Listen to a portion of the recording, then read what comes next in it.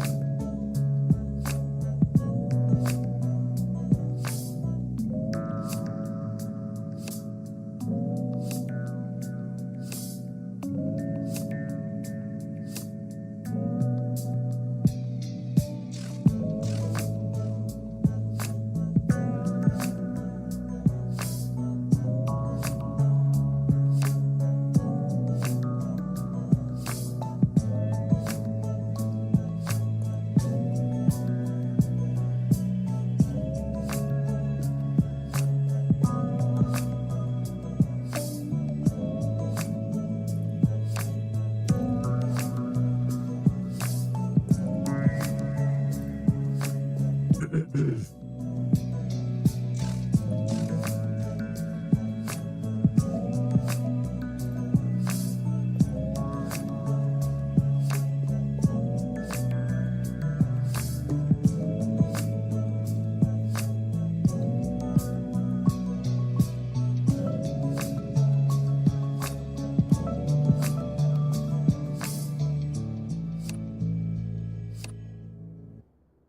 close enough.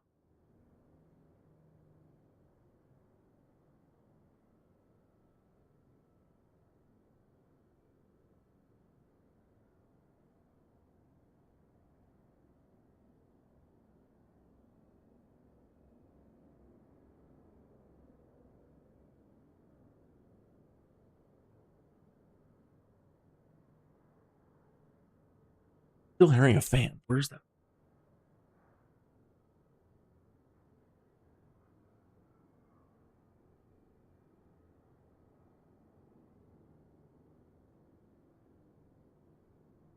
Good morning, fellow sim pilots, friends, family, whoever's checking in. So I wanted to get an early start on the live weather today. Got started a little late in the afternoon yesterday and really couldn't, I guess, enjoy the cold. So I guess that's not so important today. I'm going to be in the Skyvan and messing around with this thing. And it has all the anti-icing technology. Pretty sure we're going to check it out.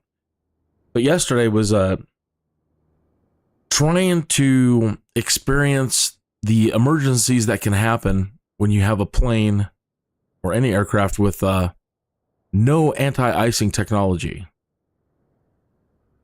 So everything from your pitot tube freezing up to your engine freezing up and no visibility.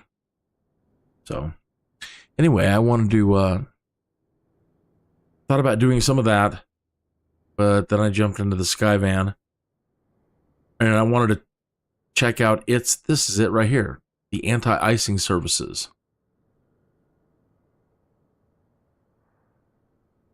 Neat.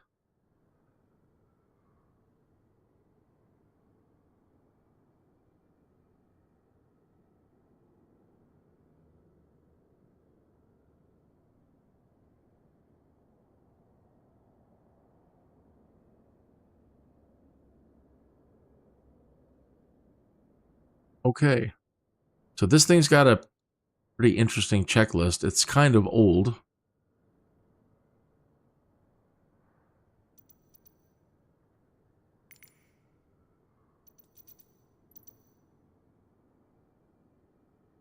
Let me get rid of this stuff for the moment.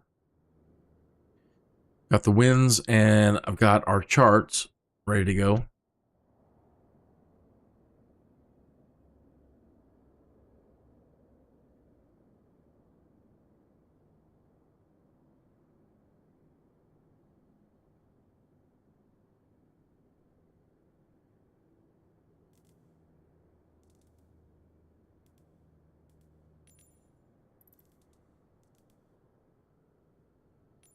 Big door. Yeah, I know where that's at. Breaking brake.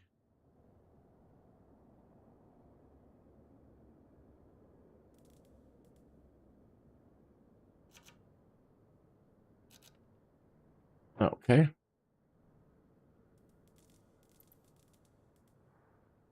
Control lock.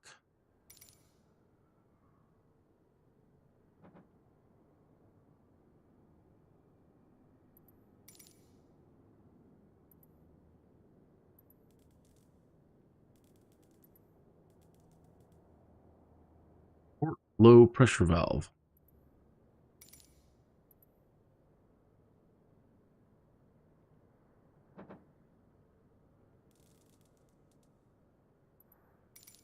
Starboard tank.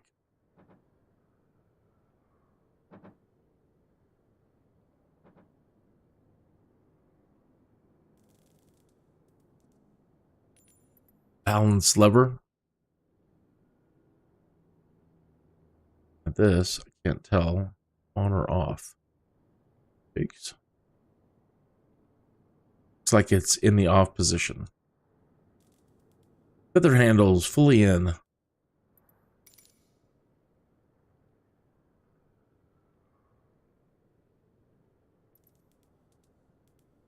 External and internal lights. Right? That'd help a lot.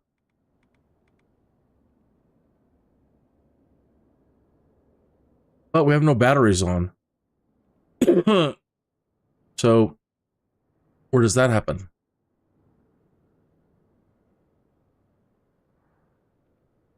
Cabin signs. Don't really need to worry about those. Engine starting mode normal.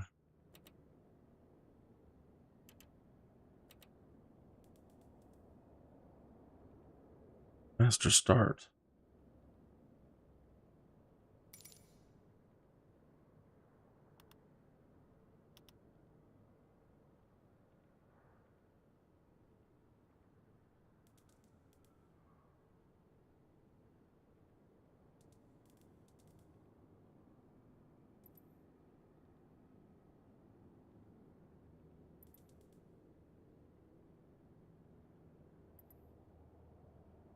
Okay, what am I stop?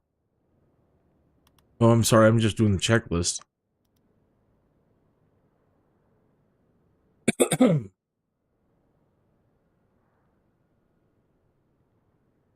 Oh, excuse me.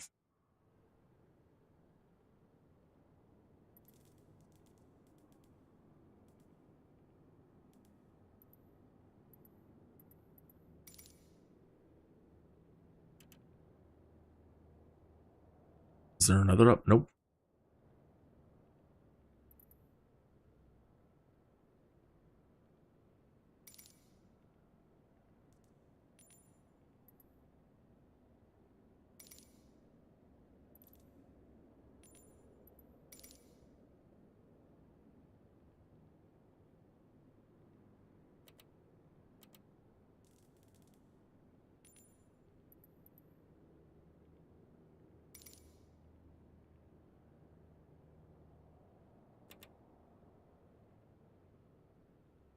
Internal.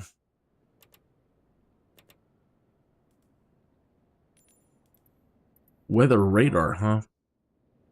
Oh, that's right.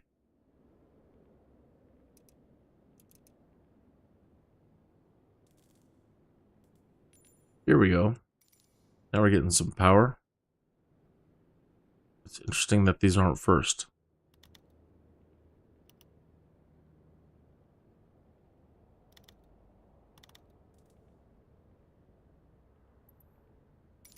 Generator switches.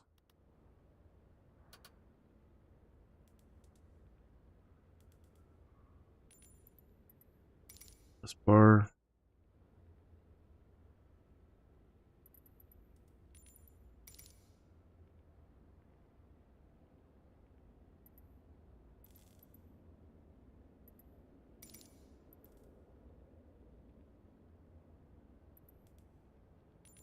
Boost pump.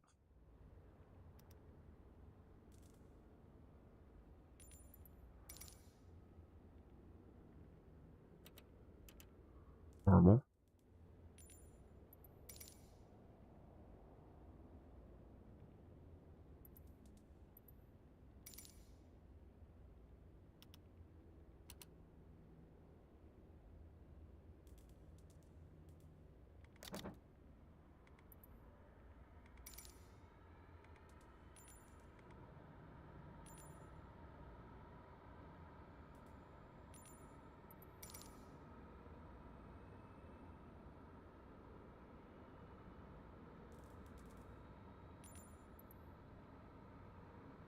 Oh, you know what?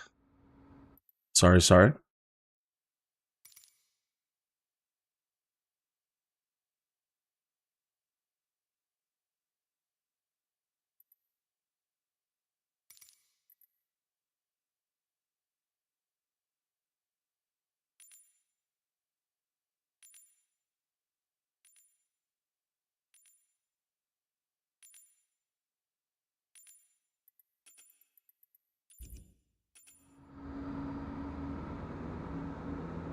Okay, I can at least hear things now.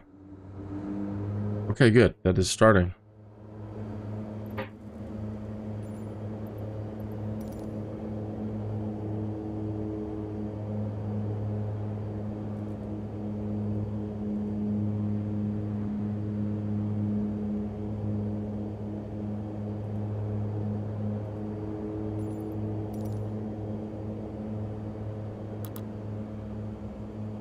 Fuel regulator, ignition.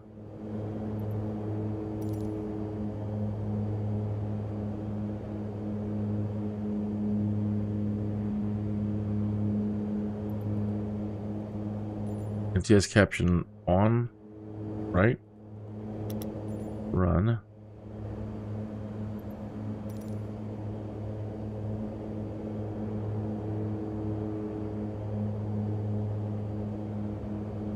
This be engine 2.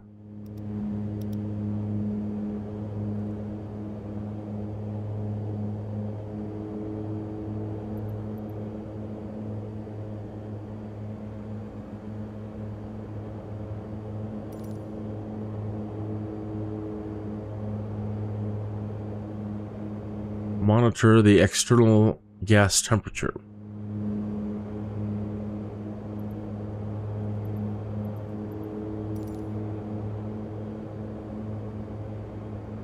And the RPMs.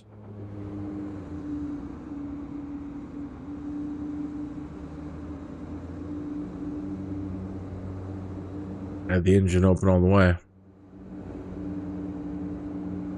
Right throttle.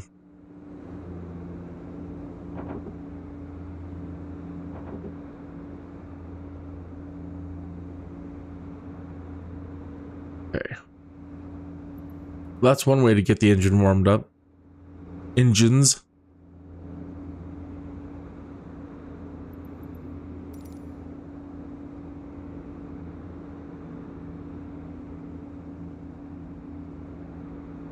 The oil is still very, very cool, cold though at the moment.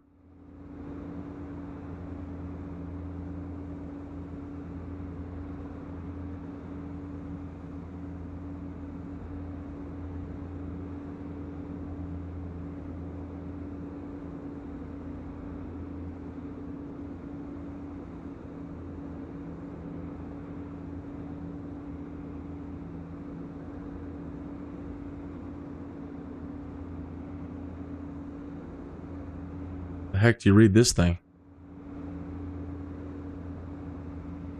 Just give me a number.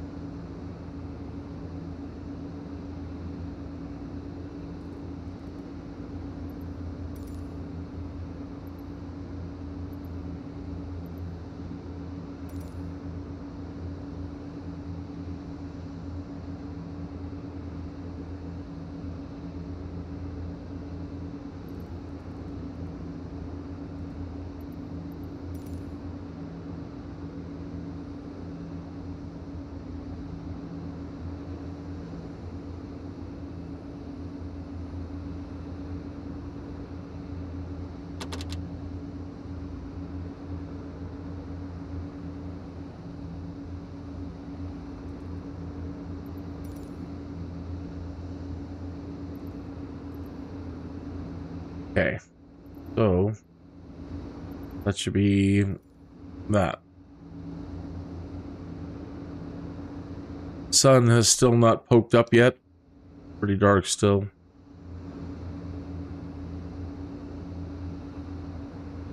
Should pop up in a minute. I'm starting to see sunlight outside. Daylight. So, not too far away. Alright, let's have a look at this anti-icing and then try to find some more lights. Keto heat, on and on. Keto heat. Airframe. Observe light. I don't know what that is, but airframe de-icing pump. Okay. Cockpit interior lights. Yes, please.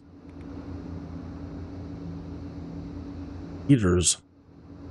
Not active. Anti-ice engine. Yeah. Anti-ice engine. Yeah.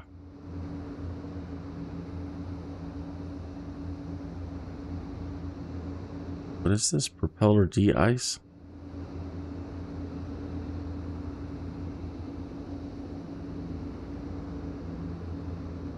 Hard to see what's going on there. There's a switch behind this lever?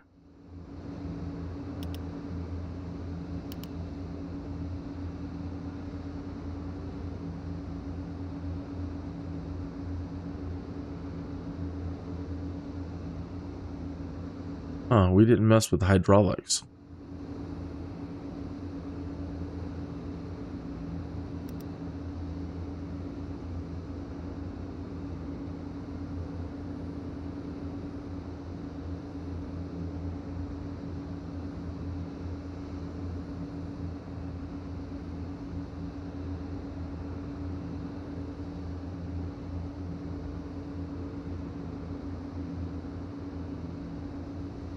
Okay, the time, right?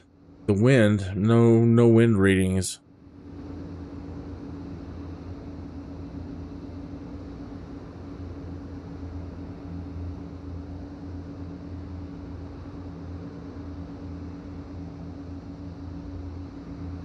Five-mile visibility. Okay.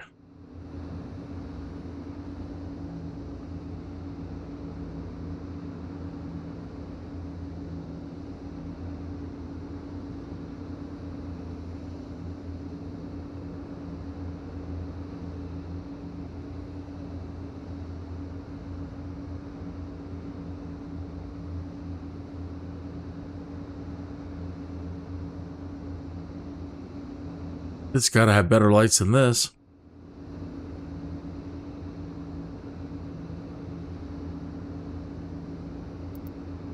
Hitting beacon. Left landing. Left landing taxi light.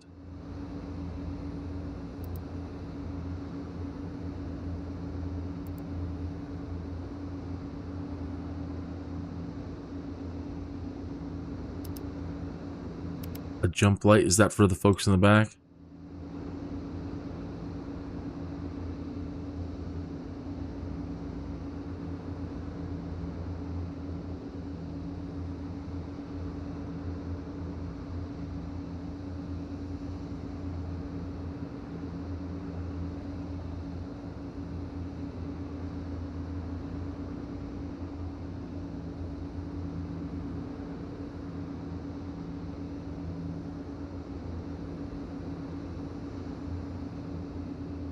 Yeah, we didn't mess with the inverters either.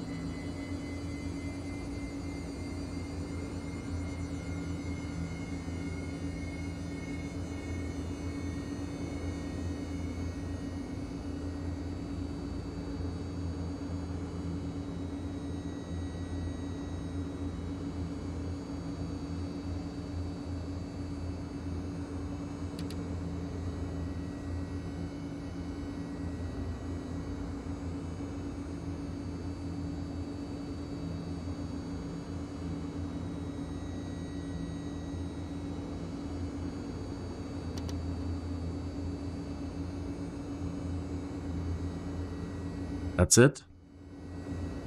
Get about 6 more of those, pal.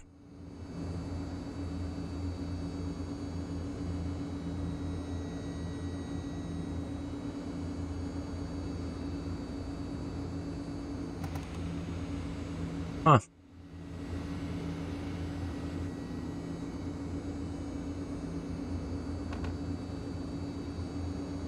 You know, I did not know you could do that.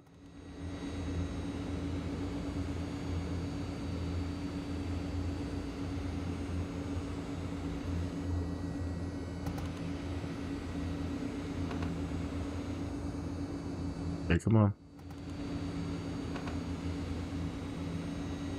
Now you don't want to close? Come on.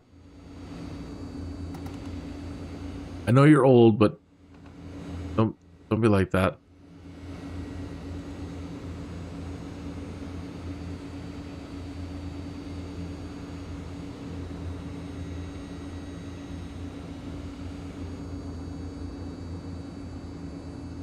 There we go.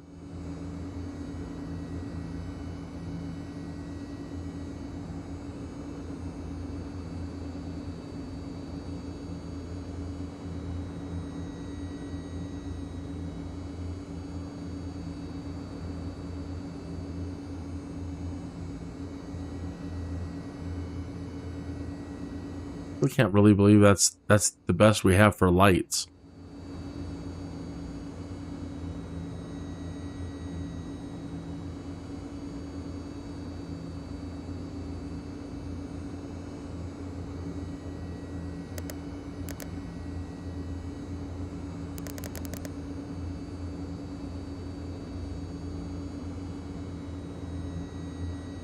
Controls locked.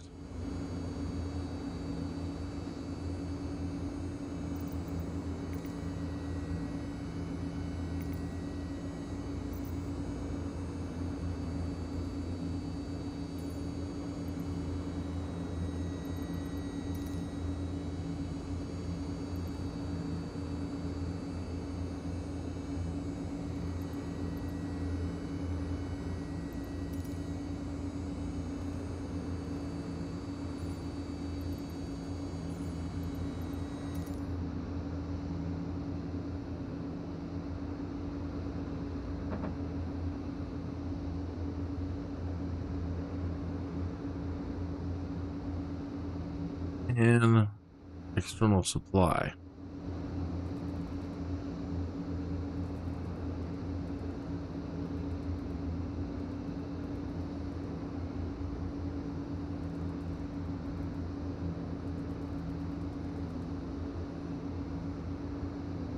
Now, there were the inverters. Normal transfer.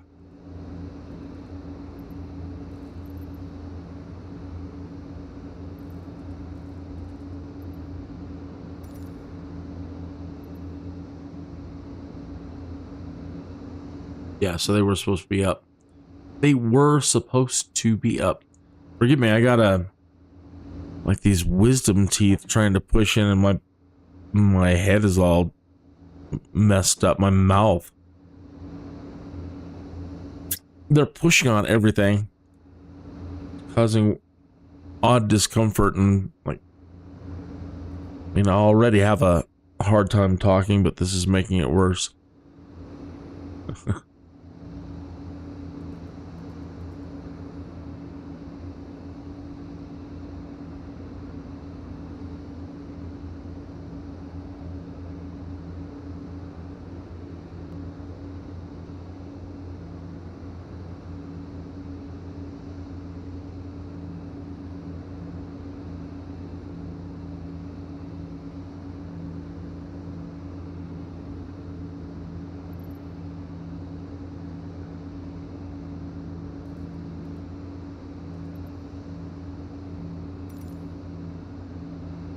That one was at internal. Okay.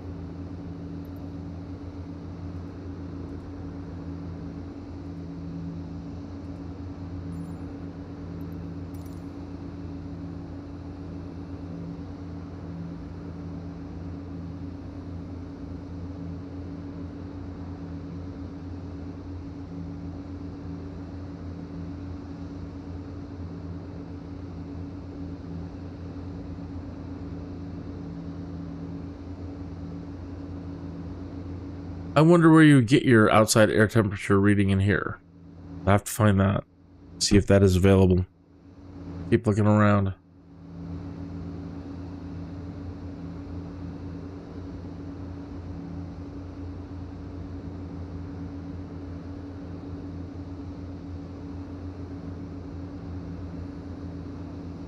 Yeah.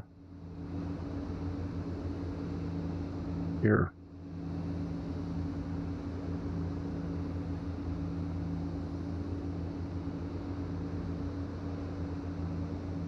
So 4 degrees Celsius.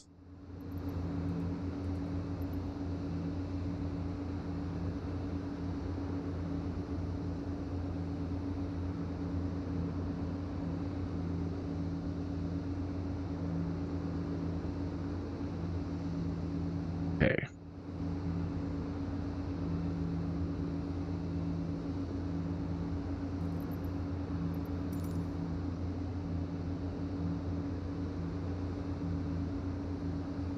Radios. That's our squawk. We have standard radio or just the GPS?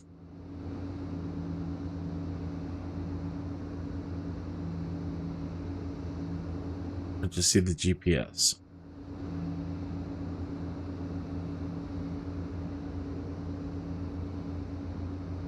Okay. Then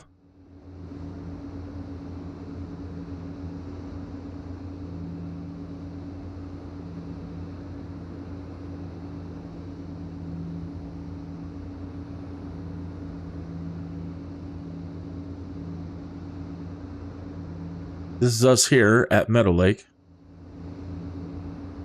Our nearest VOR is Black Forest here. 1125.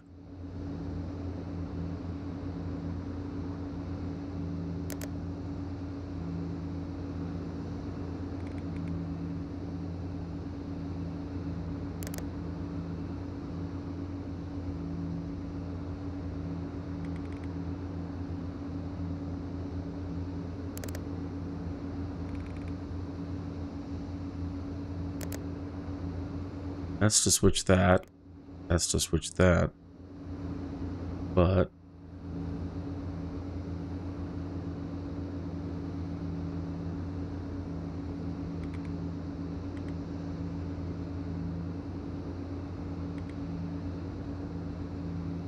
I need to get down here. Push. Let's see. There we go.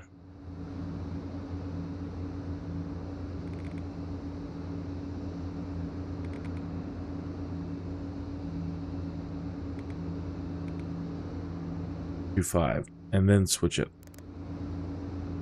All right, there we are. Black Forest. We're on the 72 radial from it at a distance of 2.8 miles. And there it is right here.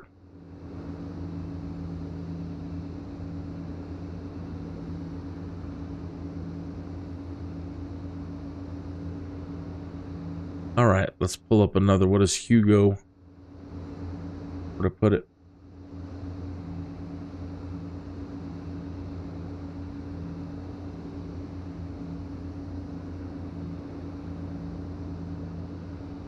Hugo. Oh, actually, let's just do Pueblo. 1167.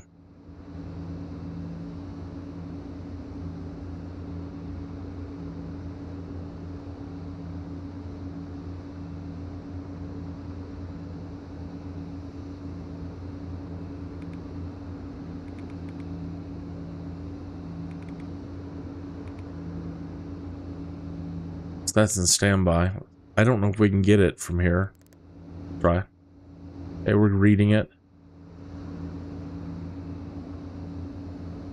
We're on the 343 radial from it at a distance of 40.2 miles.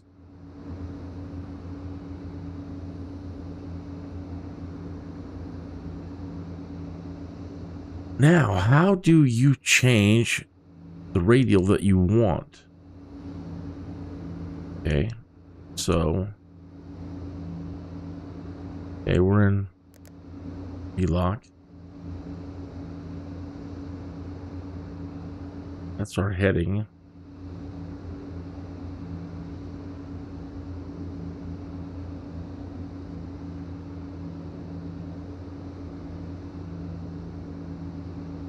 That's our heading.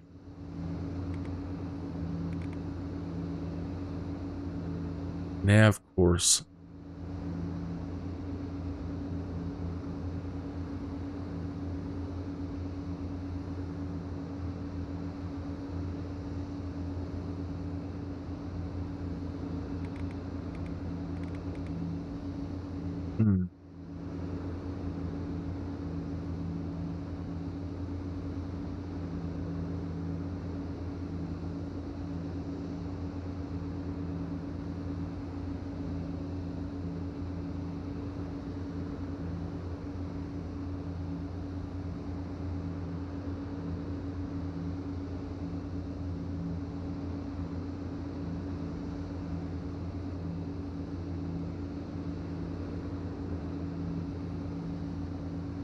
Yeah, how do you do that? If you know how to do that, please let me know. So what I want to do is change the radial.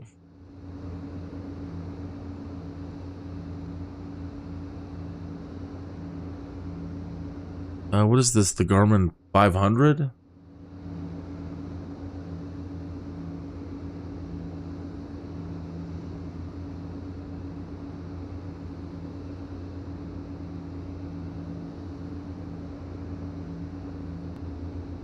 Change VOR radial.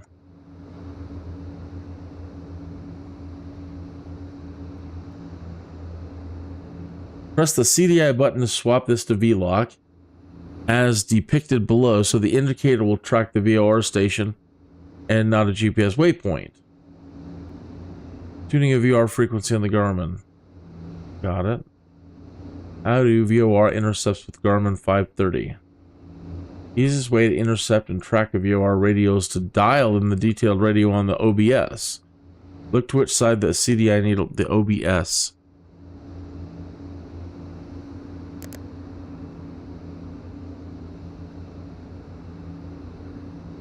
How does that work in here? Yes, on or off? I can't tell if it's on or off.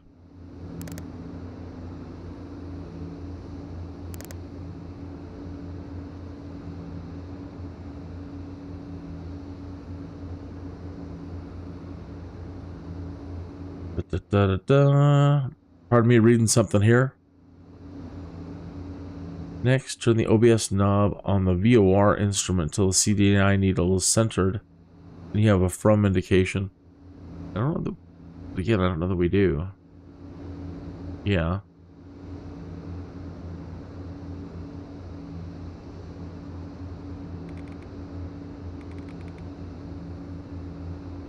Okay, so we have Black Forest.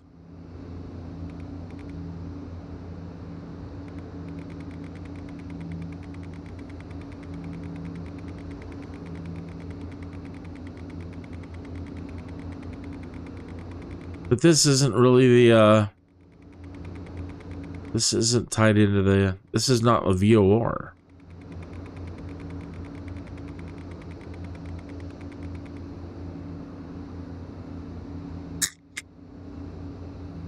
Oh well.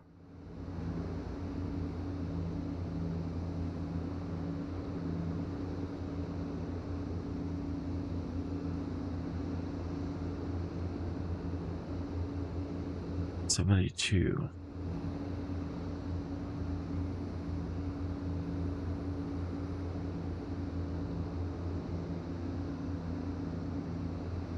Yeah, that's not the right instrument.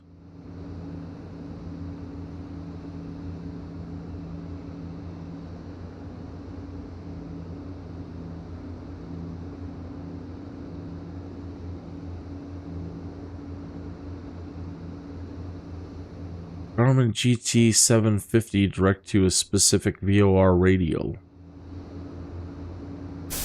Hey, fellow aviators. Kelly with Warnock Air.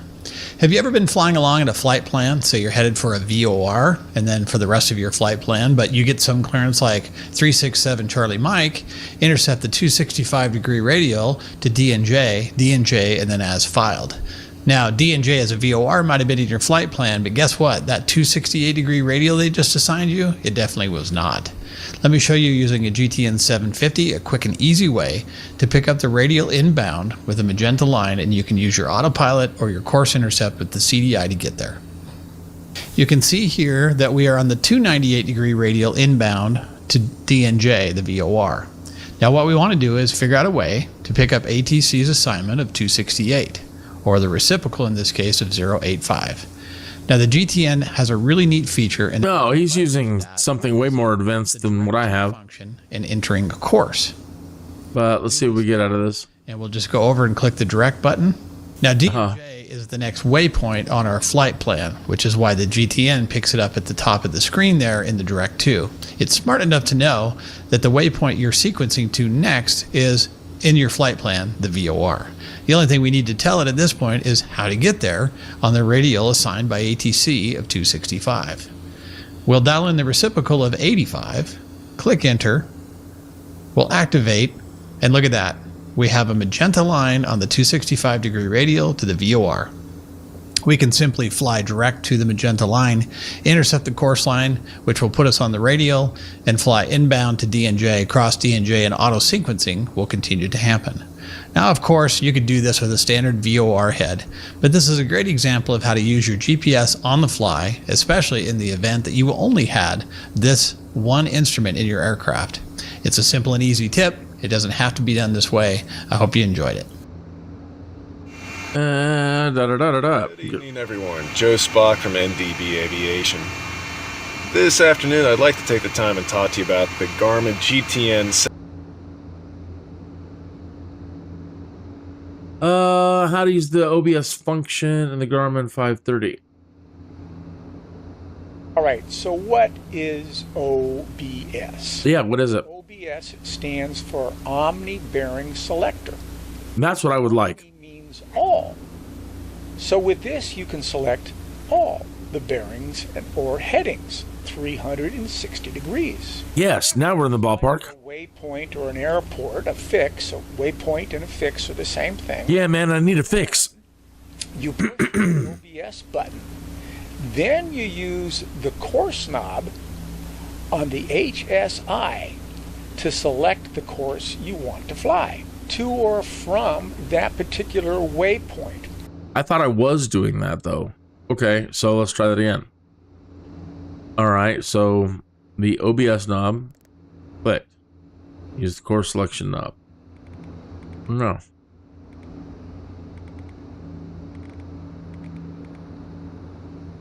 Yes. Selection knob. I'm not seeing anything change there.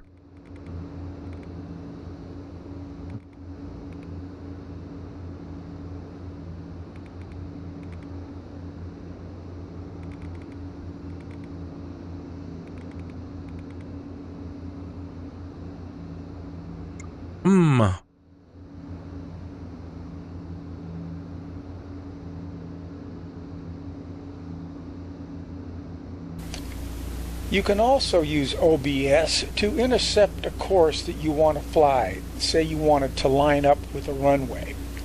Please.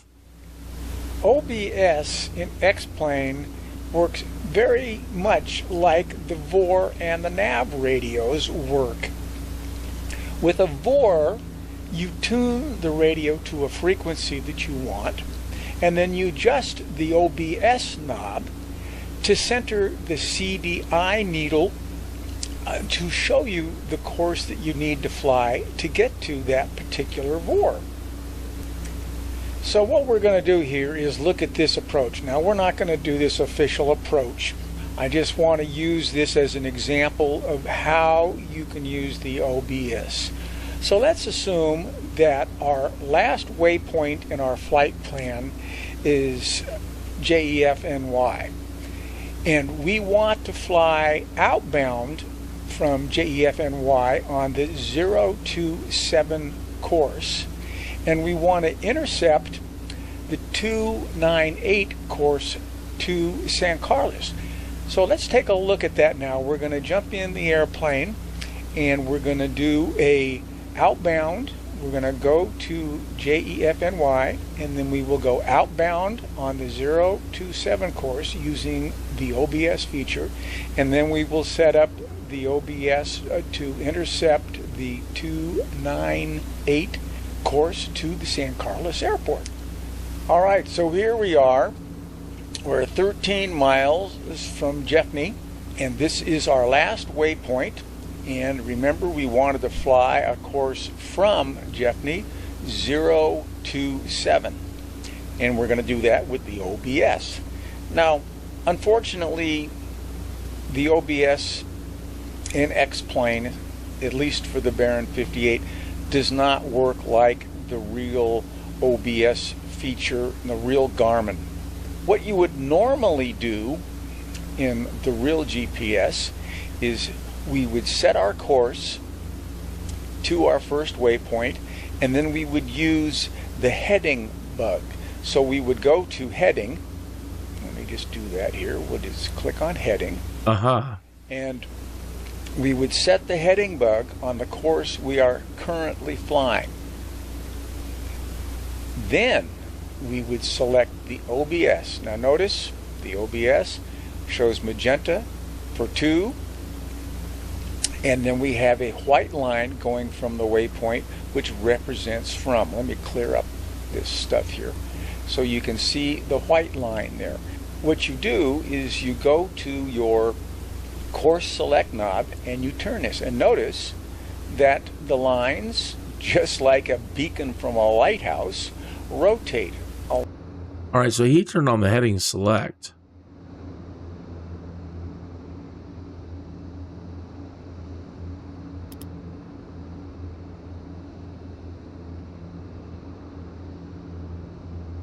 We don't have, maybe that's the thing. We don't have a plan.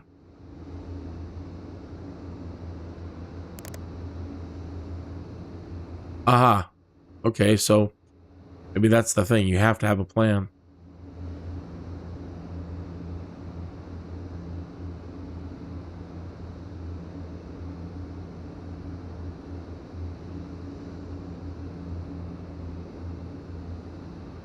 Oh. Enter. Right here.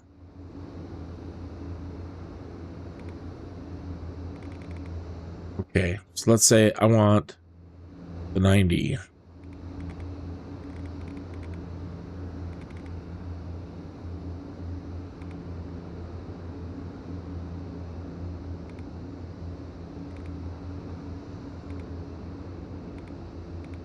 Okay.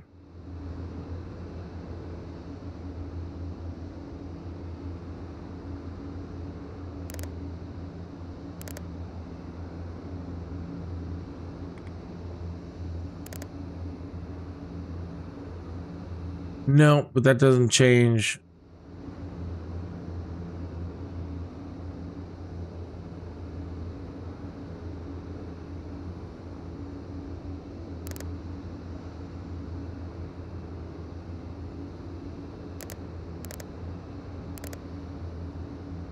Looks like we're getting the inverse on the radio.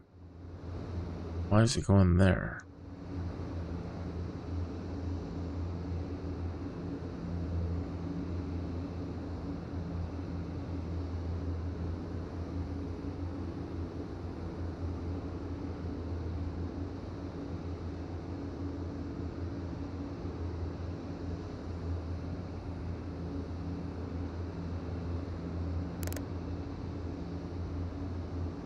Back to 252.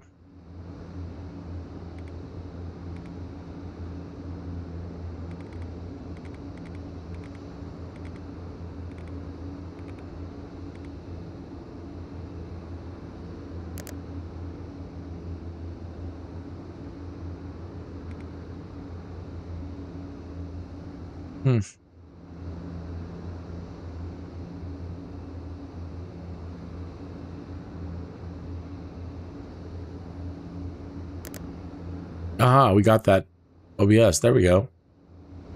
Okay, so that kind of did work. All right, let's spin this knob. It's working.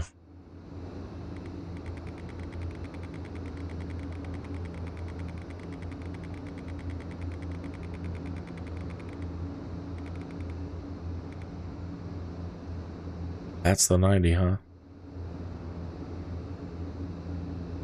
No.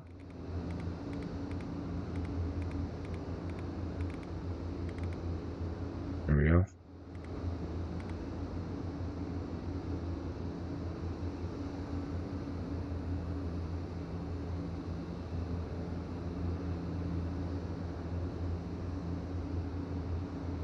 Okay, and then let's go to Pueblo.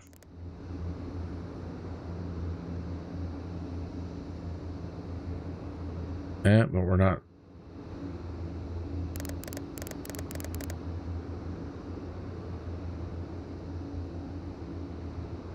But it's still giving us just the Black Forest.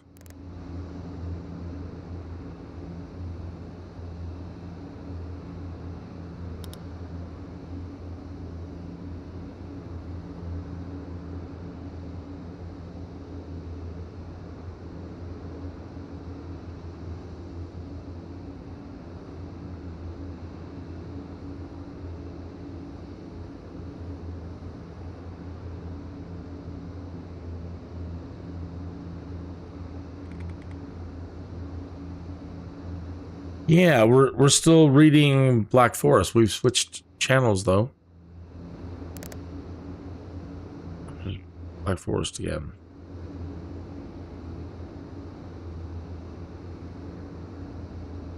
Oh well, we're halfway there. That's something. Okay.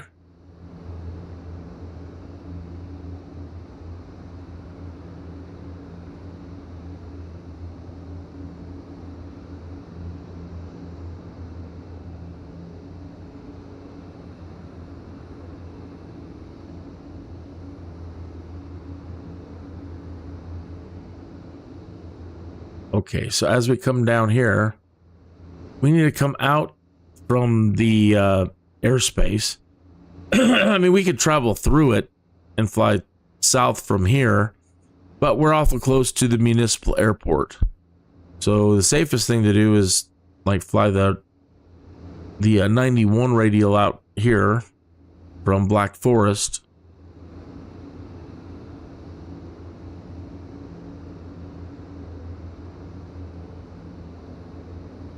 Out to somewhere over here. And in the real world, we're supposed to avoid this area here as well because of the potential parachuting that could be going on. So we usually have to fly out a little bit further.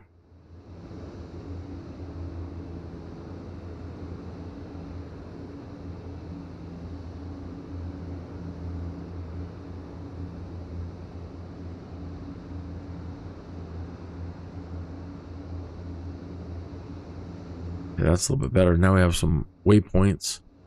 So, like out to Chiba.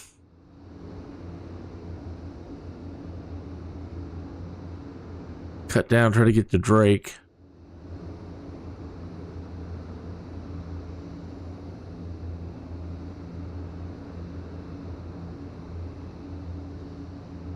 And then let's see, I don't know what runway they're going to give us. I could probably try to pick one. They do have an ILS, so 26 left.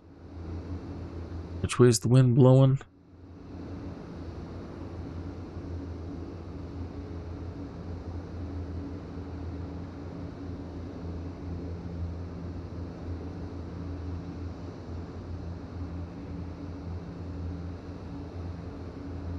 Okay, so the wind is blowing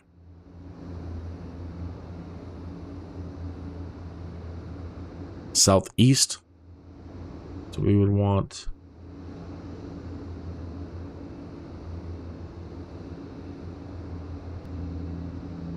Ellis 26 left.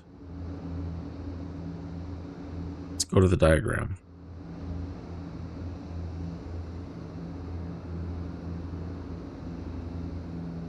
Yeah.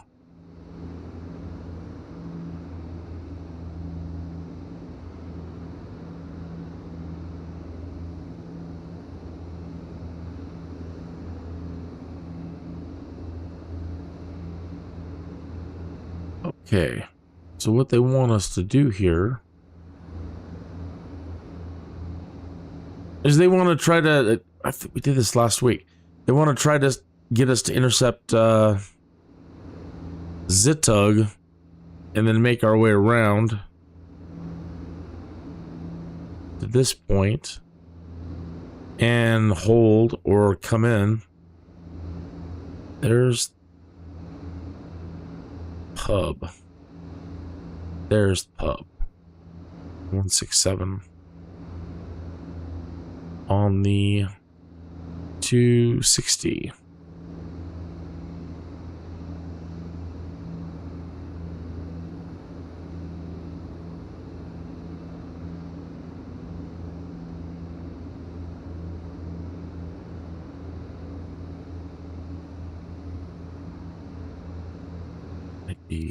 Two.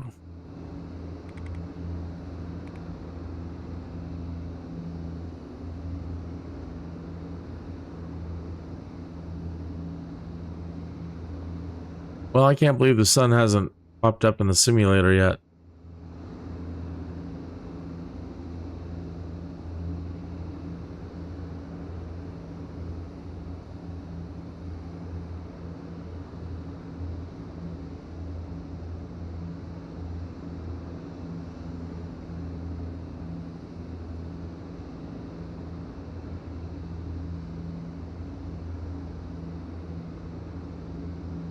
If we were just strictly using our GPS,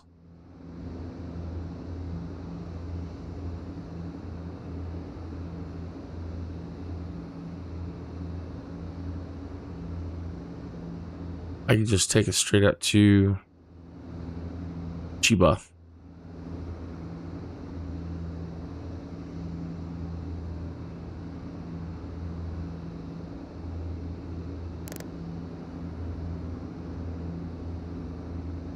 Well, let's follow them. We'll get out to Chiba.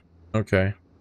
But again, the sun's not up. I mean, we could do this without the sun being up, but let me go grab a cup of coffee.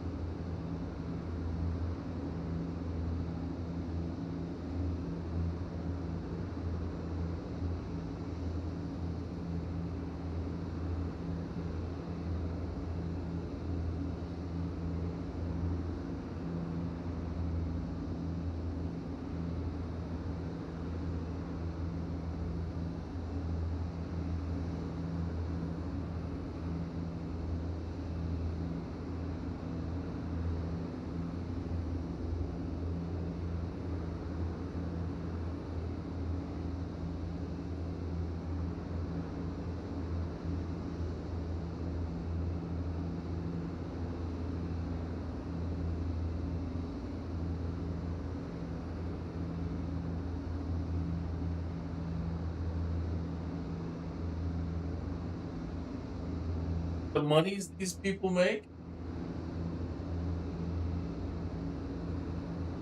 No, there's no excuse for that.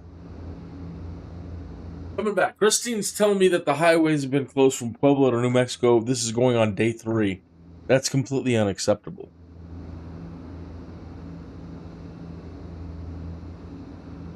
Can't even imagine trying to travel between here and New Mexico, and for 3 days you can't move. It's completely unacceptable.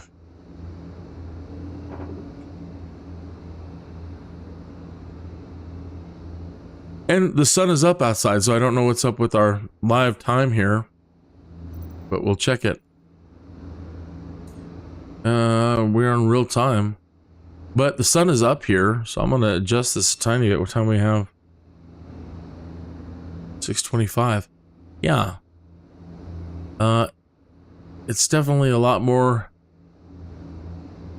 like this already outside.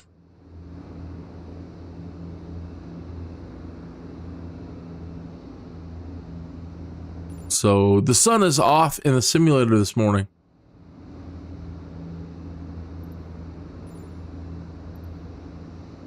Yeah, because I'm not far from here.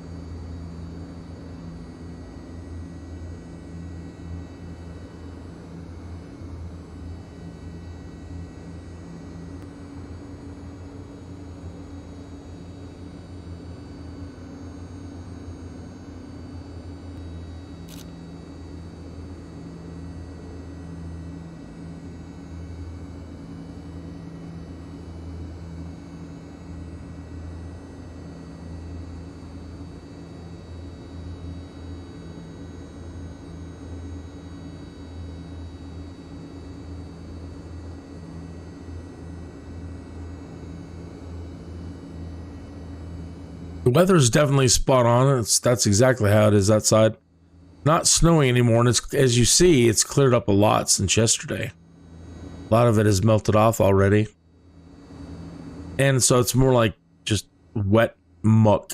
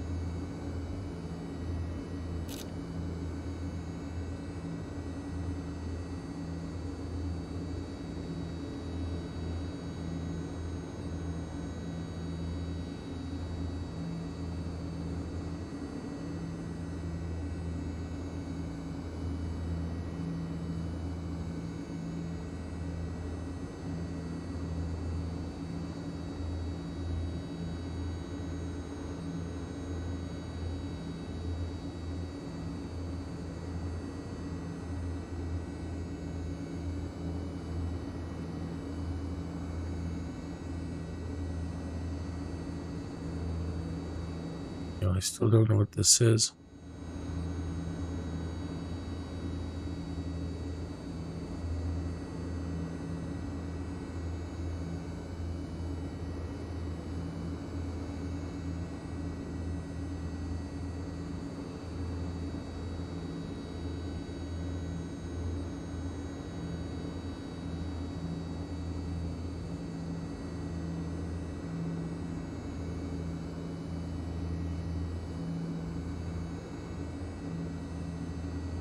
3022.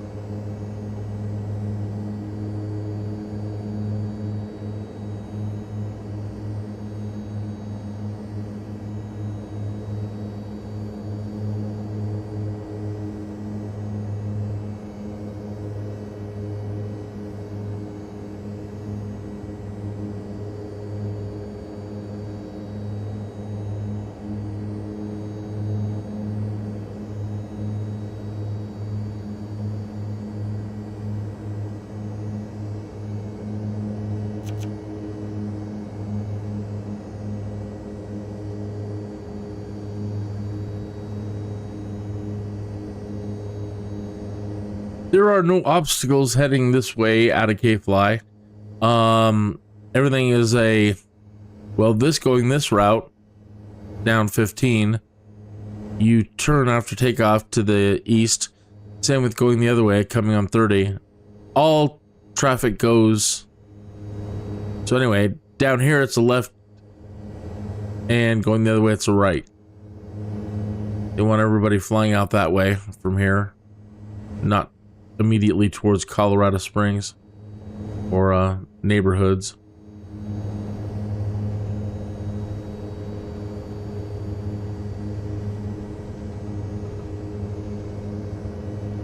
I have not built up any speed, or the pitot heat should be working, but I have not built up the needed speed for this. Oh, I think I've done something wrong.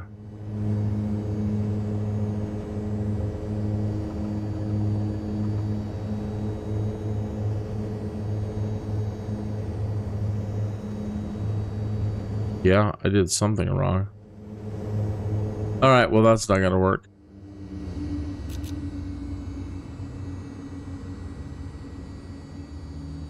I've done something terribly wrong somewhere. Because although we're getting the proper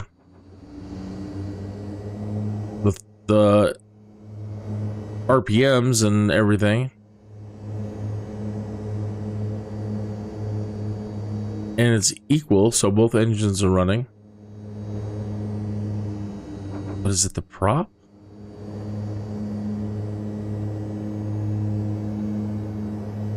Yeah.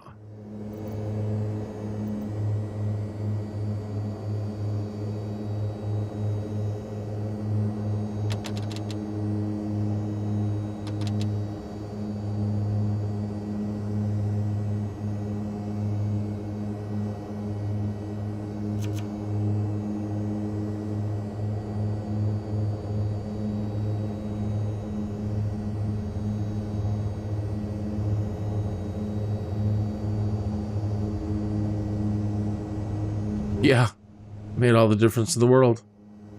Easy now. She wants to take off right away. Easy. What are you doing? She's gonna stall on me.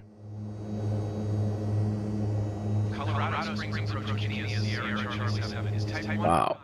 She took off fast. Request flight following.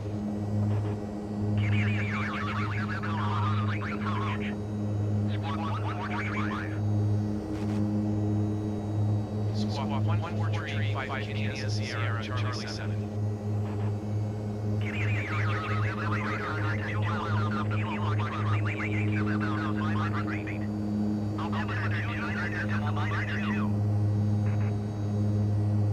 Roger Kenya Sierra Charlie 7.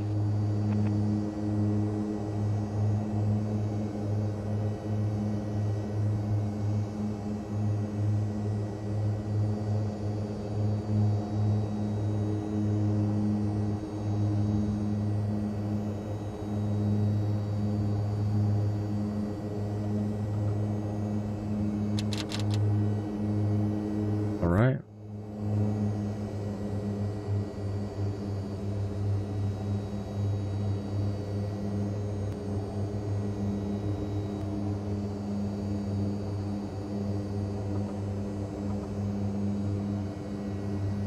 Can't see a thing, Sarge.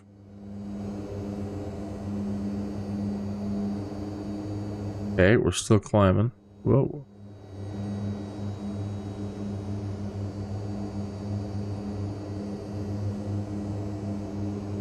We don't need to go any faster or higher than that.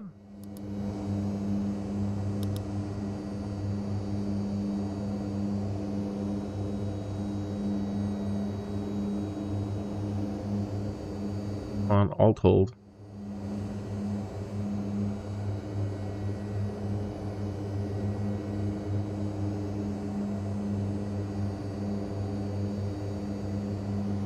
Come on. Ah, we lost our radio. I didn't say hold heading.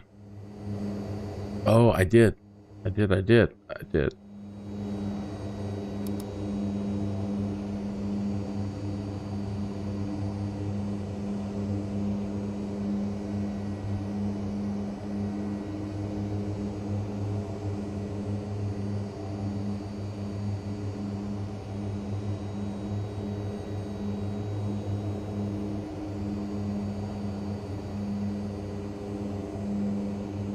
All right, we are almost back to the radial. There we go.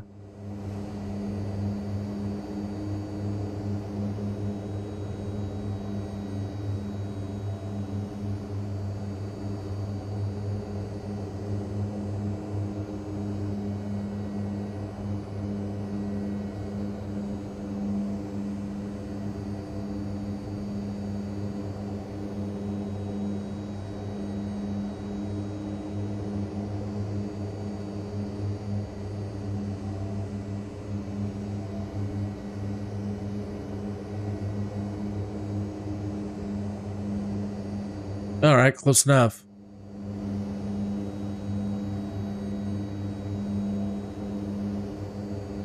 All right, past the Adane or Adane or however you want to pronounce that, and we're going to make our way out to Chiba.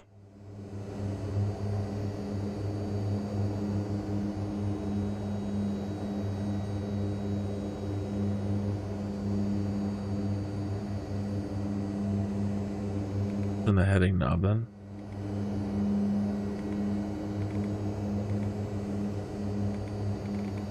Do a proper heading hold.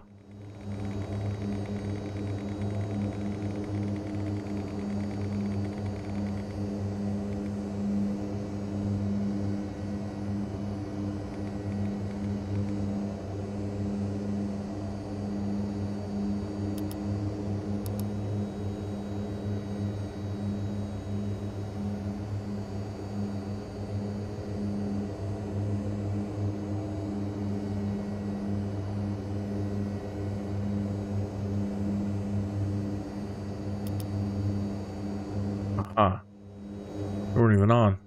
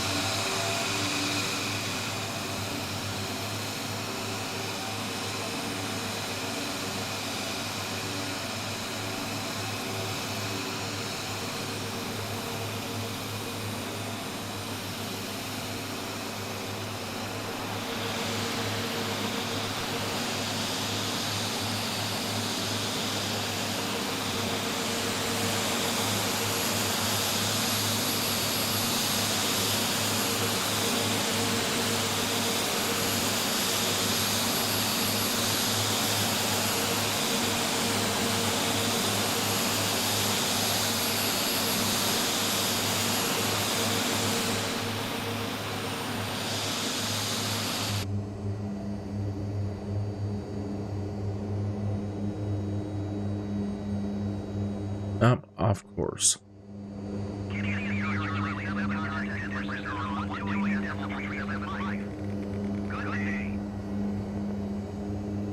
Going to 128.375 Kenya Sierra Charlie 7. Denver Center Kenya Sierra Charlie 710,200 feet.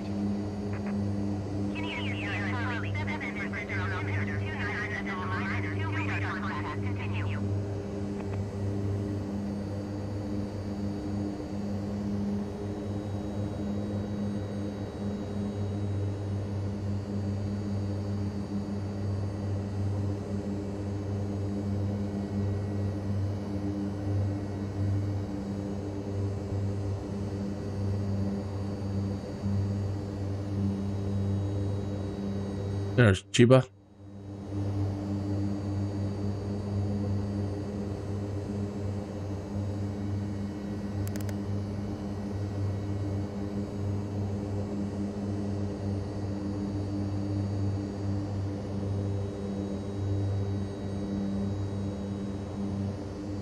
Let's see here. Where is our sky vector? Okay, so we're at Chiba. We want to...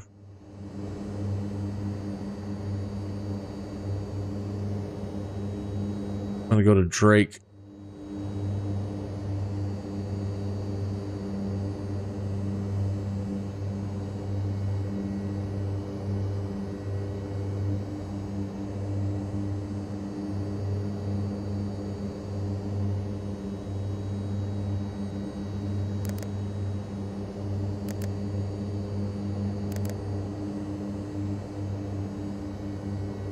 And we'll tell it to just go ahead and do nav mode, and we'll just switch over to the GPS.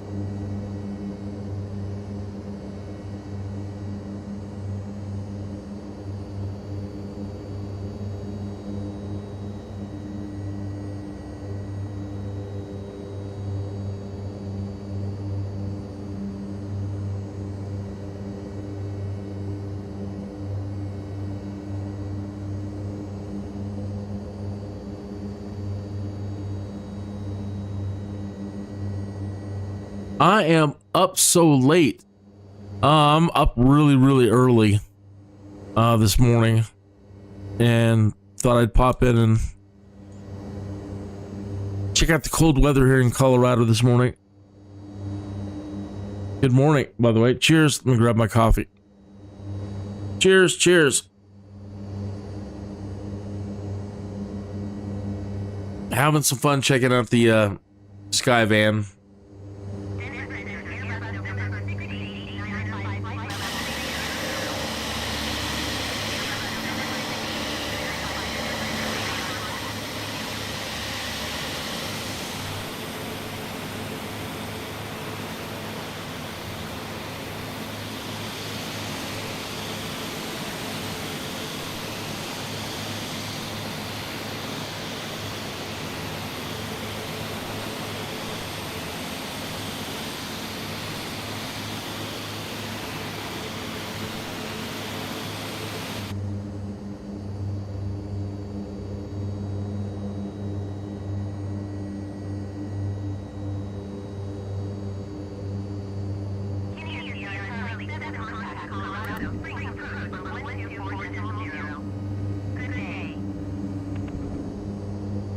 Pretty cool. Sierra Charlie 7. Goodbye. Colorado Springs approach Canadian Sierra Charlie 710,200 feet.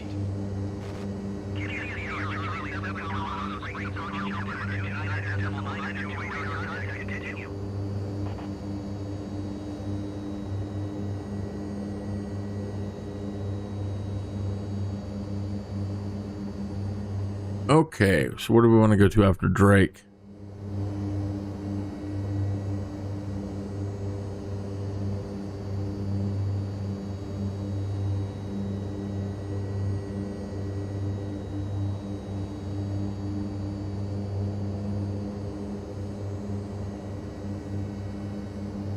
Let's swing back out here to Todd, T-O-D-D-E.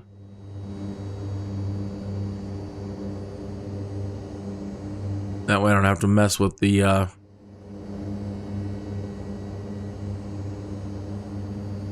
DME arc.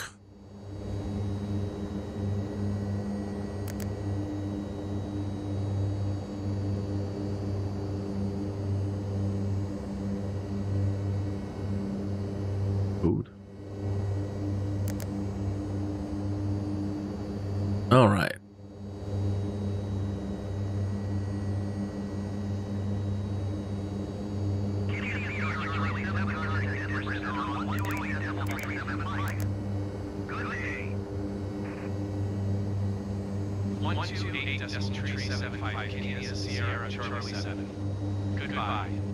Goodbye.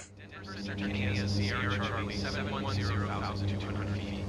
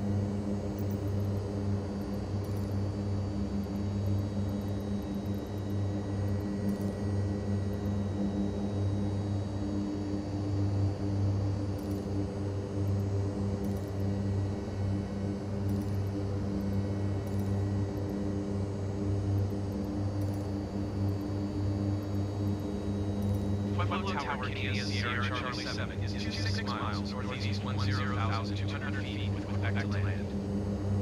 Canadian Sierra Charlie 7 Windward Tower. Altimeter 29.9, 2 wind calls and left traffic runway 80 left. And that's different. I thought for sure they would put us on 26 left. Oh. Okay, so 8 left, and we got to go back to 2992 on the altimeter.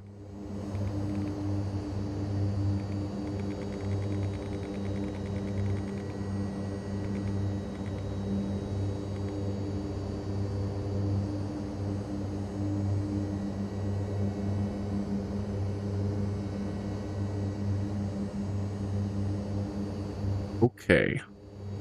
So now we got to go back to the airport and find 8 left. 8 right. What? 8 left. There's no 8 left. There's an 8 right.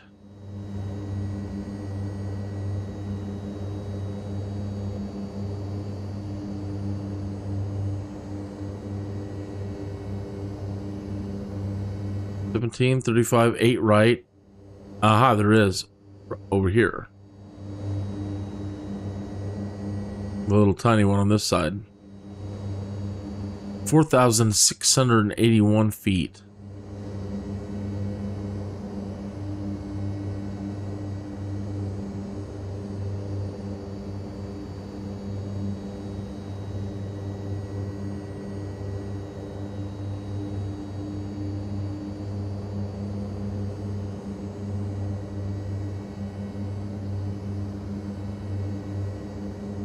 That's weird. They don't have it in here, though.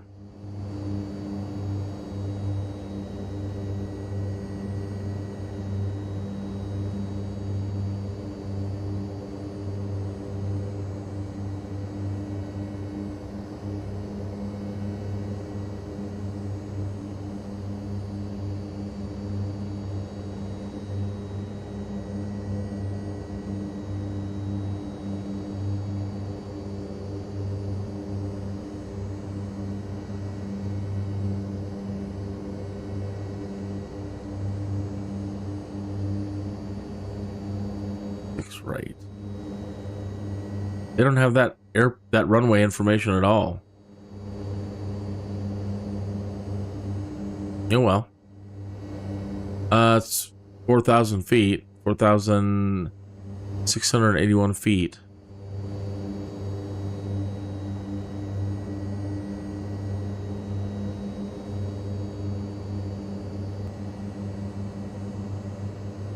So once we hit Todd, we're gonna have to go around it now.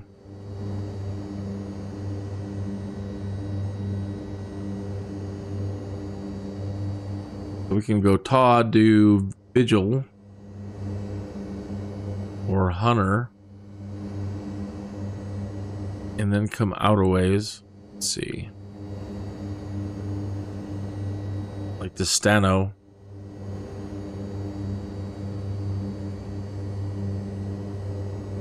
And then make our way in to 8 left from there.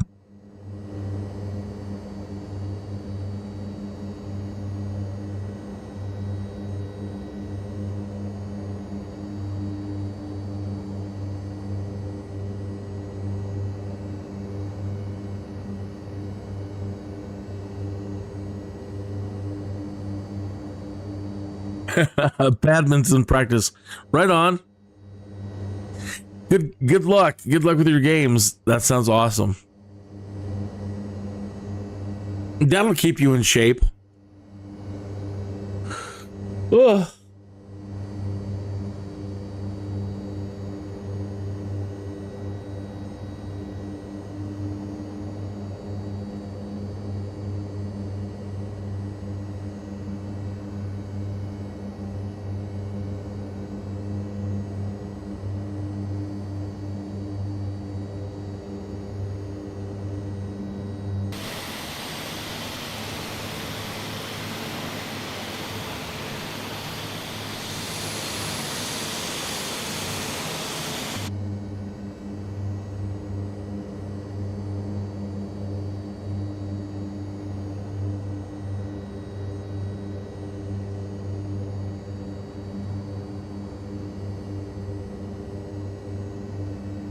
So we're back to like 1 degree Celsius up here. Not that high.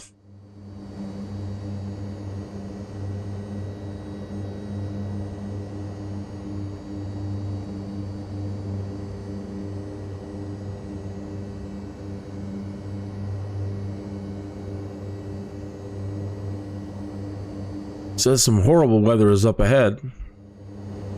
60 miles.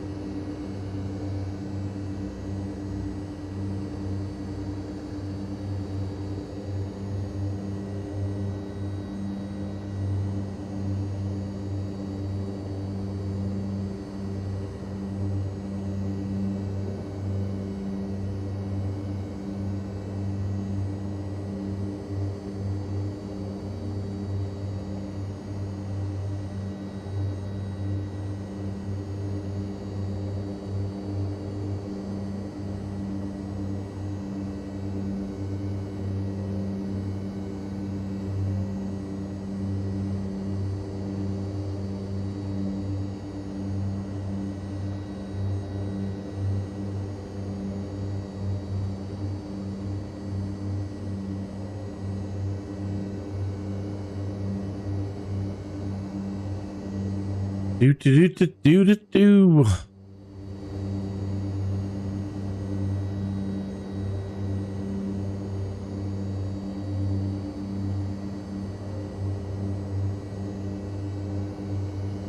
Yeah, that badminton sounds like an awful lot of fun. Ah, youth.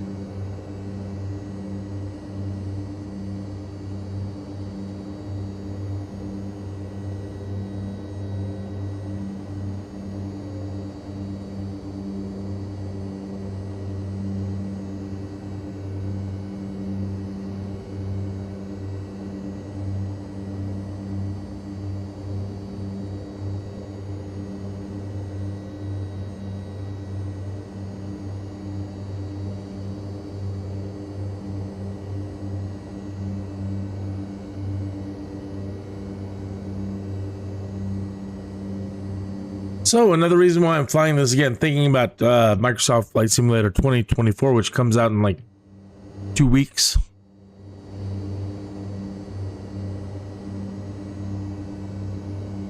And then we'll be getting plenty of career option stuff available to us.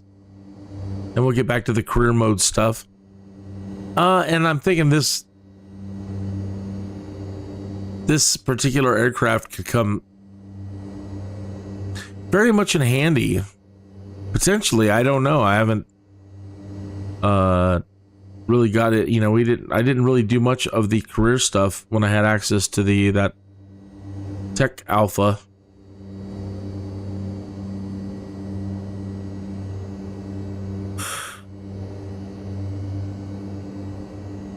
But it will be interesting to see if you can use this and how much. I think this, if you can, you're going to end up making a lot of money with this thing, because there aren't a whole lot of options between when you finally make your way up from a Cessna up to the Caravan, and then from the Caravan, you know, other than like the DC-3, there really aren't any other medium-sized options. So that kind of makes this ideal.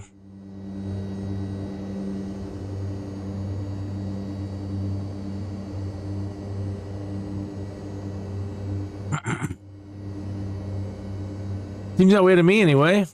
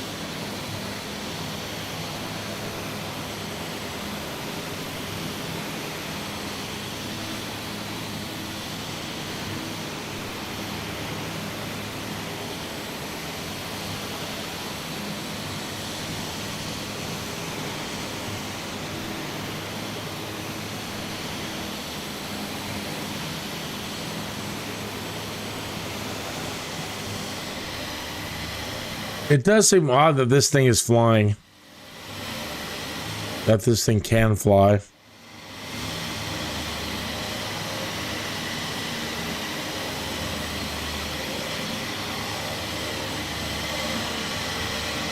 But mighty cool.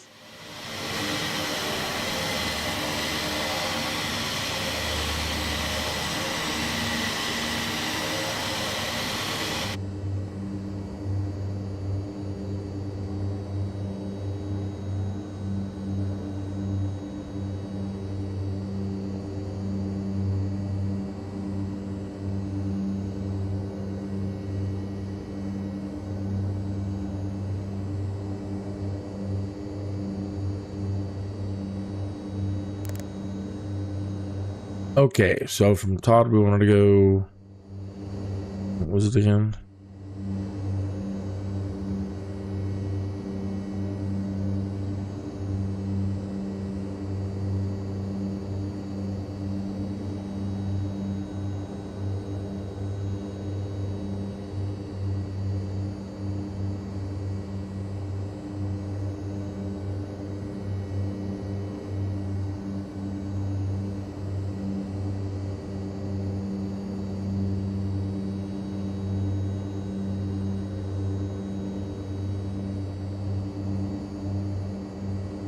Go to Hunter.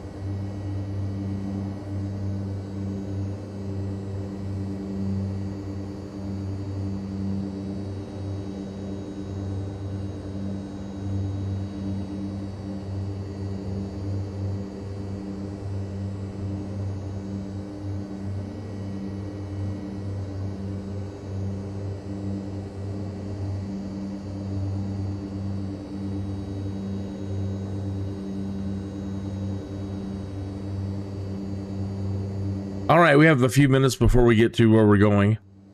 Still need the interior with... We need a camping interior so I can come back here and top up my coffee and, you know, grab a snack. Speaking of coffee, I'm going to go top up my coffee. I'll be right back.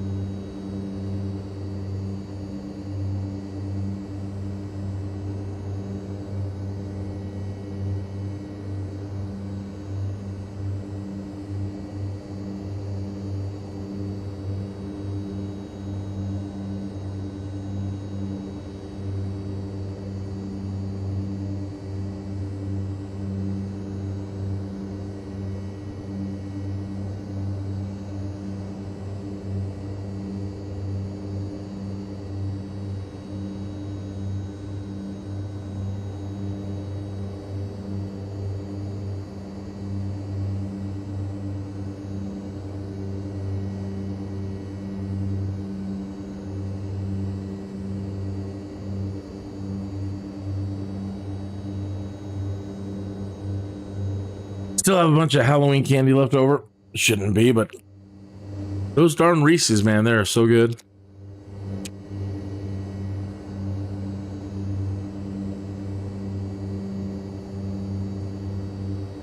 Mm-mm.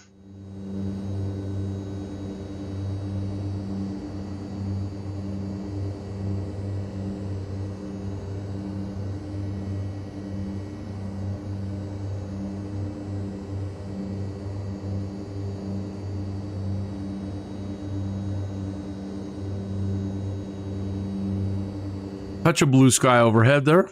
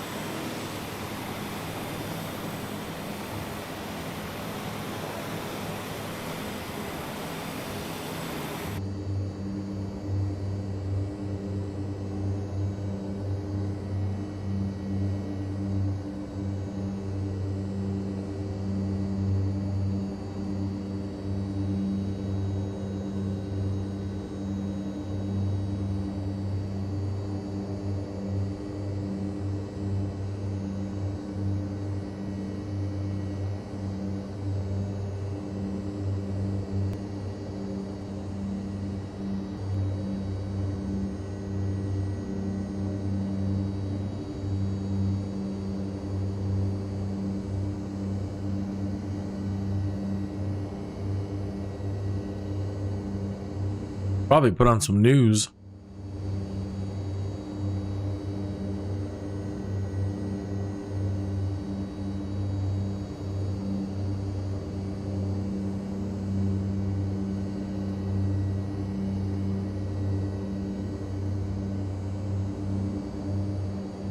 Putin was surprised as Trump on Ukraine peace offer. It was yesterday, wasn't it?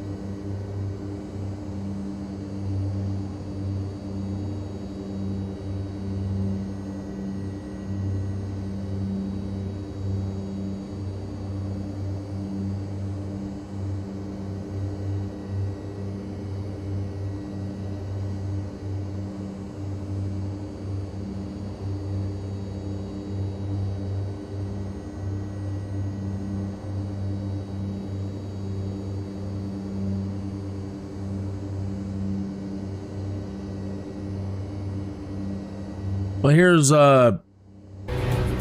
Fox and Friends from 2 hours ago. It's Friday. It's November 8th, and this is Fox and Friends. Republicans extend their winning streak in the Senate with Dave McCormick's huge win in Pennsylvania. Skyrocketing prices, the wide open border, the crime in our cities, the war on fossil fuels, and they want change. Big victory. Plus, haven't they learned their lesson? Democrats in the media scolding Latinos for helping elect Donald Trump. You own everything that happens to your mixed status families and to your wives, sisters, and as well as from here on in. Man, no monkeying around. Why do I get this story? You guys get the serious stuff. Dozens of monkeys escape a research facility in South Carolina. Monkeys. Yes, you. Fox and Friends starts right now. Remember, morning's better with friends. Wow, what was that? So much passion, Brian. Republicans expanding their Senate majority after Senator-elect Dave McCormick. Huge win in Pennsylvania, but the control of the House remains up in the air. And Madeline Rivera is live. I heard a report from the Alex Jones channel earlier. No, it was the Steve Bannon channel. On their first big task. And they said, based on the numbers, the House is secured now. Favorite to succeed Mitch McConnell. He's urging President-elect Trump to not publicly endorse as Senate ballot elections are done. I want Rand Paul for Senate Majority Leader. I don't trust any of these guys anymore. And he says he does want Trump to support him. Meantime, a third contender, Texas Senator John Cornyn, is gaining some momentum per Axios.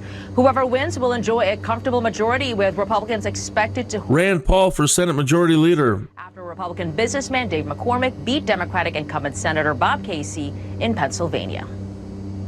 I think what made the difference is people want change. Yeah, and I don't want these rhinos. Represented that desire for change by electing President Trump. I think the same with me. They're deeply distressed by the skyrocketing prices, the wide open border, the crime in our cities, the war on fossil fuels, and they want change and common sense leadership. 2 Senate races. Why, yes, we do. But Democratic Senator Jackie Rosen and Ruben Gallego are narrowly. Rubens. In Nevada and always thinking about food. Always thinking about food. Still more than 24 uncalled races. Here's the current balance of power: 210 Republicans to 198 Democrats. 218 is the magic number, of course, to clinch the majority.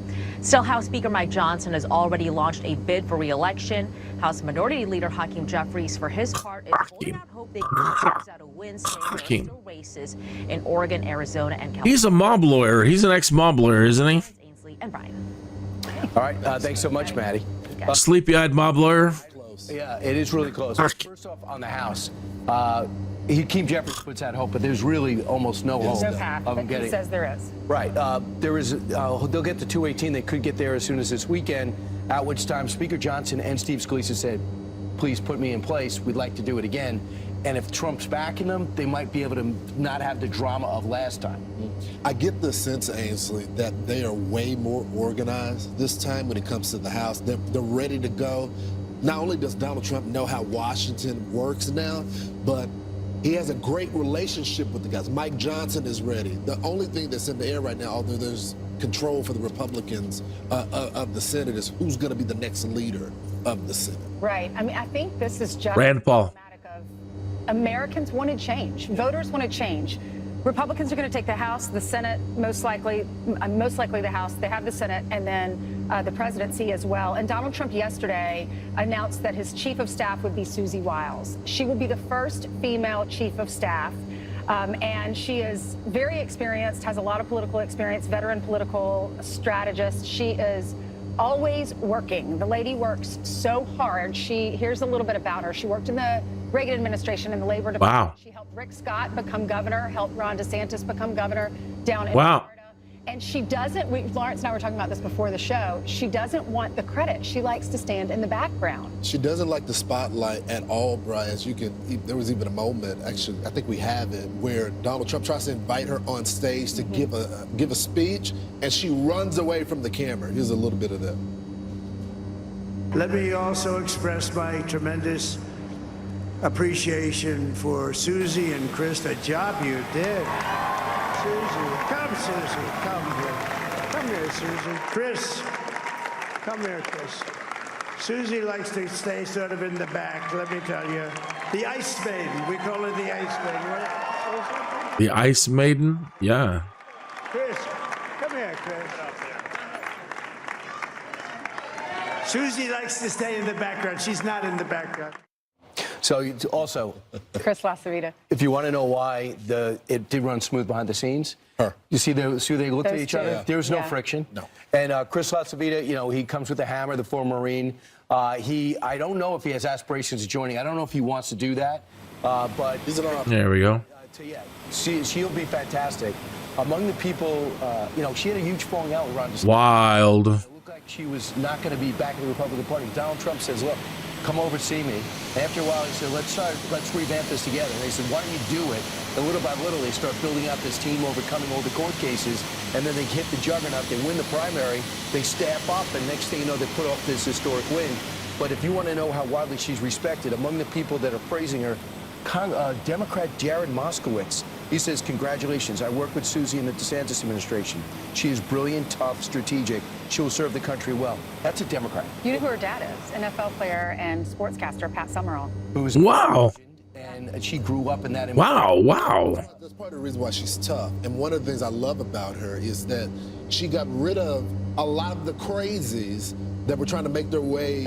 I'm just being honest. It was a big issue in the past administration, in the past campaign, and she made sure that the campaign was disciplined. There was one message. She knows Donald Trump. She lets him be who he is, but she keeps the circle nice and tight, which is why this campaign, you didn't have a lot of leaks because she got rid of them all. There was one report that said her prerequisite was you can't have the clown car pulling up every day. The question is, who's in the clown car? So I think I know. Well, I know she knows who too. I hope is not is in the clown car, and they keep going past the White House, and they don't stop in. What Donald Trump said, she's tough, she's smart, she's innovative, and universally admired and respected. She did run a very disciplined, very professional, and clearly successful campaign. So we wish her all the best. 3 people will not be in the administration: Kevin McCarthy, Glenn Youngkin, Tom Cotton. They've already announced. But they're big fans. Tom, you know, in Youngkin's situations, like, I got 2 more years. So I think he'll join midway probably if there's an opening. Kevin McCarthy's got a lot going privately. He's going to see how things shake out. A lot of times you don't last 4 years in that job, especially a chief of staff. And then Tom Cotton's young family. Children, So Joe Biden, we finally saw him appear yesterday, and it's kind of funny because he looks happy. For someone that had his party just in an astonishing defeat, I mean, a complete red wave, he was kind of perking. This is the current president of the United States. Watch. We all get knocked down. But the measure of our character, as my dad would say, is how quickly we get back up. Remember, a defeat does not mean we are defeated. The American experiment endures. Defeat actually means you're defeated. But we need to stay engaged.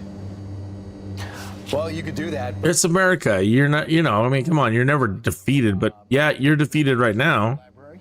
Good luck with that. Number 2, he's like, look at all I did, but no one appreciates it. Maybe eventually they will. Also, this is the beginning of the soap opera. We discussed this. I said, if the Democrats lose, I never thought it would be a blowout. But if they lose, you're not going to believe the soap opera is going to take place. The Obama people, the Biden people, the Harris people, the traditional people, and they're all going to be blaming each other. And man, are they blaming each other? David Clough came out and said, well, I'm very proud of the campaign we run. We were in too deep a hole. The blowback got so thick, he deleted his X account. Yeah, the entire account. And then you got Simone Sanders, who's now on MSNBC, striking back and said, you guys didn't even ask Joe Biden to go to his hometown to campaign in Scranton. No wonder why you lost. So the back and forth is going back between 3 different camps right now. They are really depressed. You have all these colleges that are saying we're going to cancel class. Barnard College, you have Harvard professors canceling classes. But oh my. Feel blue about the Trump win. The Guardian is offering therapy to staffers after Trump's upsetting win. Oh my. Women are cutting off their hair. Have you seen all of this on social media and going? It's crazy. It's crazy. It's crazy. They hate men. They're never dating men again. How do you know if you're on a sex trip? Carry around a sign? So basically, Don't approach. they're self-calling. I mean, for all we know, we were all on a sex strike. We don't even know. All right, so yesterday, things got heated at the White House. Yeah, can I say this? When Kamala Harris is giving her resignation speech, there's video of a fight between Donna Brazile. I saw that. Did you see and this? Nancy Pelosi. And broken up by the mayor of Washington, D.C. What? It's like a bad, you talk about a soap opera. And There's because a Nancy lot of Pelosi's bad Nancy Pelosi's solely responsible.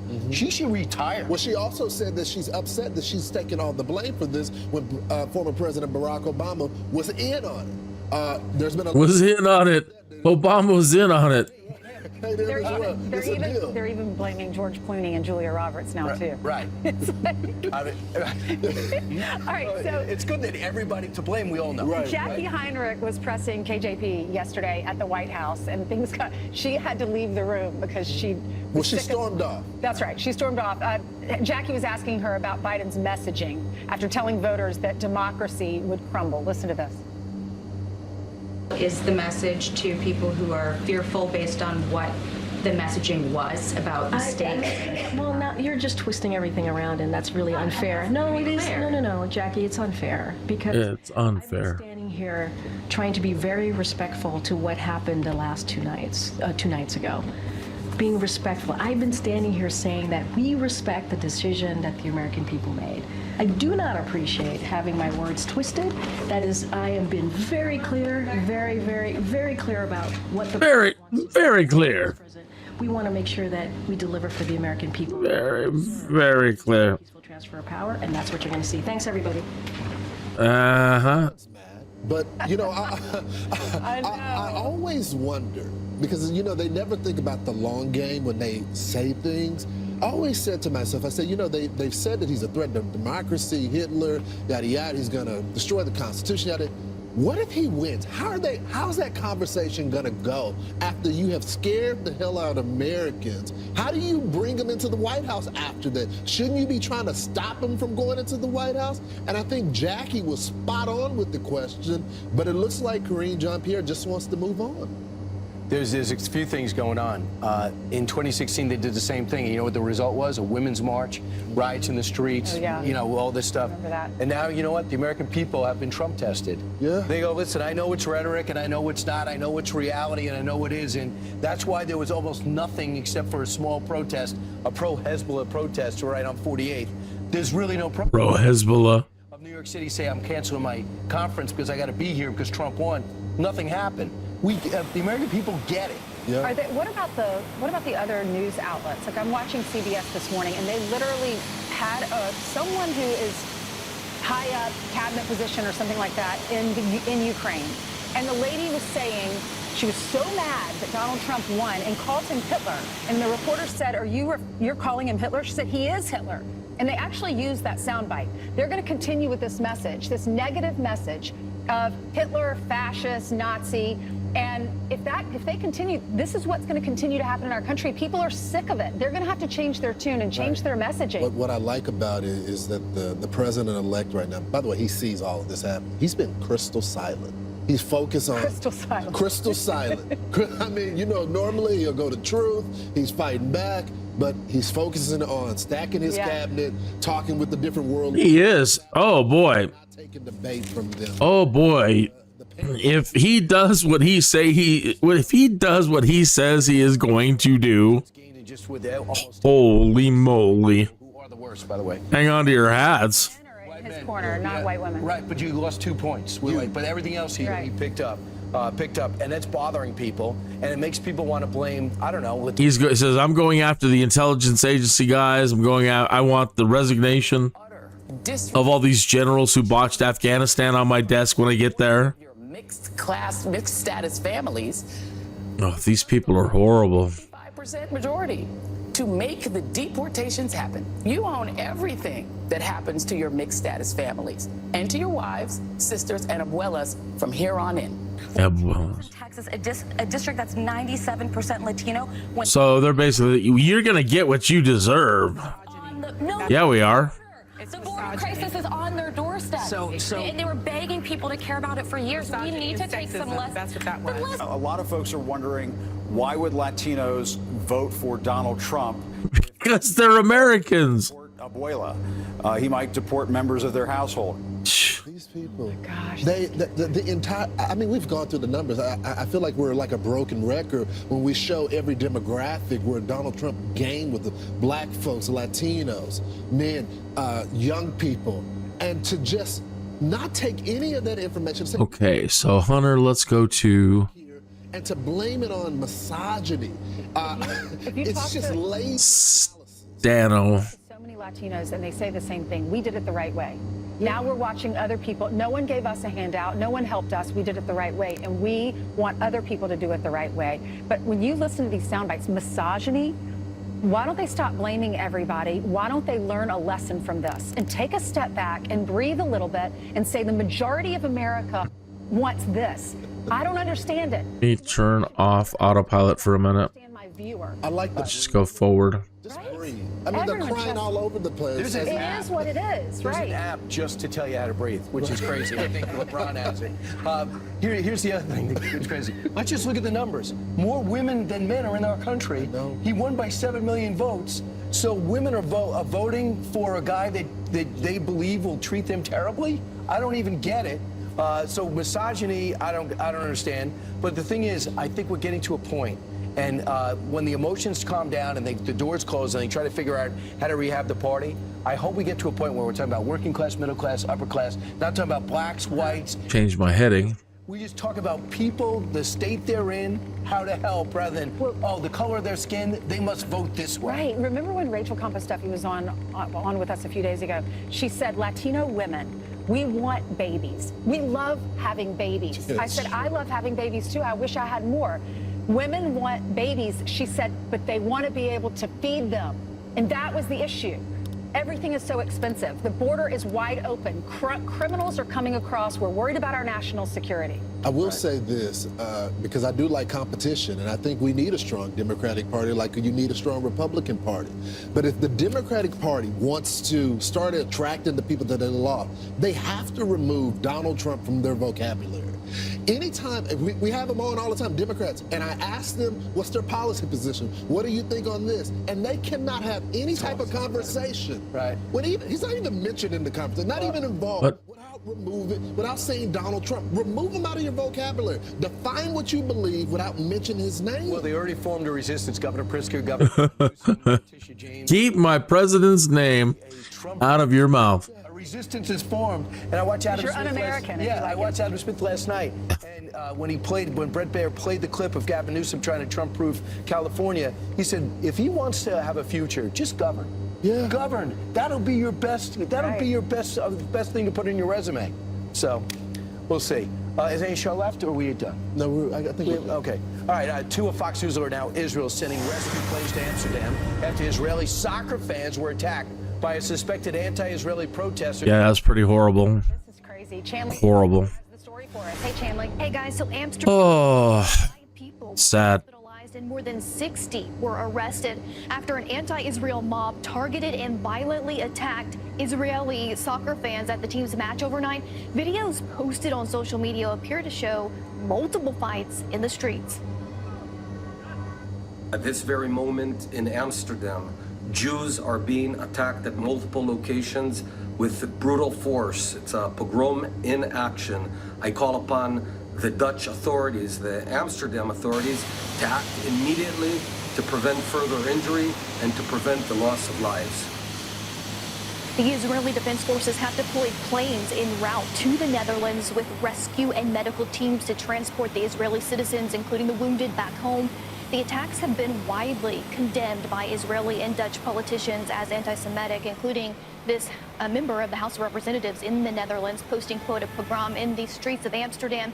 We have become the Gaza of Europe. Muslims with Palestinian flags hunting down Jews. I will not accept that. Never. The authorities will be held accountable for their failure to protect the Israelis. Dutch Prime Minister, he has also said he's horrified by the anti-Semitic attacks on Israeli citizens, calling it completely unacceptable. You know, just if we were to just remove the tags on everything, you know, Israeli, Muslims, blah, blah, blah, you know, in our civilized society in the United States of America, you know, if that were just to happen, it just doesn't matter. Just a bunch of people went out and just attacked a bunch of other people. You know, it's not acceptable. It's not acceptable. And, yeah, not at all. Non-religious and college-educated people. What does it tell you about the Democratic Party and why it's struggling? Fox News contributor, former White House press secretary Ari Fleischer, joins us now to break it down. I used to really like Ari Fleischer. Tweeted that out. The group she made the most progress with was? Rich people, people who make more than $100,000 a year, people who say they have no religion, she won them by 40 points, and people with postgraduate degrees. The base of the Democratic Party, Brian, is increasingly a rich, non-religious, super educated group of Americans, and that's why they're struggling with Latinos and working class Americans. It's interesting because you've been inside campaigns. Weren't they seeing this in real time? And then they still went out and booked Beyonce, Lady Gaga, Bruce Springsteen. And their whole focus on it's okay for men to compete against women in sports. They just do so many things that just rub against the grain of what America has always been and send every signal to working class people, we don't care about you. We have an idea, an elitism, an ideology about America that you don't fit into anymore. And people feel it. Here is Jake Tapper talking about this comms issue that they're blaming it on. It's all about communications. What? I just have to say, I've been doing this job now for many, many years, many decades, and I have to say, it's always a comms issue, right? It's never the record. It's always they're just not communicating what they did effectively enough. The truth of the matter is that there was horrific inflation, and people had trouble buying groceries, and like for most Americans, a $400 problem is a big problem. Yeah, America was on the wrong track. People wanted change. This was a change election. But what's interesting about that is, of course, it brought Trump to the White House. It got the Senate to go Republican, but it didn't move a lot in the House. Republicans still have to be wise about how big an agenda, how much of an agenda they should push. I think President Trump has an instinctive feel for that. But the House is going to go Republican, Brian, but it's going to go Republican with a very small margin. Be a real test of Republican unity. Can they deliver for president? All we need to see is them, other than military, is stop spending. Along with the agenda, it wasn't just the agenda or the mistakes of the previous administration. Trump got more than... They don't need to be enacting a bunch of crazy policies other than, hey, we're not going to spend money. That's what happened here. But because the president led the ticket, was it enabled Republicans to pick up the seats in the Senate that they did. But the House remains very closely divided. And all I'm saying is Republicans need to be realistic. A report I heard earlier from the Steve Bannon interview, they were running the math and the numbers, and they're saying that the House is secured. We know KJP said, by the way, Donald Trump's a fascist, and the world's over if he wins. Watch. This administration message to millions of Americans that they're going to wake up the day after the election if Trump won and have their rights stripped away, that democracy would crumble, and the president said today we're going to be okay. So how do you square that? I can't square that. There was an election 2 nights ago. There was. And it was a free and fair election. And we respect the election process. Important. For example, is the message to people who are fearful based on what the messaging was about the stake? Well, now you're just twisting everything around, and that's really unfair. No, it is. No, Jackie, it's unfair. And she took her book and went home. Yeah. She actually left right after that. Well, a couple points. I mean, the question is a good question because Kamala Harris called Donald Trump a fascist. So if he's a fascist, how's everything go? As for her getting up and leaving, you know, I was not allowed to leave the room until a senior wire reporter said thank you. It was up to the press how long I stayed in the room. I'm traditionalist. I go by those old school rules. I couldn't just pick up and go. I would never have disrespected the press like that. I liked him. That's a lot of the reason why I liked him a lot. He was always just right there answering questions. Until the senior wire reporter said thank you. That was decades-long tradition. I guess that's over with. You liked President Biden's tone, though, right? I liked his tone, but you know what? It didn't matter to me because the tone of the Democratic Party in 2017 when Trump came in, that is not what they did. They ran the worst transition in the world. They set Trump up in those briefings that then leaked to the press about the Steele dossier. It was not. It was horrible. It's been horrible. It's been horrible. You know, preaching to the choir. It's been horrible. And Joe Biden was in the room when they playing ladies and lords, and this is a big slap down on that too. Like, hey, we see everything you did. Communicate how they should be staffing. We'll have you back a lot. And instead of acting like public servants, you're acting like lords and ladies, and a lot of you have crossed the line. No idea how he would answer, so I put myself on the line. Let me pause this for a minute or turn this down. I love you. So, you know, everything, the economy, blah, blah, blah, blah, blah, blah. But a lot of it too from, MAGA is that you've abused your power. We've been trying to say all along, it's not us against you, like pointing fingers at each other as citizens. For us, it's never been about us, but they made it about us. They want us pointing at each other. They want the Democratic base pointing their fingers at us and calling us the enemy, when that's not what we started doing ever, in my opinion.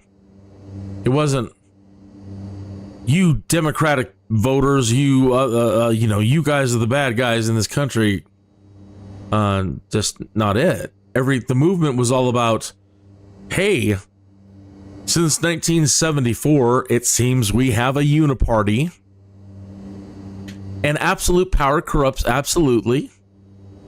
The human condition doesn't change. And using all of history and the wisdom of our founders to keep an eye on what caused all the previous empires and nations to collapse, we need to be very mindful that at this time our government is corrupt as can be. All right, we never did what the founders wanted us to do and regularly clean them all out, throw everybody out. Okay, we got too comfortable that everything's going too good. Yeah, we've all got our own lives to live, and if you just let them to their own devices, leave them to their own devices, of course it's all going to become corrupt. So in my lifetime, I've seen just recently, the last half of my life, just the worst corruptions and abuse of power by everybody. It's no longer, we are here to serve and be good stewards. The American people have given us, our right to be up here to do these things. And now it's, we're the lords and ladies of the place. We do what we want. We don't care how you vote. We're going to rig this. We're going to do that. We're going to obstruct here. We're going to obstruct there. We're going to, and just all the dirty tricks in the book. They're the greatest at it. The greatest in history. They've got all of history and all the shenanigans to know how to do all these shenaniganly things.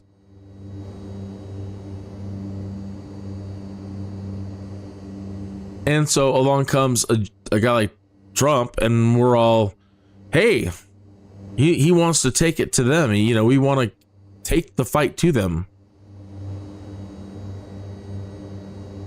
And put them in their place.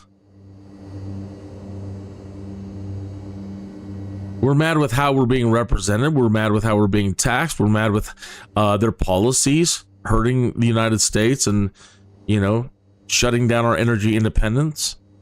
We're mad about all the foreign spending. We're mad about all the domestic spending on, illegal citizens.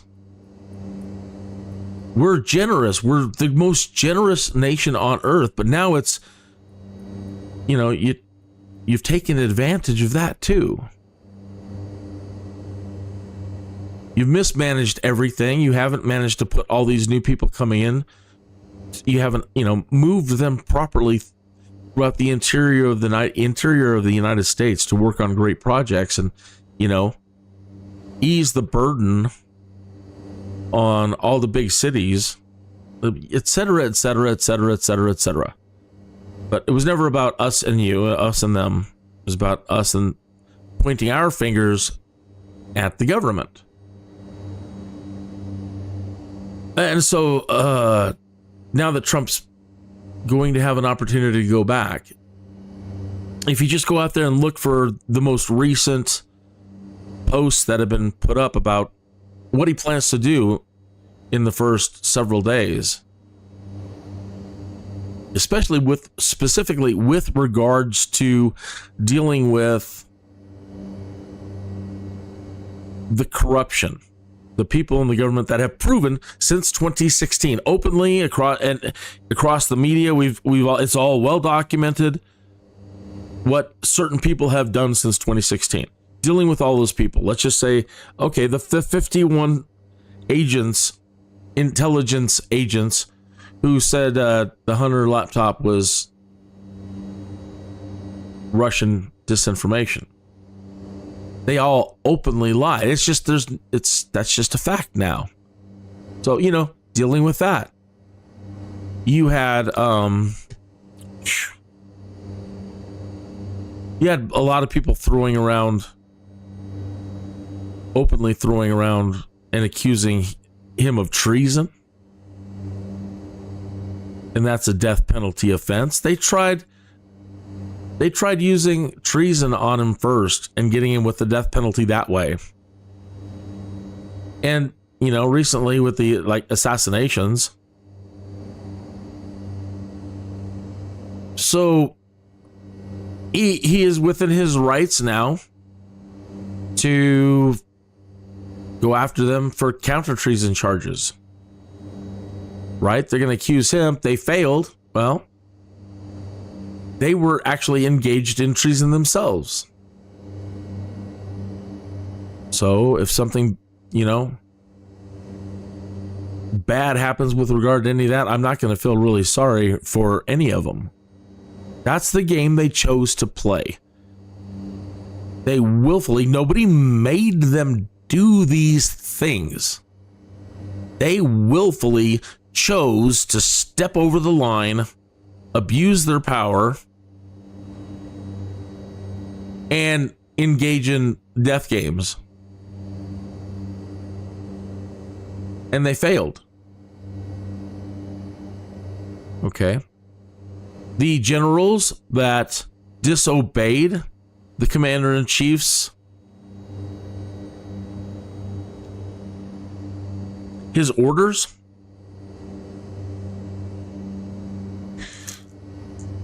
the commanders-in-chief who remain in at the moment, who botched Afghanistan, the withdrawal from Afghanistan. The unknown bureaucrats that no matter who is elected, they always remain in place. They're rogue. There are, and this is no joke, when I throw out a number like this, it's almost hard to fathom. Let's just say 200,000. That's State Department alone. You've got all of these unelected bureaucrats that no matter who is president, when admins change, they don't usually move.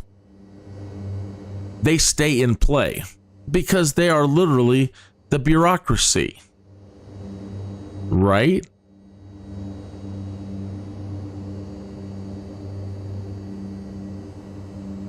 Okay, so they now have consolidated power, and this stuff has happened over and over and over again in so many different halls of government across this planet.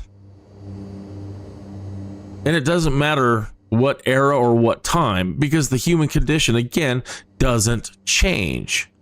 So no matter what government is operating anywhere in time, the same stuff is always going on. Okay, so like in China, all of the eunuchs, the bureaucracy, the ones that actually run everything, the cooks, the maids, the eunuchs, the servants, throughout history have over and over again ended up consolidating power. So like when a king dies and it's all drama within the royal families and blah, blah, blah, blah, blah, they have completely taken over.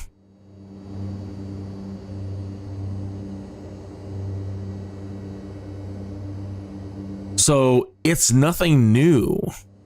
So for a while when things were, when this was all rolling out, people were like, the deep state, stupid Trump and his followers, they're conspiracy theorists. There's no such thing as a deep state. There's always been. Have you no concept of history at all? Government at all? And all you need to do is watch some Netflix. Not asking a lot. There's plenty of historical shows based on the rise and fall of different government types around the world, all the way, back to ancient China. The ancient Chinese, the Chinese do a great job of releasing content about their past and the formation of different governments, and how they tried to unite China, and but it's the same story over and over again. So when you watch these stories, you're like, oh my God, that's happening here. Well, yeah.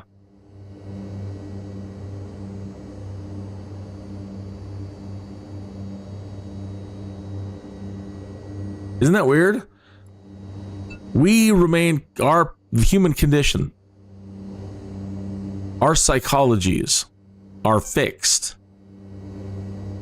And so therefore, in any of these periods in time, it's the same personality types, it's the same people, it's the same people running the show all the time.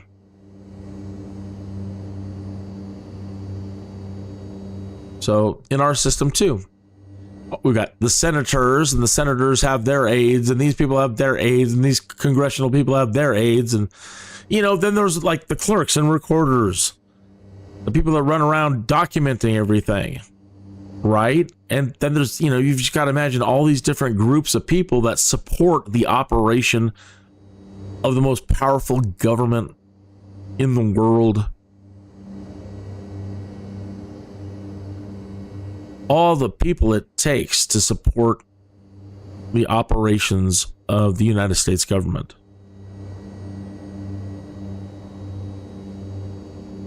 To not understand that is thousands of people. Thousands and thousands of people.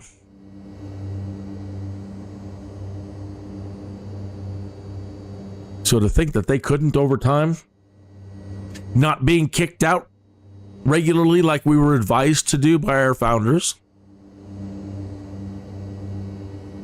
to think that they would not become corrupt when power corrupts, and absolute power corrupts absolutely.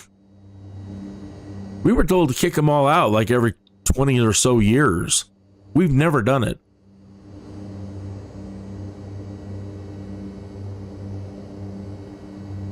So we should have kicked them out over 10 times by now. And, sorry, gotta leave.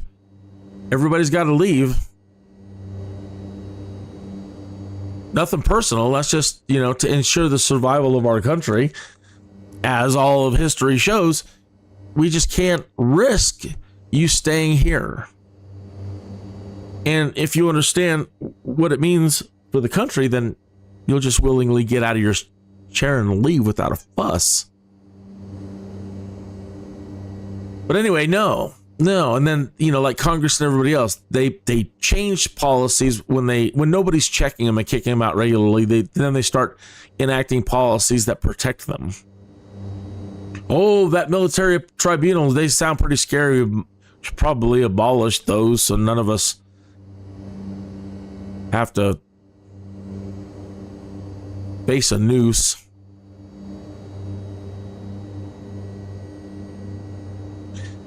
Let's change our heading.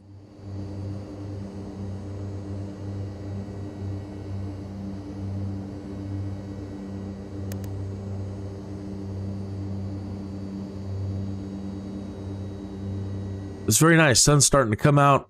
Starting to be able to see things under the clouds here. I love seeing all the snow. I'm glad everything got a good dose of water all across the state. And it's not letting up yet. It might go for another day or two, but either way, just a fantastic snow.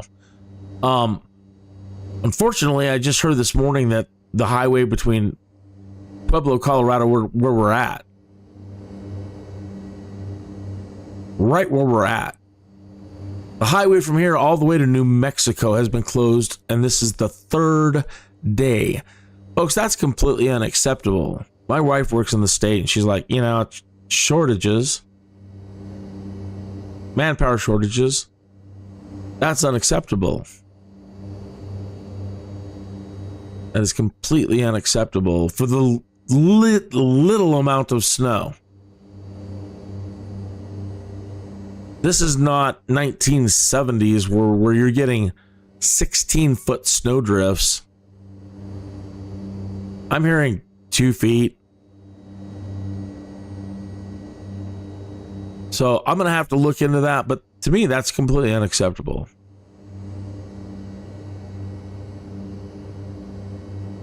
To shut down a highway in the United States, and it's just from here to New Mexico, where it's always naturally warmer than it is just down the road a ways.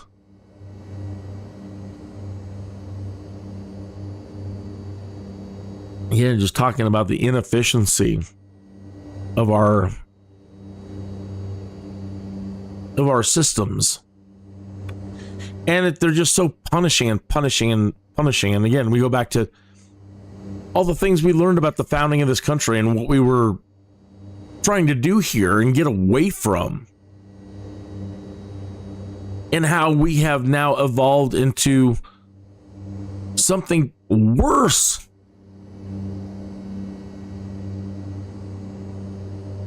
Than, what we ran away from. So I feel really bad for the people that really do. They just want to believe that we're the enemy, that we're wrong, that voting for people that think like me, that we're the bad guys. We're not thinking and talking about white supremacy, bigotry, misogyny. That's not what we're talking about. It's not what we're about. Anything that I've been talking about for the last 30 minutes or so have anything to do with racism?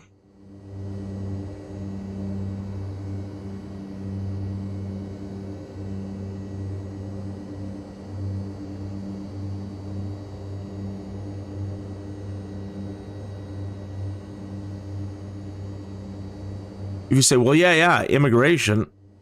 Our founders, as with every great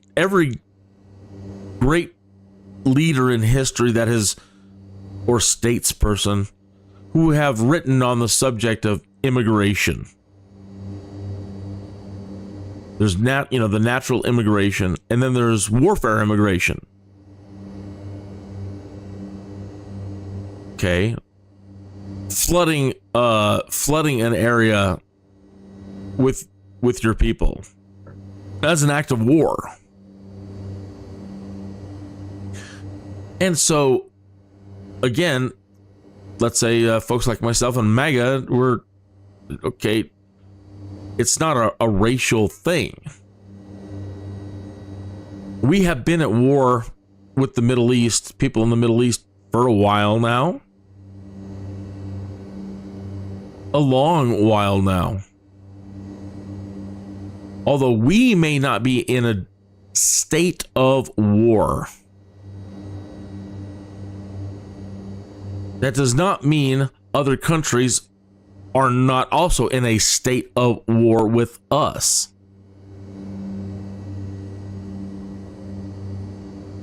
Just because somebody's declared war on us does not mean we have to declare war back.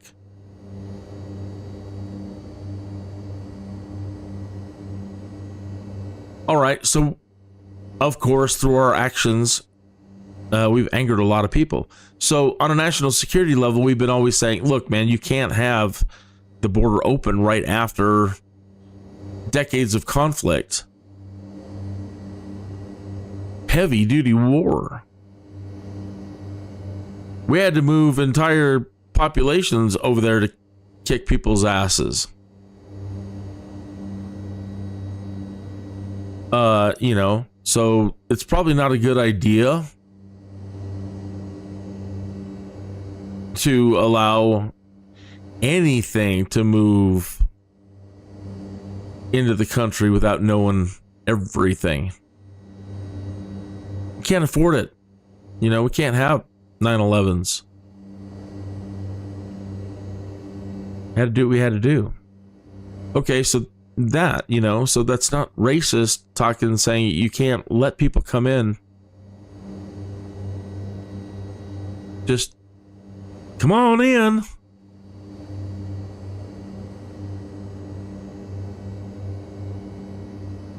Our founder said you can't do it either. So let's say for non-warfare reasons, you know, you can allow people in, but then you have to have periods of assimilation and balance. And then you can let the next group in, and then the next group in. But you can't have just come on in, everybody. Just so they botched that. And now immigration for political reasons for our own people, like what they're doing. They're engaging in treason against the country by allowing people to come in and not following the, hey, better stop rule. And now they're doing it to sway the outcome of national elections. And that's just not in the spirit of what we're trying to do either. What we're supposed to be doing either. And so they need to get oh, what happened to the sound? I must have hit I hit a P, a PUB, so it kicked in pause.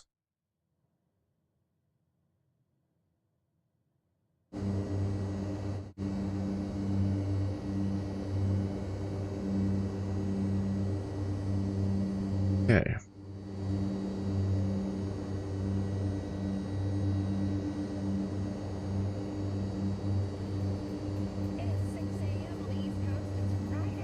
Oh, no. All right, let's catch the latest. 1 hour ago. Just Fox and Friends. I just got that. President-elect Trump making history again. Susie Wiles. Starting to ice up. As White House Chief of Staff. Yeah, he's a misogynist. Having a meltdown in the counseling class over Trump's win, but it's not surprising when this is what they have to listen to. The Biden administration is being called out for its sudden shift in rhetoric following President-elect Trump's historic win. Peter Doocy noticed it. He's live from the White House. Peter. Good morning. White House officials are accepting the results of the election, but they are not yet accepting the possibility that maybe some of their rhetoric over the last couple of weeks was a little overheated. We all get knocked down. But the measure of our character, as my dad would say, is how quickly we get back up. Remember, a defeat does not mean we are defeated. The word defeat means you've been defeated. We're going to be okay, but we need to stay engaged. Is the message to people who are fearful based on what the messaging was about the state? The experiment, I believe, wasn't supposed to turn us against each other. It's unfair because I've been standing here and make us point the finger at each other and create a civil war. So there you heard, and here's Michael Bloomberg, the billionaire. He says now it probably wasn't great to cover up President Joe Biden's infirmities until they became undeniable. I think he was faking it like a crazy mob boss. In the Rose Garden. At no point did he say that he was pleased with the way that things turned out, but before and after, he was talking about crazy mob bosses to try to get out of their convictions, their charges by claiming they're insane, old, feeble, that is a god, sly as a fox. Is an existential threat to our democracy and our most fundamental freedoms. She's a genuine danger to American security. Our fundamental freedoms are on the ballot. And so is our democracy. So sad. So sad. We played those out of order, but you can see there that they have gone from saying, if Donald Trump won, that America was in danger, to, we will help him take over. This is just the way that things go. We'll get him next time. Back to you. Right. Peter, have people read into why Jill Biden, the First Lady, was wearing a red dress to vote? Was that the only thing she had clean? Or, I mean, was it one of those things where it was, I mean, should we read into that? I don't know. I don't know if it's the choice of color or that she had a big smile walking out of the polling place. I don't know what to read into that. She has not said. She did campaign for Kamala Harris. So we'll put that out there. I don't know about her wardrobe, but I think they have a dry cleaner here. They do. So maybe we can go and ask. We can check the pockets just to see which sample ballot they gave her there in Wilmington. All right. We'll see if she talked to our Fox News voter analysis people. Right. All right. Thanks so much, Peter. He made great points, though. They were, all the rhetoric was so hateful and how dangerous they are for America. And then yesterday he's like, we're going to be okay. Everything's fine. We're fine. The good news is it's not 2017 anymore. It's 2016 anymore.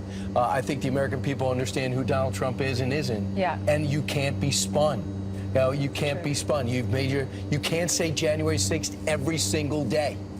I do find it very awkward that you have grown adults that need therapy over the election. Oh, my goodness. I mean, it's just nonsense. Canceling class. I mean, are you serious? We just endured 4 years of a candidate that I didn't particularly like, but I didn't need therapy for it. You just deal with it, accept the verdict of the country. You try to support the president where you can support him, and you move on. Right. I mean, my goodness, that's why I think people like Donald Trump. He was shot and stood up and said, fight, fight, fight. He is strong. And then when you watch some of these images on social media, we have a few of them. Listen to this. Stop talking to men. Divorce your husbands. Leave your boyfriends, leave them. They don't give a about you. And I promise you, come over to this side. I will bake cookies. I will shave your head. I know you're looking for what do we do? How do we fight? I don't know. I don't know what to do. But I'm tired. It's so sad, isn't it? This country is done. It's gone. No. Lost, and it's lost forever. We are No. We can defy history. That will have consequences for the rest of our lives. We cannot give up. In a good way. Find ourselves in a time in history that has precedent, and we find ourselves, I believe, in a time where there are, let's say, peers in history of mass movements of people that mobilize to protect one another in times of fascism. What? And authoritarianism. This is the problem. If the Democratic Party continues it's the eunuchs revolt.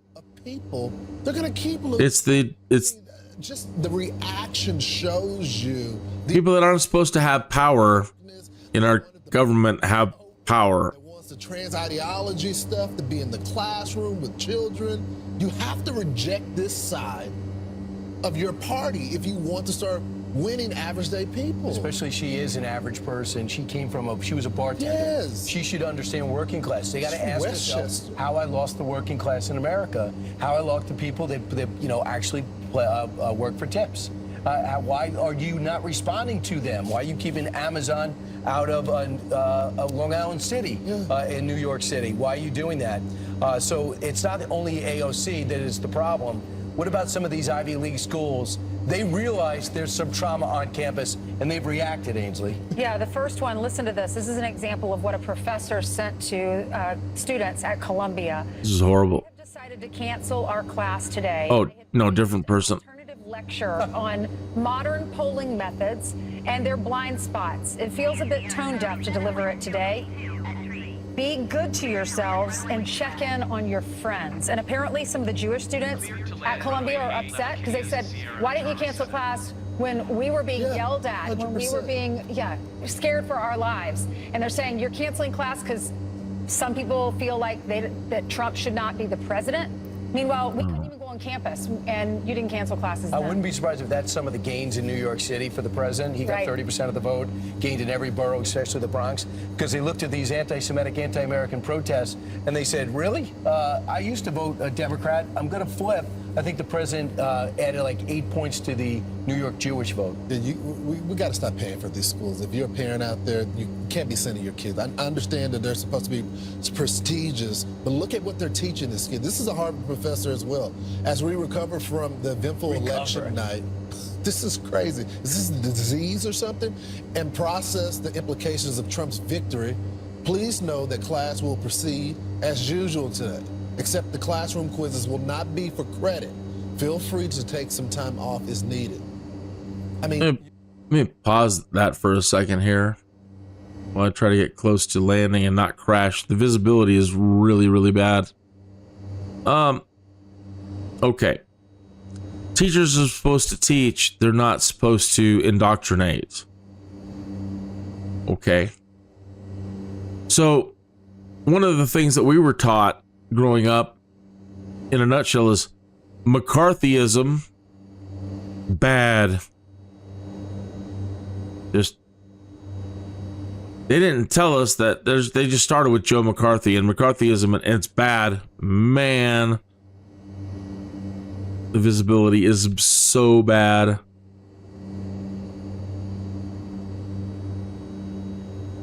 McCarthyism bad. And again, not telling us that what Joe McCarthy,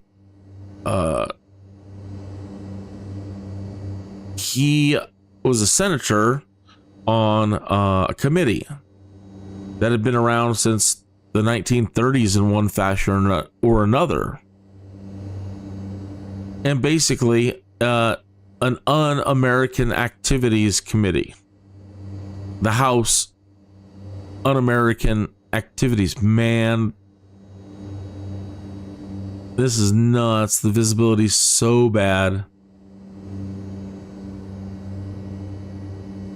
Okay, so our founders did tell us certain things are just completely incompatible with this great experiment that Joe Biden just referred to, that we are. Go back to Washington's speeches and all of the great presidential speeches, and they're usually going to talk about the great experiment, because something like America hadn't really been done before. And it was a great experiment. And that's how they refer to it all. The great experiment. Well, according to the guidelines of how the great experiment should operate, they said certain things shouldn't be allowed, or you're going to screw up the great experiment. And one of them was allowing certain subversives. You can teach it, but you can't allow, you can teach about what a subversive ideology, but you don't want to indoctrinate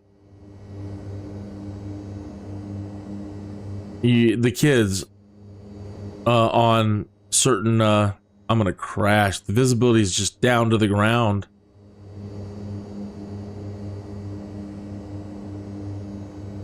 Can't see a thing. We wouldn't be allowed to land. Just too dangerous. I'm going to go ahead and push it anyway. I'll try to come down even further, but I think I'm going to crash. It's going to sneak right up on me.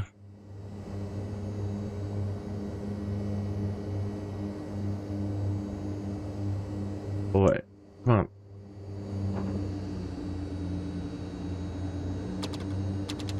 I think I've already even overshot the airport.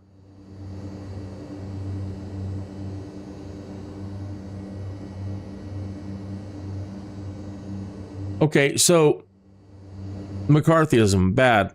These committees would, people that were operating in the United States and trying to indoctrinate people into subversive ideologies that the founders said, look, we don't want, you can't do this. You're going to screw things up.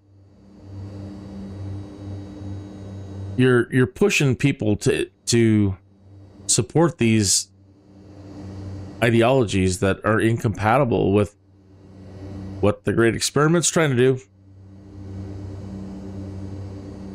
And these House Un-American Activities Committee would call these people before them to answer to the American people what the hell they're doing.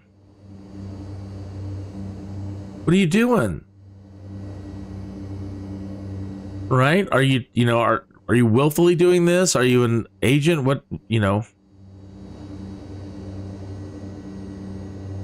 So around 1974, the Democrats achieved a supermajority, kind of like what Trump is getting right now.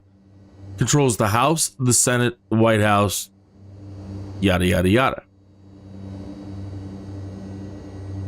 And so that anything that they need to get done can get done.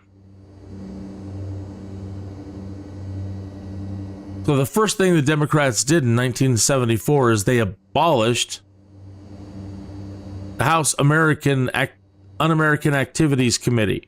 Again, that didn't start with Joe McCarthy. It ended with Joe McCarthy. Again, it goes back before 1930. So if you watch old movies like Hail, or not old, not necessarily old movies, but movies that deal with the 1930s up in our history, especially with regards to like Hollywood, blacklists, Nazis operating in the United States, fleeing on submarines. All that's true. Because when the government started cracking down on real Nazis, real communists operating in the States, real spies operating here, people trying to indoctrinate and overthrow the country or harm the country, they would flee the country when the government got too close. All right. They're not allowed to operate. And that's where the communists in Hollywood thing comes from. And the blacklists. They weren't allowed to, we stopped them. We weren't going to allow them to use our beautiful Hollywood system. Other thing, our movie systems, all this, our greatness against us.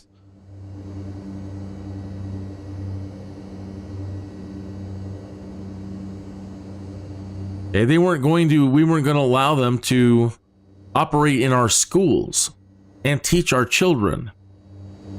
You can teach people about their ideologies, but the teachers aren't supposed to then, again, indoctrinate the kids on these subversive technology, subversive ideas. So since 1974, when people are like, oh my God, what happened to America? Everybody wants to know what happened to America.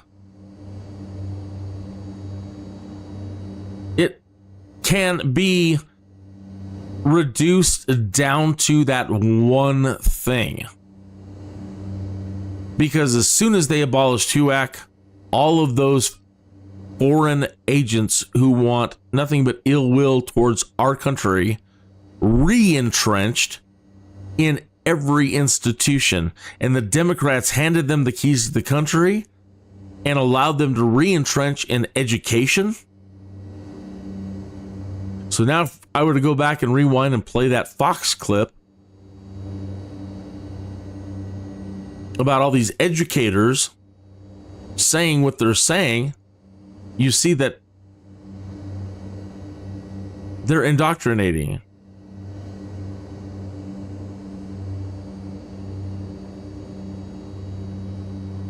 Man, we are... I can't even see the ground. I can't tell if we're still moving at all, actually.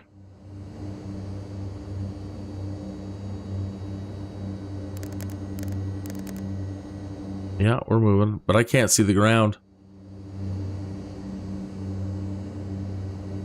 All right, so you see how they're not supposed to be operating our institutions, and the Democrats. And now, when I say that we've been dealing with a uniparty also since 1974, there have been plenty of opportunities, and I believe that the Republicans have had a supermajority maybe a couple of times since 1974.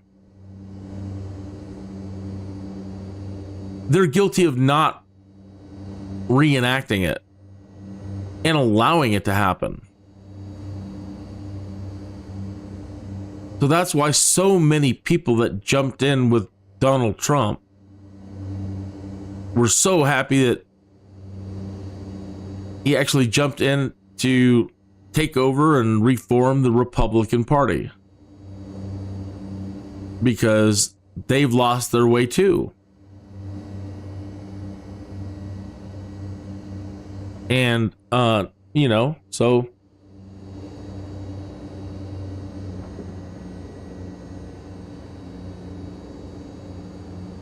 kind of seeing the ground there. That's scary.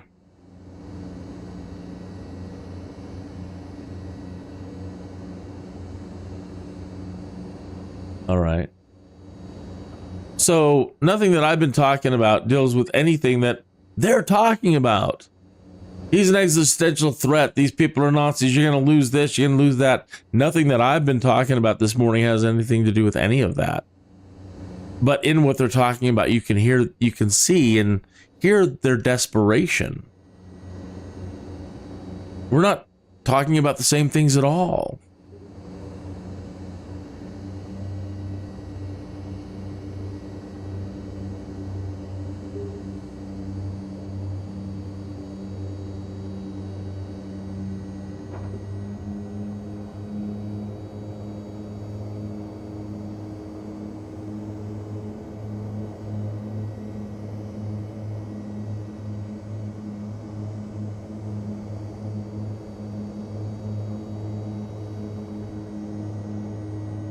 Look at this, man. Sits right down to the ground.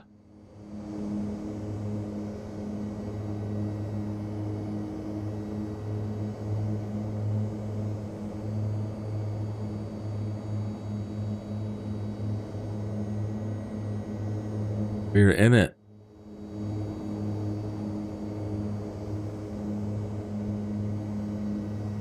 So, you know, it's definitely a battle for sure. The greatest media in the world, the greatest the greatest government, the greatest deep state in the world. I'm very proud that our country, you know, in some ways has the capabilities that it has. But when it's not being run by paladins, again, you can't ensure that people remain paladins if you leave them in there too long. It's not going to happen. Temptation is too much.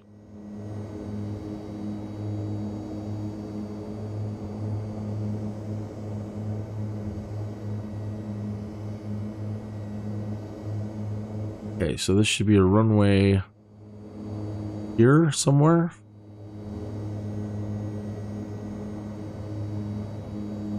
Yeah, there's our runway right here.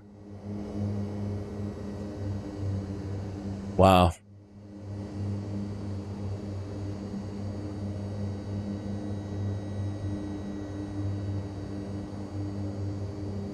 So it's time to clean house, man.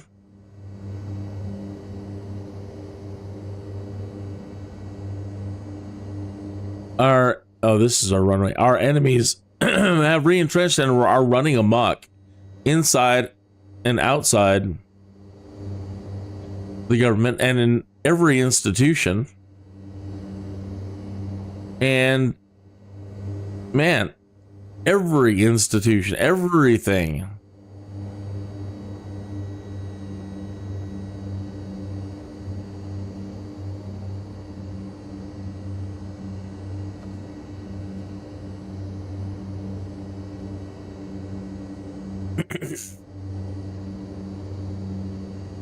And so, yeah, having to, a lot of us voting to deal with that. Oh, shoot. Got turned around.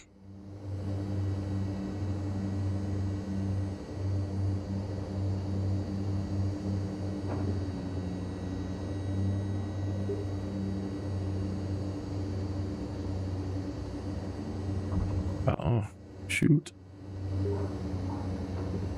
Not pretty at all.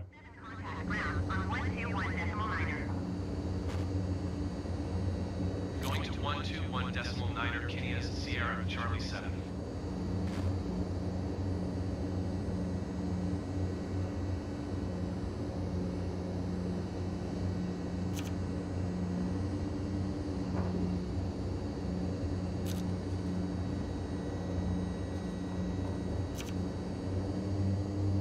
People would call into Rush Limbaugh before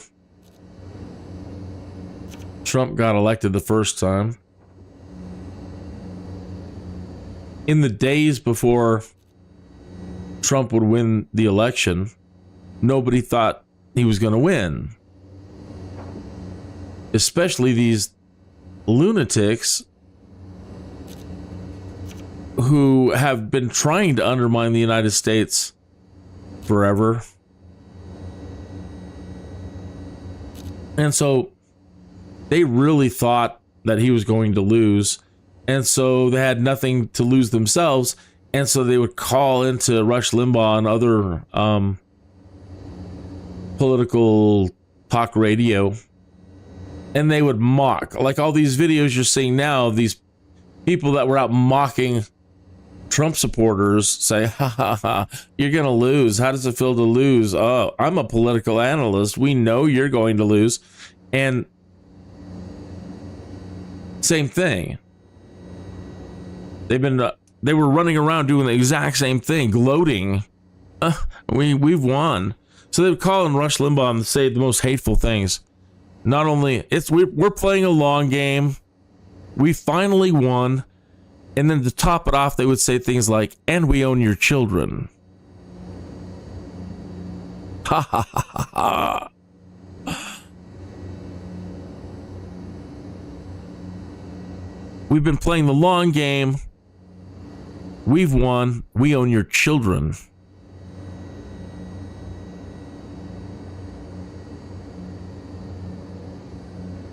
That is what many of us are voted. That's the reason why we voted for Trump. It's all encompassing, going after all of these people. And again, it's not because we don't like them, because our founder said, don't allow this. And that's what they're doing. They are actively doing what our founder said, don't let them do. Do not let them entrench, and don't allow them into these institutions. Don't allow them into the government, which they do now too.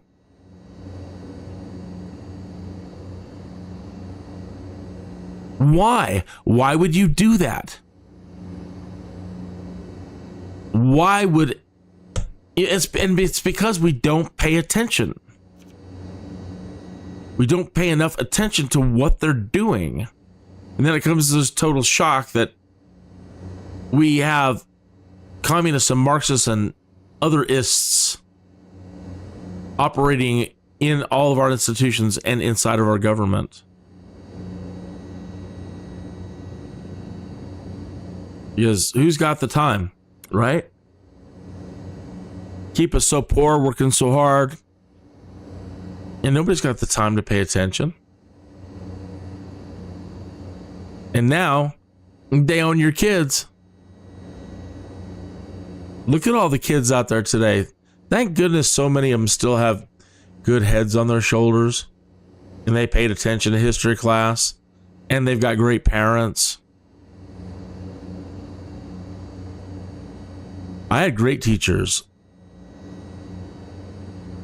And I enjoyed history.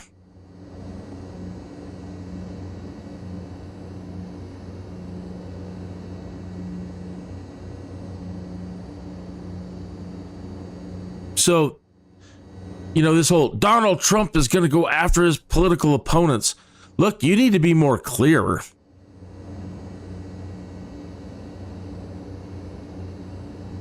That's all sounds nice and evil on the surface. And that's the way they want you to think about it.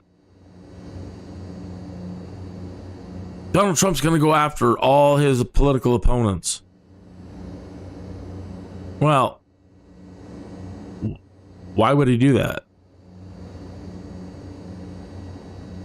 Specifically, you know, this, and what's he talking about? He wants to go after the Department of Education.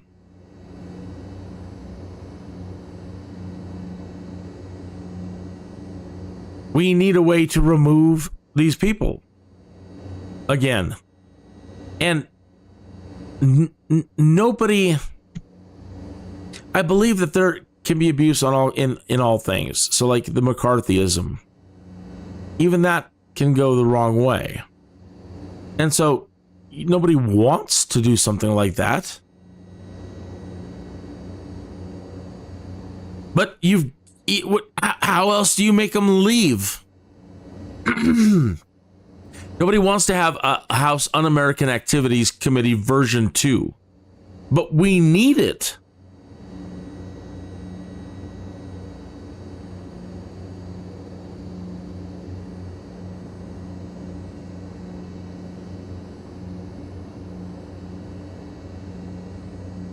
Where we at here? We are at 8:30 in the morning here in Colorado Springs. Yeah, I started really early today. Couldn't sleep last night. And I was up and I wanted to check out the sunrise and check out the weather this morning. And that's definitely how it has been outside. And we've been listening to Fox and I've been ranting. You're breeding a bunch of weak people. I mean, this isn't after 9/11. This is after an election which was overwhelming. You can't be like, well, I was a nail biter to the end. Princeton University. Princeton was my hope. This was in the Princetonian.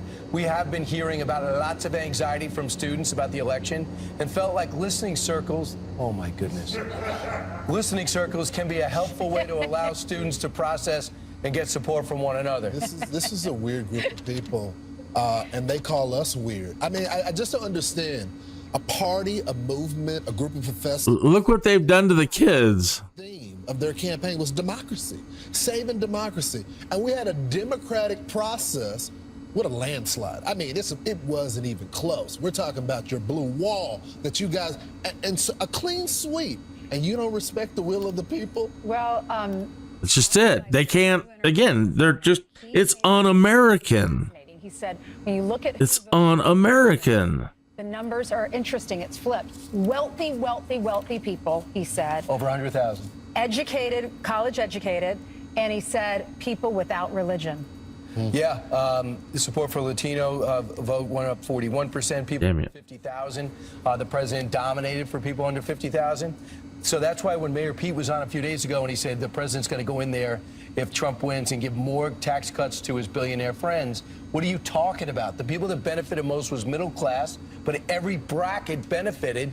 And if you go to his rallies, there's nobody rich there. These are working class people. So at least unless they think America has got 70 million of the dumbest people ever, this is what they're saying. But there are people like David Axelrod, I think, that are going to do some legitimate evaluation. David Plouffe, legitimate evaluation. I think that these people are totally detached and are questioning whether they should stay in America. And they don't know what middle America's like. Yeah. I mean, middle America does have religion. Middle America likes God. They like to take their children to church on Sundays because it teaches you right. Come on.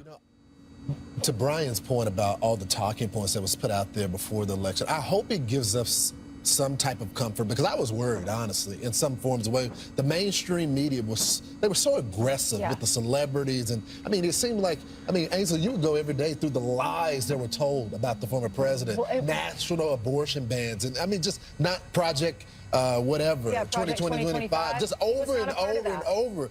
But the American people, they are smarter. And they rejected all the talking points that were put out there. You make a good point, because think about all the channels, ABC, NBC, CBS, MSNBC, CNN, all pro-Kamala.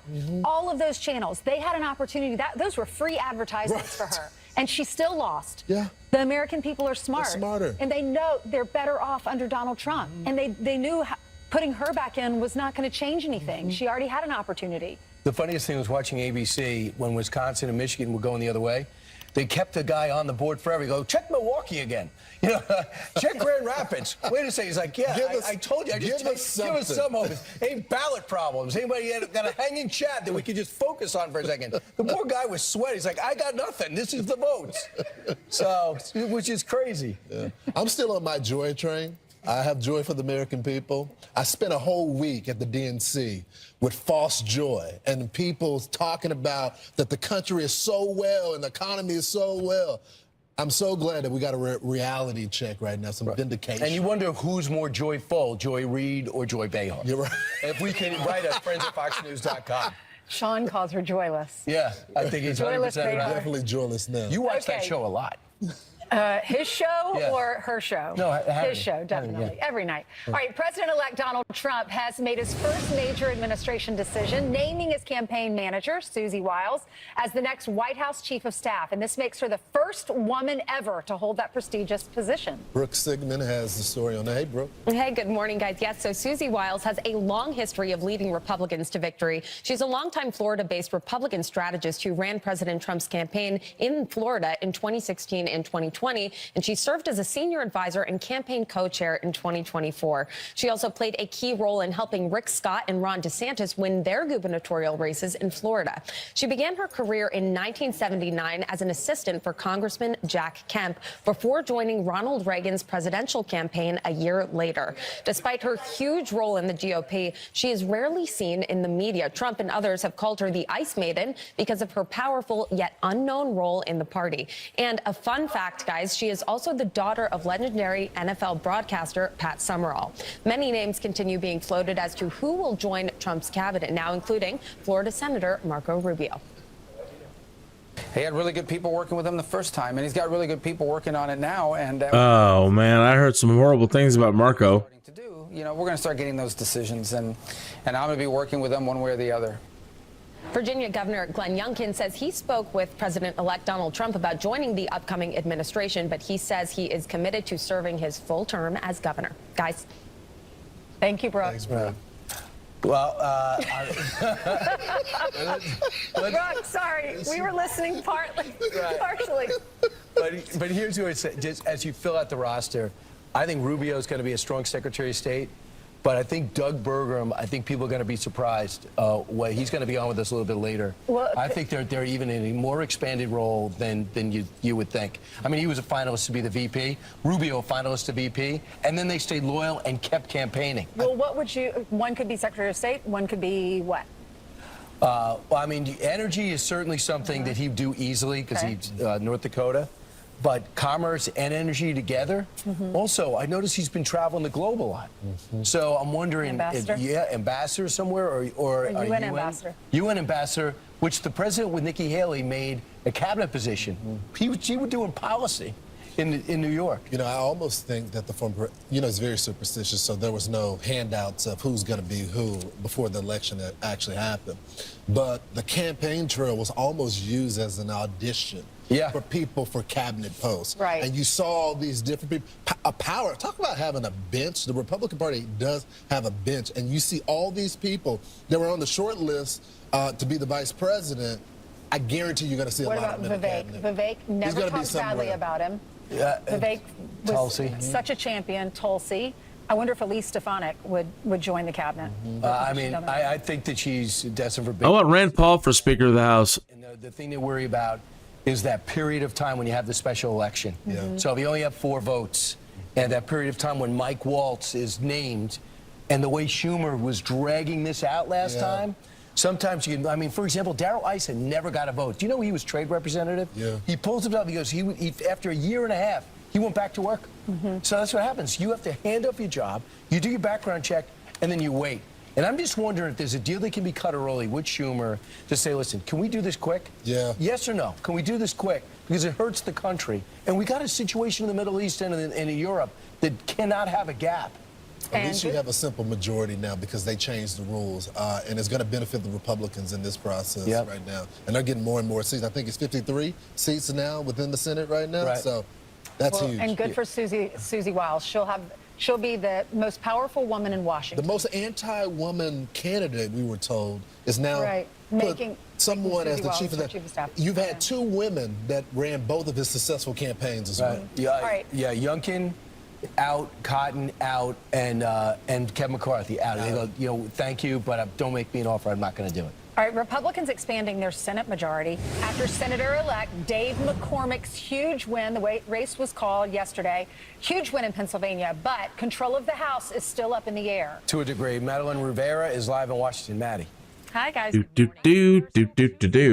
need to be called in Arizona and Nevada. In these contests, Democrats Ruben Gallego and Jackie Rosen are slightly ahead of their Republican challengers, respectively. Still, now that they've secured a majority next year, Senate Republicans are already looking to their first big order of business, picking a leader. Senators John Thune, John Cornyn, and Rick Scott are all vying to replace Mitch McConnell. All right, so I've been hearing about a lot of late night ballots coming in, the shenanigans from before.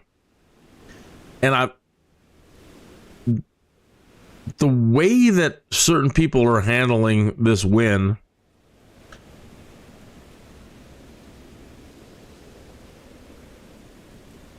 it's as if they really, really, really, really, really didn't expect him to win. Again.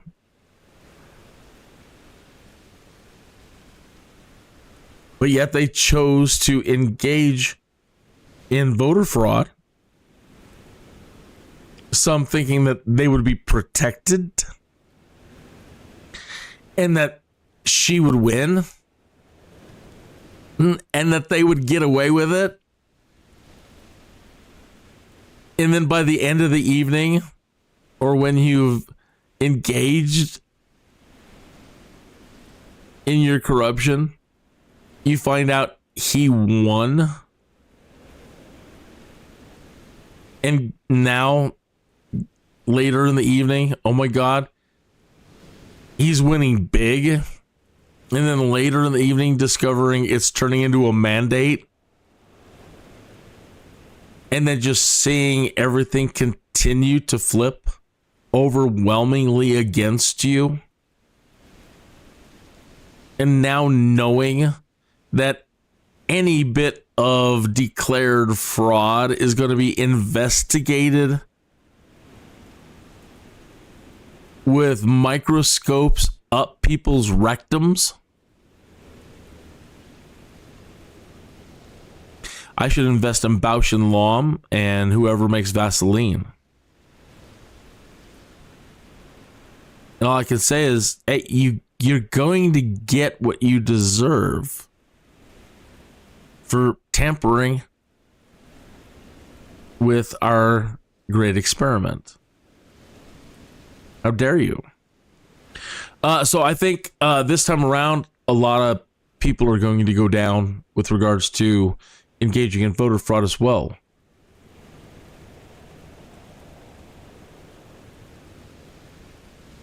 Big time, because, can't abide. Just cannot abide crap like that happening anymore. We have to have faith. We have to believe that our institutions are as incorruptible as they can possibly be. I don't know why. See how the window on the cockpit there? You've got this big bubble that goes up over your head on this side to look out the side, but yet they still didn't add the glass up top further and widen the view there. I find it very difficult sometimes to see in this cockpit without continually adjusting my seat or my angle of view. So it's too bad that one with all of this room, I guess, down here, that they couldn't lower the console stuff more, incorporate more of the overhead into the down here, and just lower the whole thing and add more glass. Would love a better view. It's not that bad.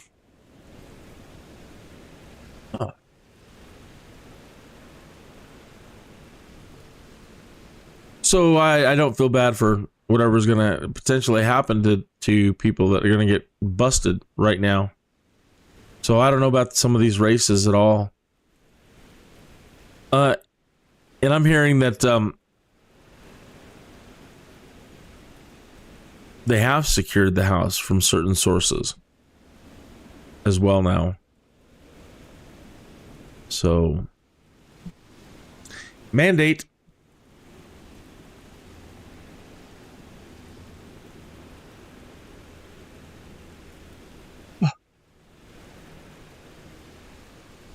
They're talking about now. Here comes Jack Keane.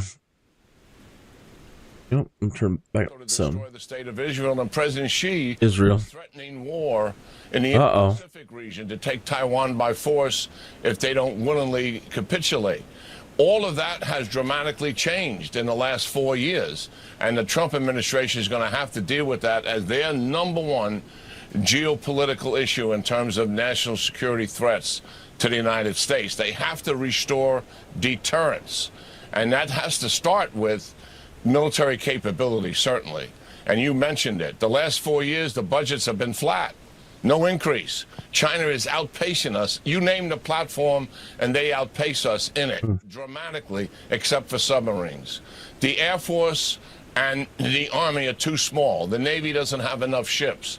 The defense industrial base needs to be replenished. It takes money to do it. When we play war games, publicly recorded, we run out of offensive missiles in a war game against China in 2 weeks. I mean, that's the reality of the erosion of the military capability that has taken place in this country. Okay, now earlier we were talking about immigration as warfare, right? So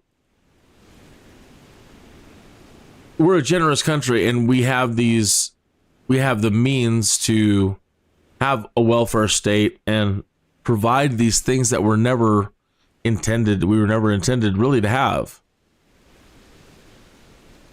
We agreed to join together into a United States for mutual protection. And our money was supposed to go to just the military. Okay, that's the sole purpose of the federal government, as far as the United States was concerned, is it's just for our protection.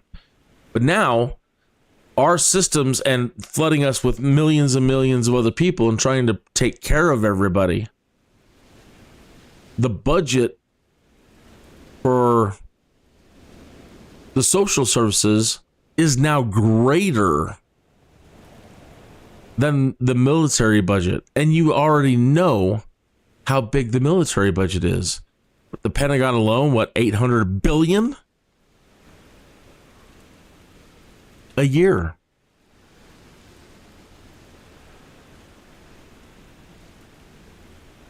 So we're dealing with absurdly large amounts of money. But yet we're in debt, and he's talking about, well, we might have 2 weeks worth of missiles and war games. And now they've, destroyed our energy independence. So how much fuel do we have if we were to get into a war right at the moment? Didn't he drain the strategic reserves and actually give it to China? I mean, you wonder, what is our government doing? So it would be great if we could take care of everybody who just wanted to come here and do these things. But it sucks when you have to be the hardline person and say, we can't. I'm sorry. We're in a pickle. We have to get back to, right now, just using that money for what it was intended for. They've already, as we've seen the whole discussion on HUAC and what's taken place in the last 40 plus years in the United States as a result of abolishing HUAC.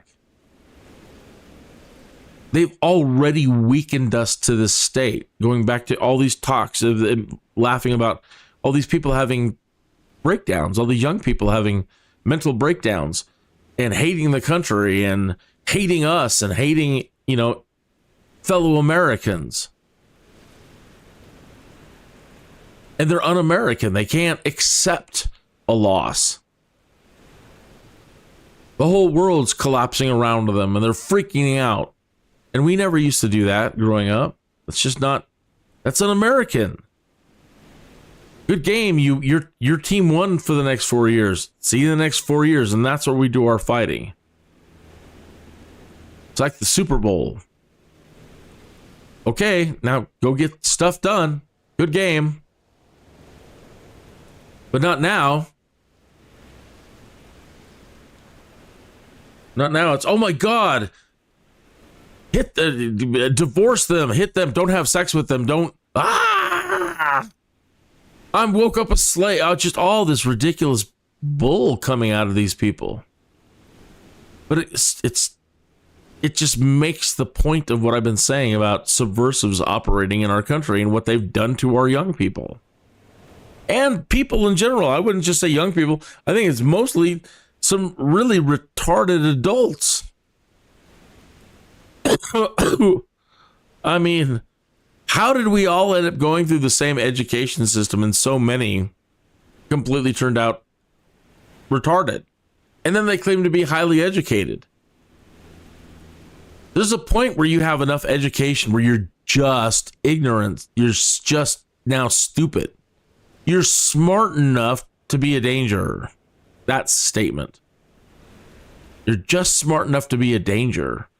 You consider yourself highly educated, but you're not highly educated. You're educated. And because you've read some more books, you can say, I'm now highly educated, but it doesn't still mean you are highly educated. You're educated enough to now be an atheist, which means you're not there yet. You're not educated enough. You're still an atheist. What do you mean? I shouldn't have to tell you. I'm so educated. That's the whole thing. I'm so educated. I'm an atheist. You're just educated enough to think you can rationalize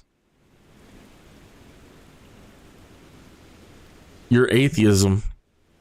You're just lazy and now don't want to continue reading all the rest of the books. It's so much easier to be an atheist. You're just lazy. You don't now want to go out and read all the books to come to a potentially different conclusion. Whereas people that are highly educated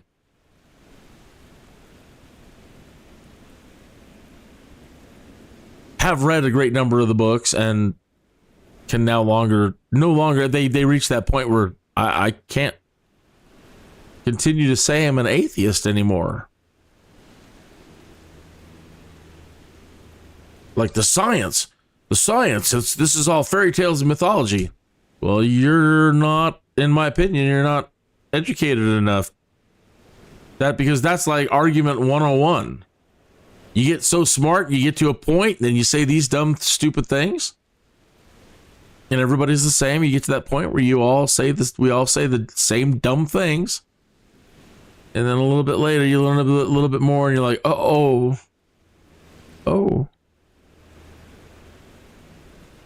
I was stupid.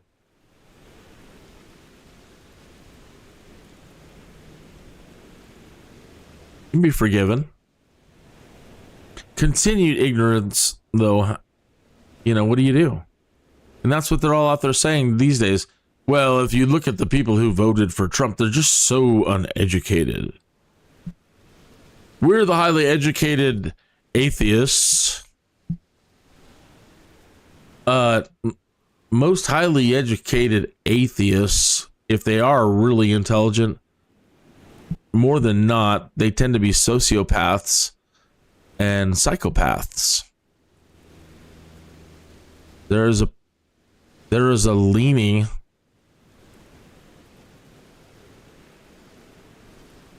to be psychopath and sociopath, because you're intelligent enough to then start rationalizing people as, or it's easy for you to demonize other people and see them as inferior to you. And we're getting so much of that lately in the last weeks, months.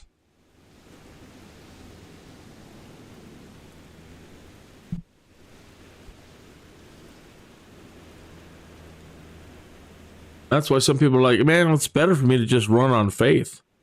You're uneducated. Well, I believe and I have faith.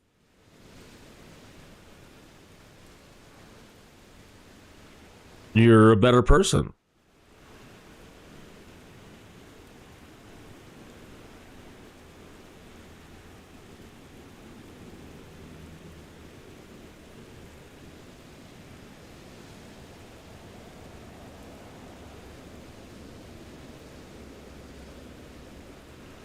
The wars with the Institute Study of War. You find out the latest. Thanks so much, General. Have a great weekend.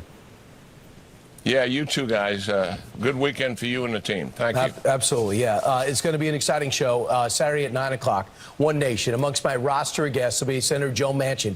The party he just left, what is left of it? He's going to talk about it. Senator Tom Cotton, why did he pull himself out of the running, maybe for Secretary of Defense? Douglas Murray, fresh off his visit to Tel Aviv, is back here to put in perspective what it was like at Mar-a-Lago when President Trump won. Robert Davi, how does it help to be a celebrity? If you're going to endorse a candidate, do you pay the price? Did he pay a price for supporting Trump? We'll discuss all that, and Tommy Lahren as well. That'll be Saturday at 9 o'clock. Straight ahead on this show, the Fox and Friends Weekend crew joins us next to discuss the mainstream media reaction to Trump's victory. They were going to supply headshots. We said, what if we got you live? Okay, what's your name?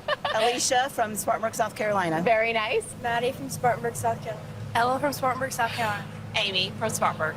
Grab my coffee here. Very nice. Abby. Spartanburg. Brendan Moran, Houston, Texas. Wonderful. And a birthday right here. Who's the birthday girl? Yay! Congratulations. I know you ladies are behaving yourselves. I just didn't want you to think that I was saying that because you weren't. All right, let's take a look at the maps real quick. Across the country, you're in New York. You're allowed to, not behave sometimes. 70 degrees here in New York. They're showing 31 degrees and a big area of blue right over where we're at in Colorado here. And they've got the snow icon, and that's what we're looking at outside in the simulator right now. This is live weather from Colorado, and it's been miserable. Well, I love it. I love snow. I love winter. Water is life. And so, the more the better.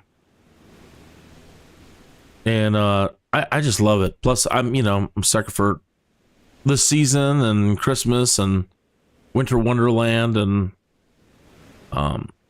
growing up for me, snow wasn't, oh my God, danger, Will Robinson. It was like, oh my gosh, I'm going to create igloos and snow castles. And we used to get so much snow here, snow tunnels. And so I love it. I love it.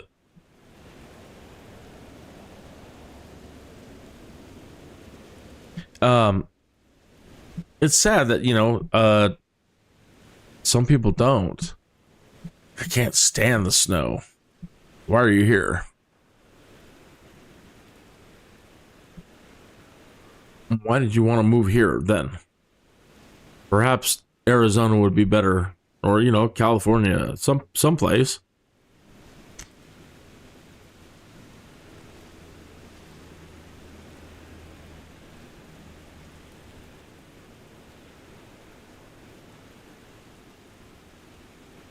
Christine was telling me, look, oh my gosh, they got like 2 feet in Trinidad. I'm like, that's sad.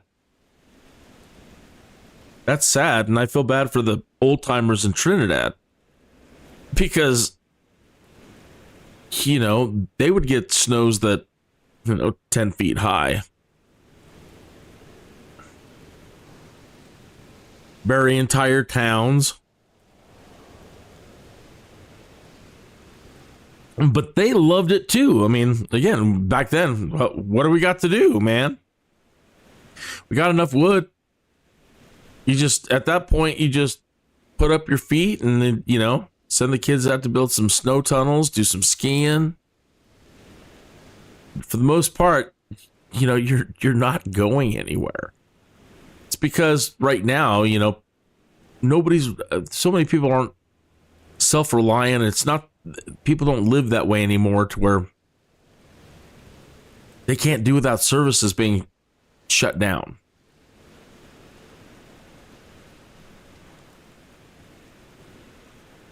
They can't do with being locked. Well, I guess they kind of can now after COVID, the COVID drill. But being locked down and fine for up to 2 weeks or more in, worst case scenario situations.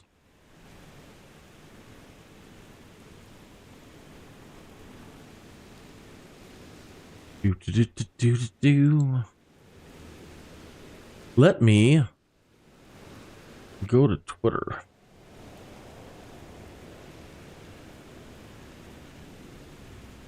Twitter's been in the news a lot too because of the warfare on Twitter or X, Elon Musk's, now it's Elon Musk's X. But, when you're at it so long, habits die hard. So, it's just natural to call it Twitter.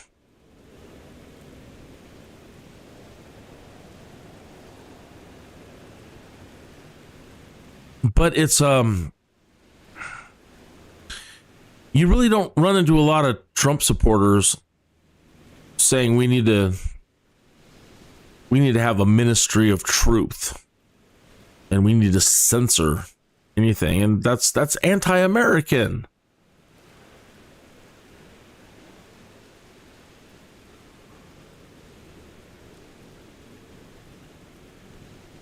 And so, this attack on him and then again, trying to blame Trump supporters as, I don't know, authoritarian, while they're trying to set up, they want to do a ministry of truth. If it doesn't come from the government, it's not true. And if you say anything beyond what the government said, you could be punished. That's Stalin 101. Once there was established media, and you got to wonder how far this crap goes back too, because media, what is media? Well, media could be stone tablets. The concept that if you control the media, you can control the minds.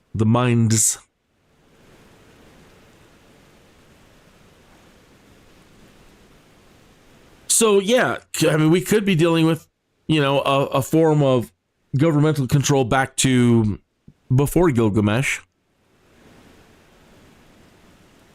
up to today.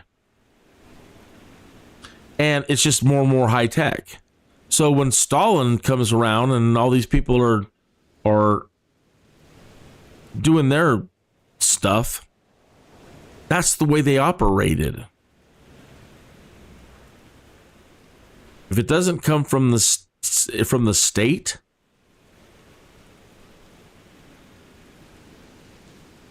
then it's not allowed.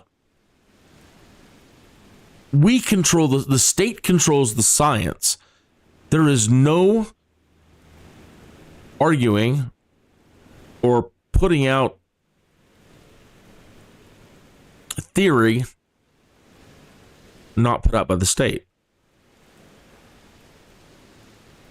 All right, so that's a big difference between the Soviet Union, Russia, China, other places, and us. A big difference. So now they're calling us Nazis and they're calling us all of these things, while at the same time saying, we need a ministry of truth and we need to control the science. And if you don't hear it from us, we're going to censor you. And since we control the science, if you don't agree to take this shot, then we're not going to let you move around and engage in society.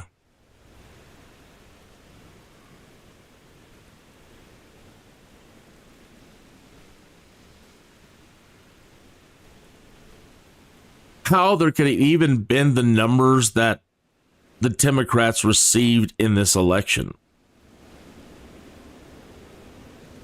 Although it is small, it's not that small. And that's troubling. That is so troubling that 40 plus years without the House Un-American Activities Committee, we can have that large of a number of the population now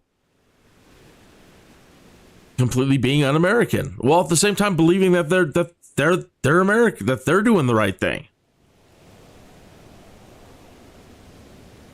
while they're espousing subversive ideologies that are forbidden to be running amok in the United States, according to our founders.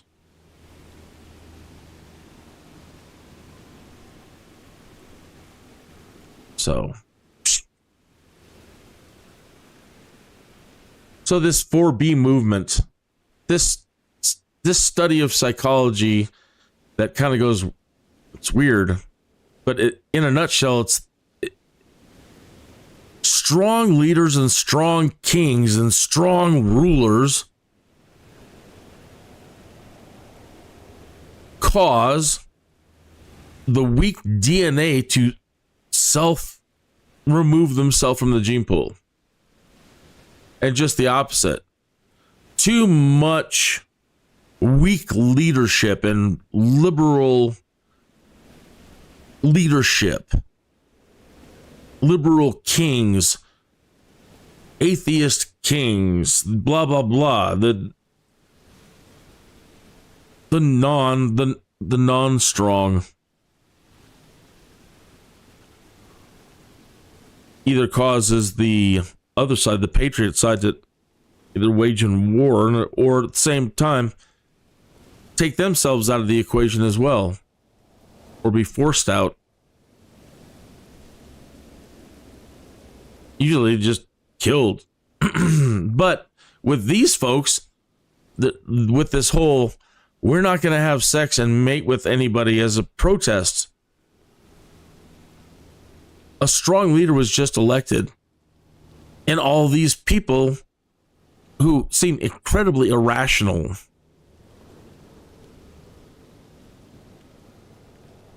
illogical, ignorant,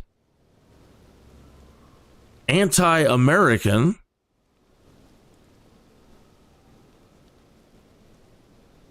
are basically saying they're removing themselves from the gene pool, doing America a great service. Well, I guess if this is the way it occurs naturally, and has occurred naturally, because the human condition is the human condition, it doesn't change, then potentially all the way back to Gilgamesh and before, if you have strong leaders, you're going to have a stronger society. And the weak will take themselves out. And then the reciprocal, right? So then all of a sudden you get these Nero, Caligula. Take your pick. Take your pick of any crappy leader, weak leader throughout all of time. And what did they do to all the strong ones? That kind of reminds me of like Animal Farm. The strong ones, the ones that can do the work or protect you, or they crush you.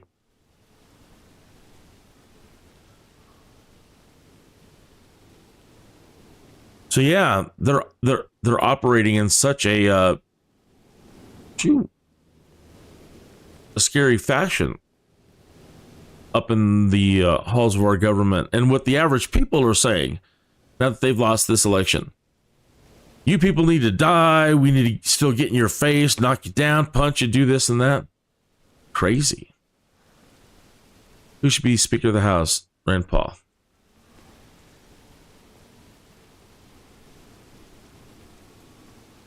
Or Mel Gibson.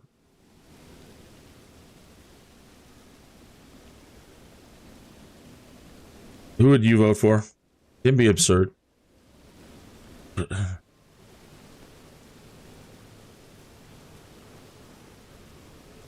I'll just leave it at Rand Paul.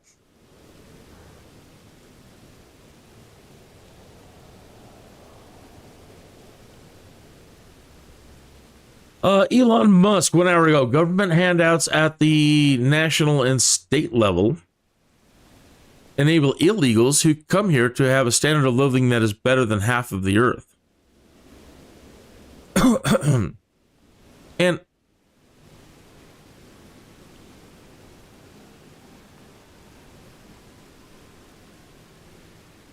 if things were being handled legally, perhaps our expenditures, it wouldn't be putting us into so much debt. And you've got to make hard decisions. We're talking about empires all the way back to the start.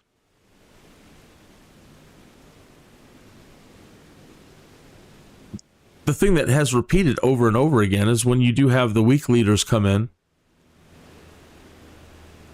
most cases, they cause everything to collapse.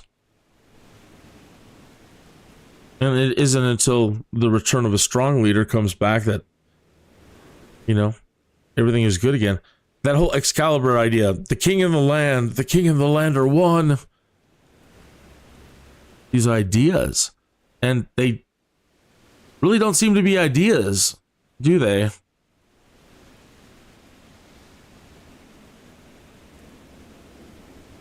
Seems to me if this is, again, nothing new is under the sun. If this is happening now, it must have happened then. So you get all these people now, because we've got a strong leader, who are all saying, we're going to take ourselves out of the gene pool and protest. Okay. Bye. Thanks.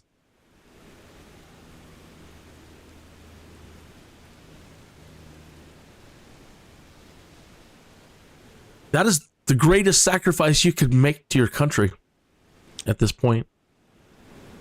Thank you. All right. Thank you. That's shit. That really is possibly a great American thing to do.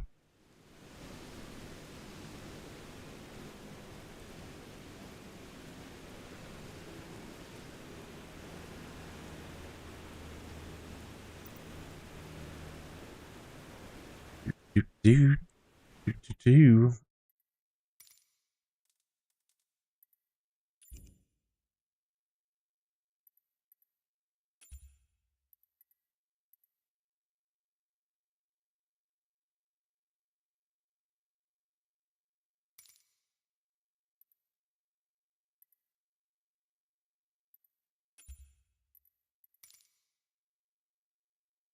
Okay, let me, well, I just kind of got stuck on like 2 things there on Twitter. We didn't really even just do a quick move through. Whoa. Imagine the strength of propaganda machine that Karens are losing their minds. Do that even bother to do actual research? Well, it's weird that, but I can imagine a situation where taking classes that they just wanted to take or the way social studies and civics changed, that they didn't get taught about propaganda. I remember learning that in like 7th grade. Starting to learn about these concepts, propaganda, the bandwagon, how that all works. And they don't understand?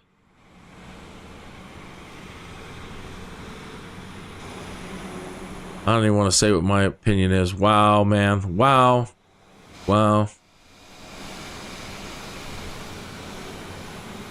Neither.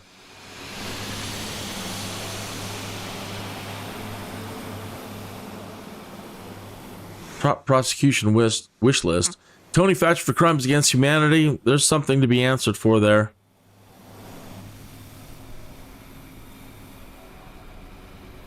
General Mark Miley for coordinating with China behind Trump's back. Yes. Colorado Secretary of State Jenna Griswold for election fraud. Absolutely. Arizona's Bill Gates and Stephen Ricker for election fraud. There's a whole lot of things that Gates. See, that's the thing. Like Bill Gates went all Dr. Evil, he's not even a doctor. He just went evil, right? And he got behind, he got involved with all these eugenics programs and dedicated his time and money to eugenics. And so if you go back to, I was a younger person, just out of college, just smart enough to be dangerous and stupid. I still had a lot of Democrat ideas, and I went to an art school. So double, triple indoctrination, liberal. I think the first month I was there, there were, there's always those kids that got to try to stand out and be edgy and like, oh, I got to go burn the flag. Go burn the flag. And so it was weird going to an extremely liberal college.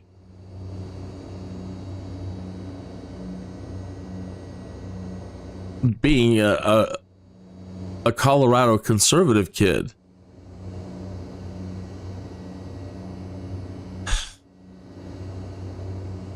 So it still had a pretty dramatic hold on me.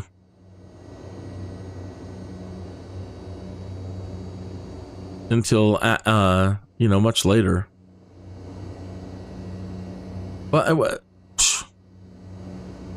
Well, a couple of years after college, I just wanted to go screw off and mess around after college and not be serious about anything.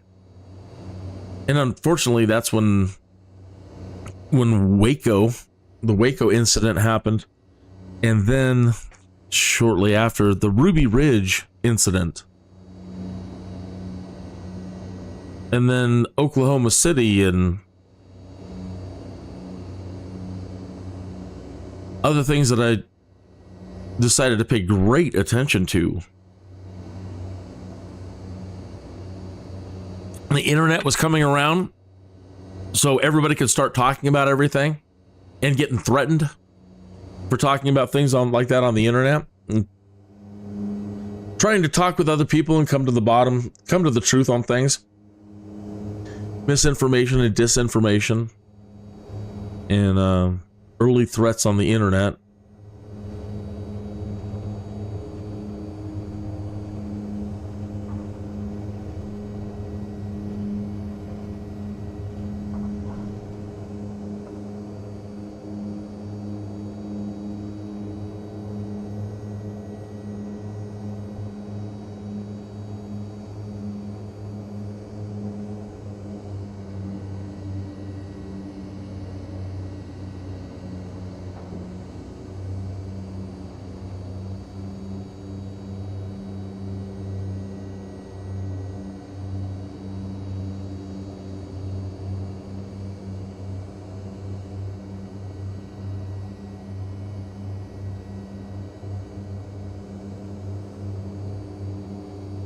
So interesting times.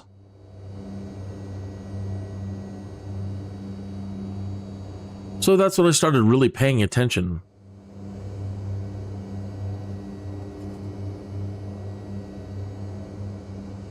And then Alex Jones shows up on the scene, and again, it was strange because the things that he was talking about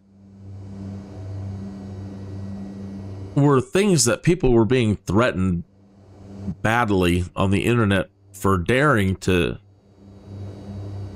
communicate with each other on. So I remember when he first showed up, and I told my dad, get a load of this, check this out. Look at this guy screaming over here about all of this stuff that gets people, disappeared. And they haven't disappeared him. And then,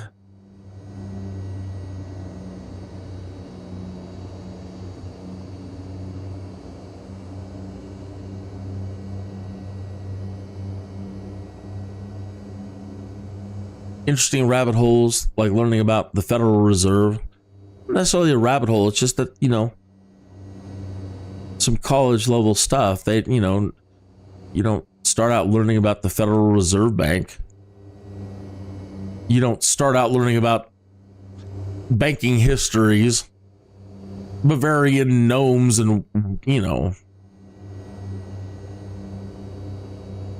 secret organizations.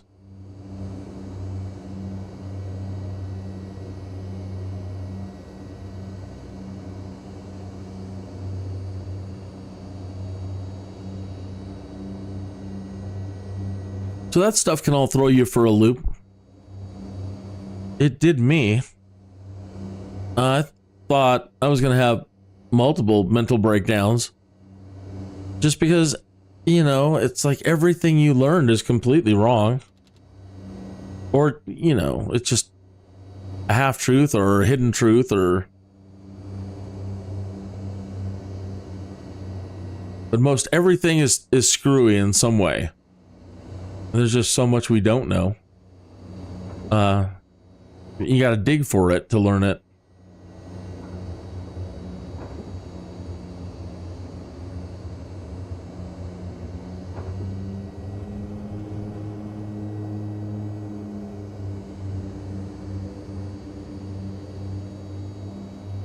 Oh, shoot.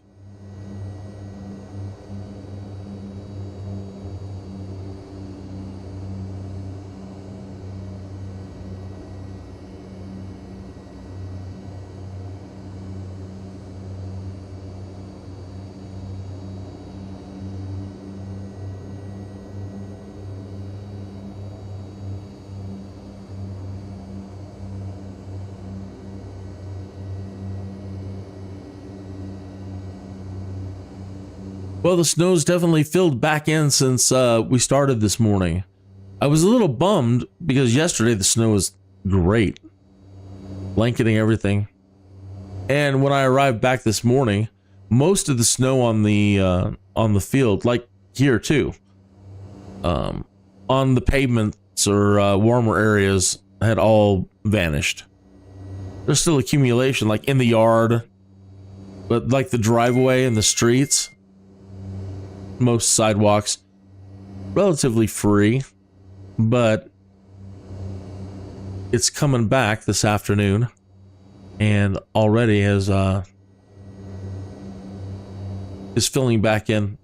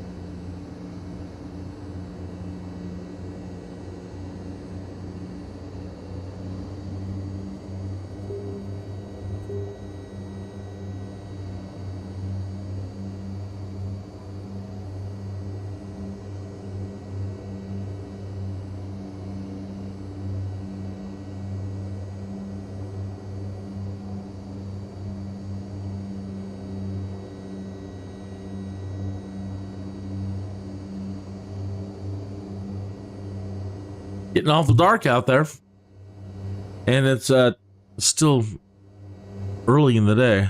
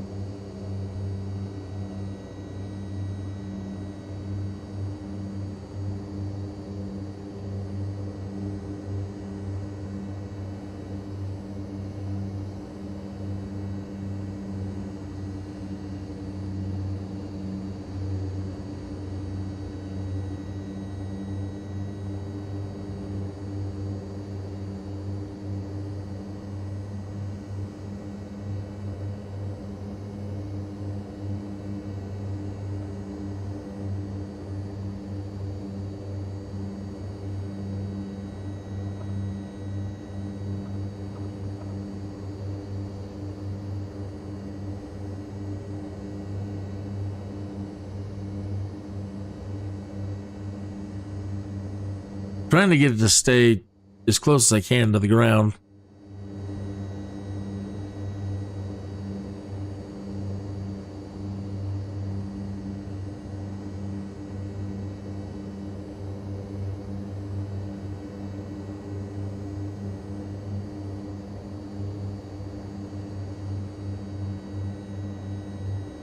Bananas for all in a TBM. Flying around Colorado Springs, 6,521 feet.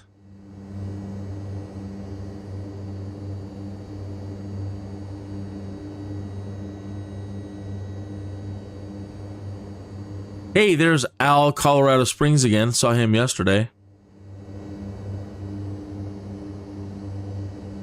Wow, it's fogged in so much, can't see the beacon on a circle.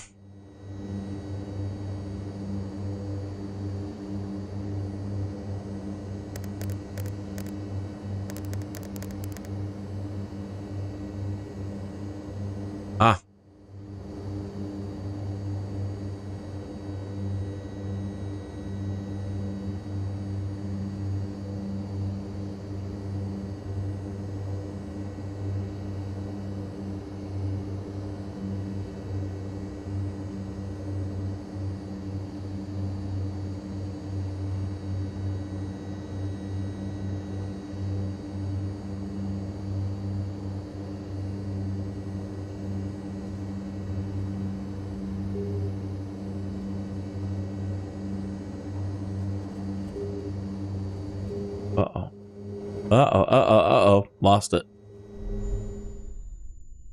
Pulled out the throttle a little too much, and I had the propeller a little bit too pulled back. So, big mistake there.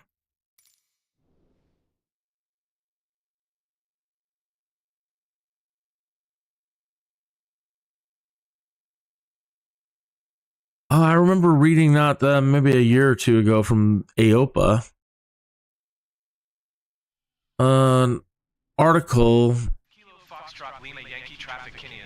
talking about accidents, of course, and how to, reduce accidents. And the whole article was about not enough people learning how to slow fly. So it's always about how fast can I go, how fast can I go? But how slow can you go? And being really, really, really comfortable flying as slow as possible.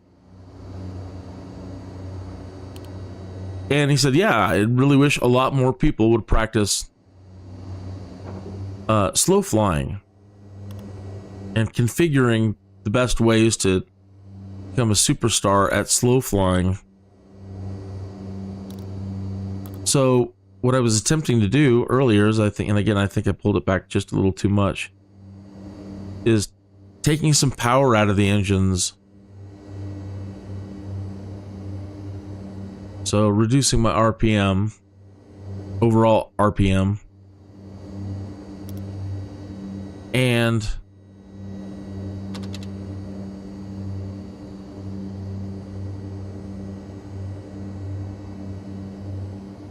thinking I do want some flaps, but not entirely certain. And then just finding the right speed and trying to just stay as low as possible. Right at the moment, I just want to do circles and try to keep it low so as not to lose sight of the airport and just do traffic patterns.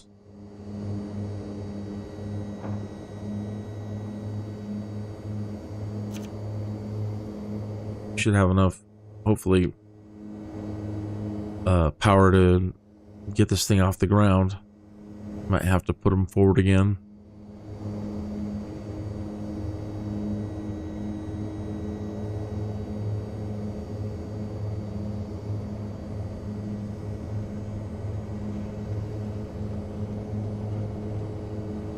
Come on.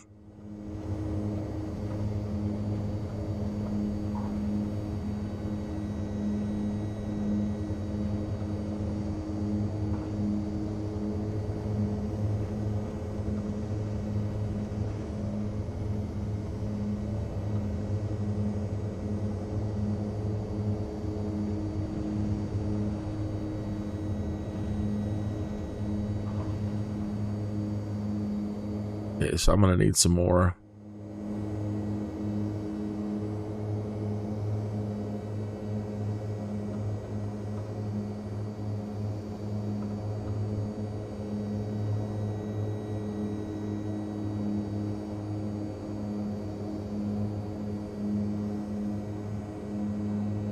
Peterbilt number 2578. James, hey, there's Gino Stromboli again. And he's in his F-18.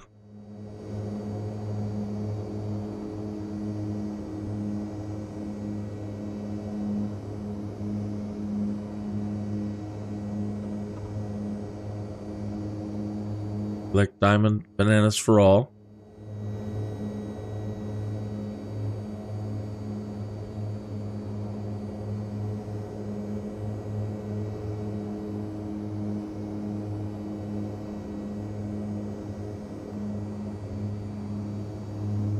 Dang.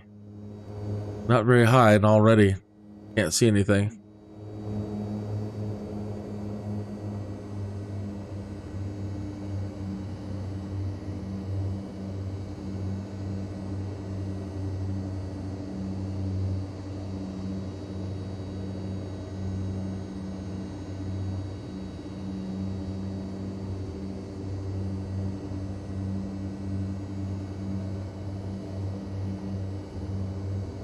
want to stall again. Being awful silly at this speed. Colorado Springs approach Kineas Sierra Charlie 7 is type 1 miles northwest of Kilo Foxtrot Lima Yankee 7,300 feet. Request flight following. Kineas Sierra Charlie 7 Colorado Springs approach. Squawk 1707. Squawk 1707 Kineas Sierra Charlie 7. Kineas Sierra Charlie 7 radar contact 2 miles northwest of Kilo Foxtrot Lima Yankee 7,700 feet. Altimeter 30.19er. Roger, Kineas Sierra Charlie 7.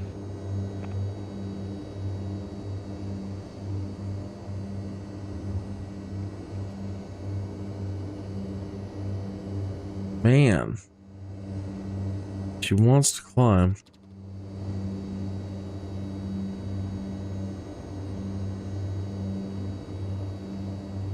I don't want her to.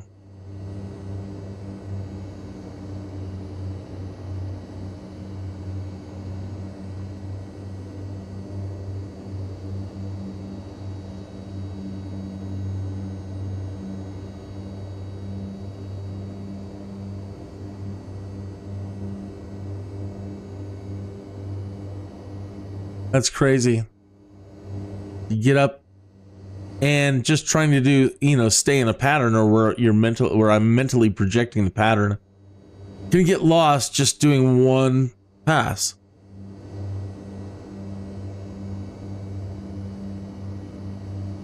And it's so fogged that can't make out the beacon. I don't envy pilots of yesteryear.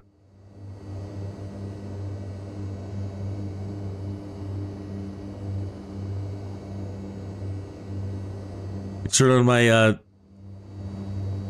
GPS units, or at least one of them, and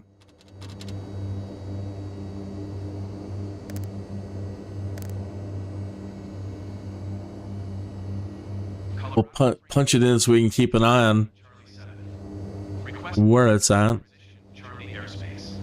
Get the Black Forest VOR put back in there.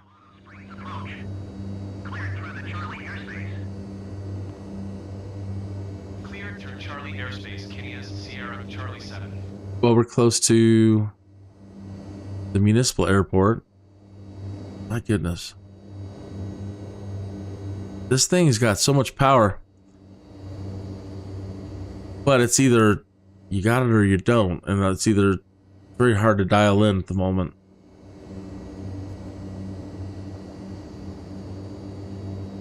Because she just climbs and can get away from you so fast. And the whole goal was keep it low and keep it slow. And, yeah.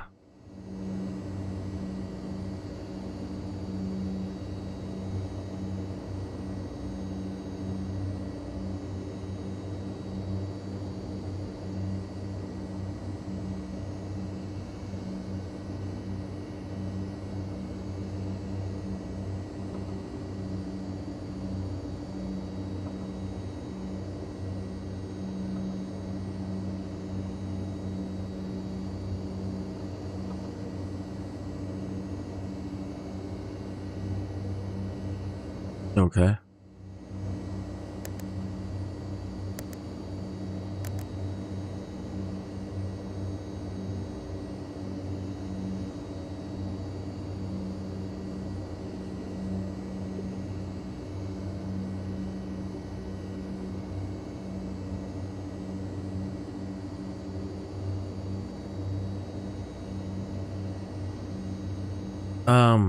It's reading like we have no airspeed. Look at this. Turn these back on.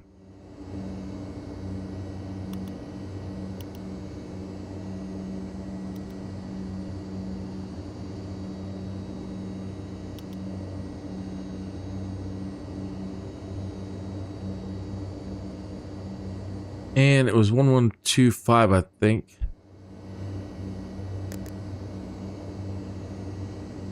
Okay, good. Whoa.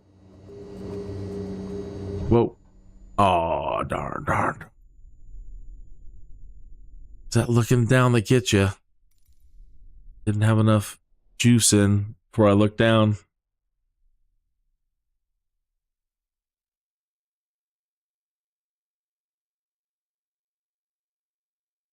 $39 ago. Let's see what they have to say. Kilo Foxtrot Lima Yankee traffic Kineas, Sierra Charlie 7, taking off runway, tree straight out departure.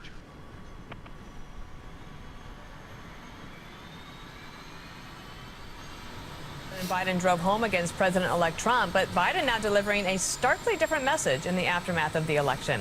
Welcome to a brand new hour of America's Newsroom. I'm Dana Perino. I'm Bill Hemmer. Good morning. Morning to you. Almost the weekend, kid, right? Siegel looked pretty good down there, didn't he? He loves that. That event is so great. Yes, it is. I would love to do it, but I think the president would be like, what do you think you can do? You can't keep up with me. It's not an easy ride. Probably right. That's right. Well, as Democrats come to grips with their loss, they're trying to shift the narrative along with their tone. Here is President Biden before and then after the election. It's a genuine threat to our democracy, and that's not hyperbole. That is the God's truth. That is hyperbole, and it's not the God's truth. To work with his team to ensure a peaceful and orderly transition. The American experiment endures. We're going to be okay. But we need to stay engaged. The White House. We just got engaged. What he did in the briefing room and senior. You guys are the ones missing the point. At North Lawn today, Peter. What happened and what was said? Hello. Bill, officials here are not saying that Donald Trump is going to strip women's rights and destroy democracy anymore. They are also not apologizing for all the times they did. Is the message to people who are fearful based on what the messaging was about mistakes? Well, now you're just twisting everything around, and that's really unfair. No, it is. No, Jackie, it's unfair because I've been standing here trying to be very respectful to what happened the last two nights ago. Being respectful. Axios has published new details about what Harris told staffers post-loss. Quote, during the call, Harris told staffers, yeah, this sucks. We all just speak the truth. Why don't we, right?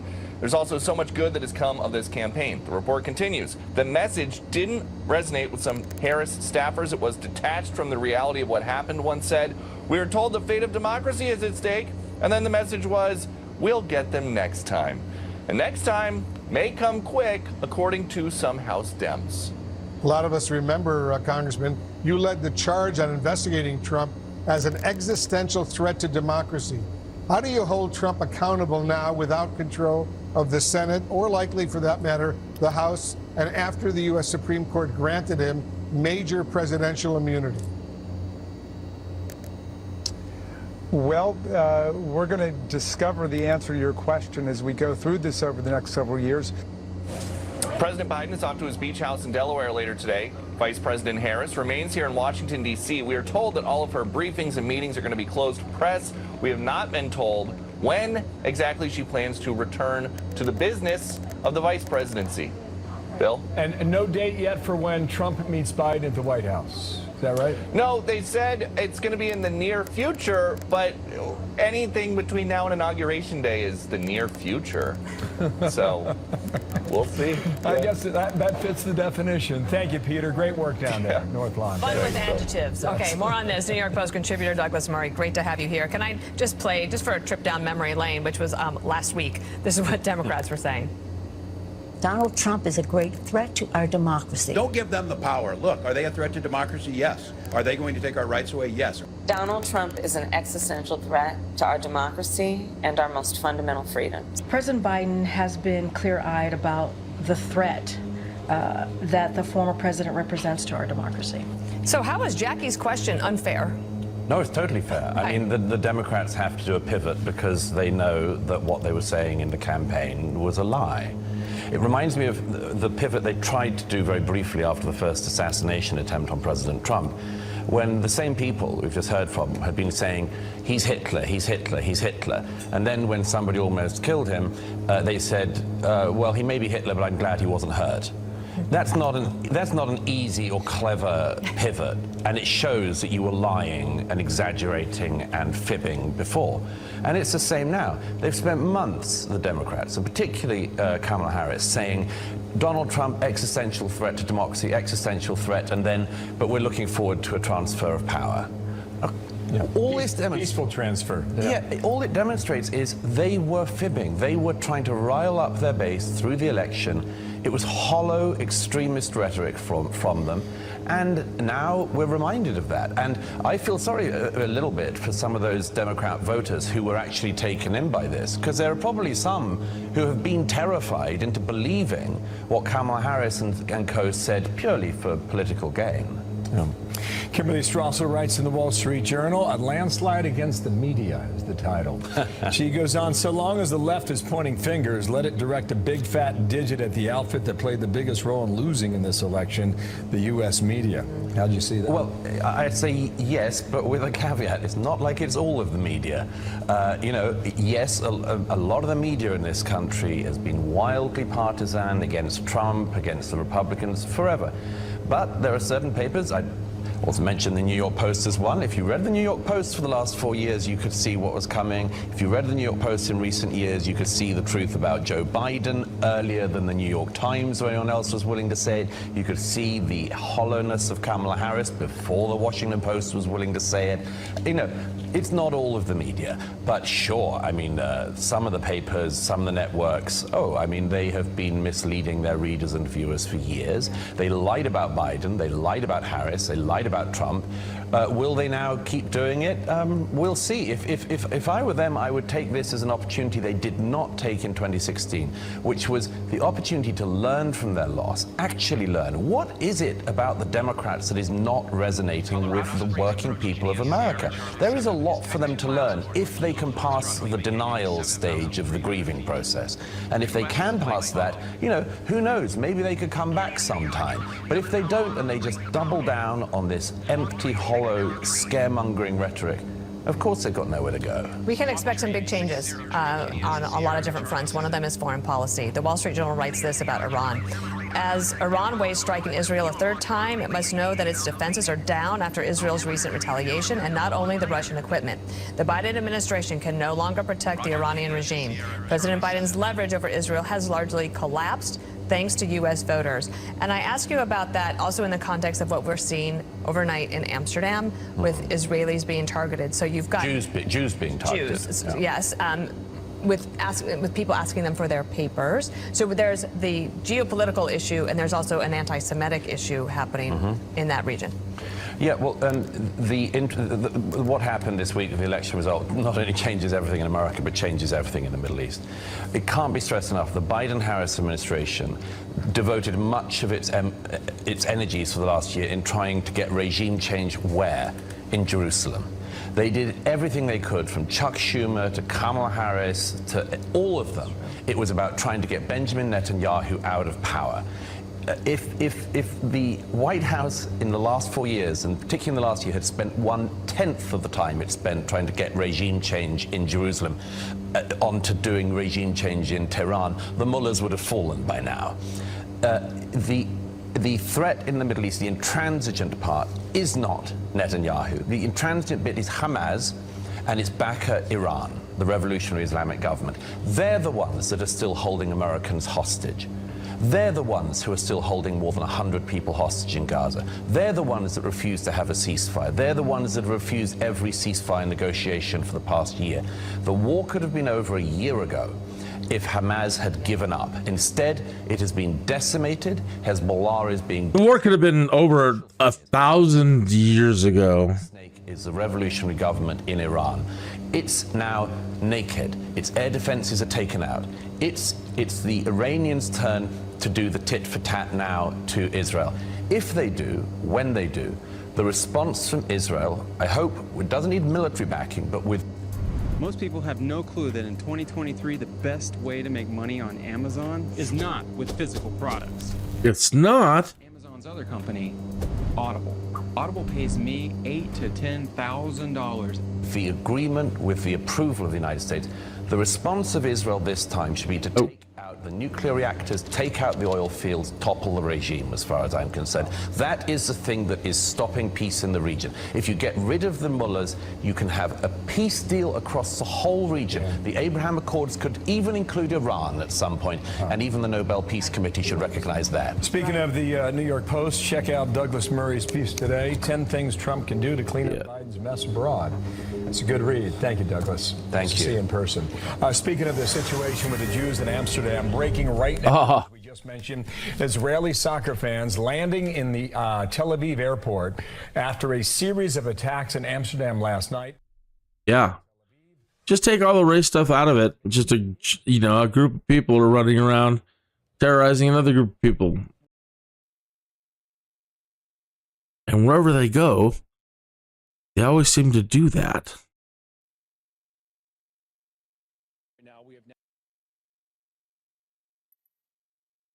Thousands of years.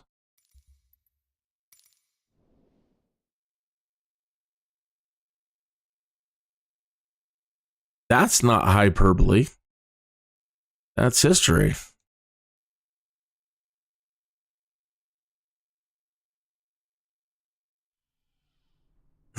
I double dare you. I dare you to dispute it.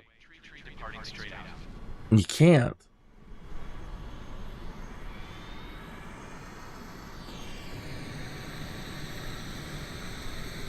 Yeah, doing the same crap since BC.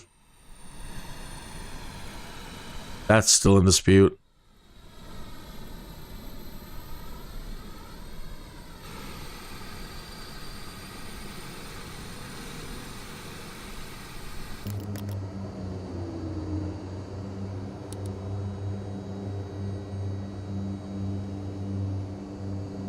I should have saved.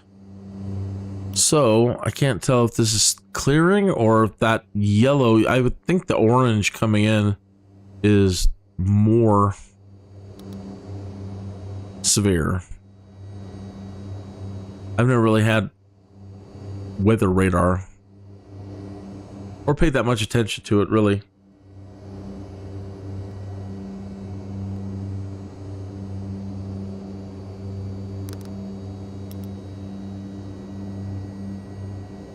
Wow, it's just isolated to this, or it hasn't filled in yet.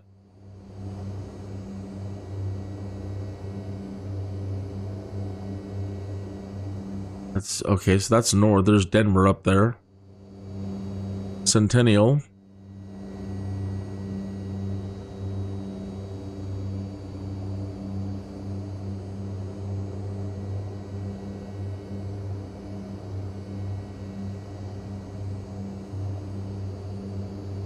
That's not nice. Stab.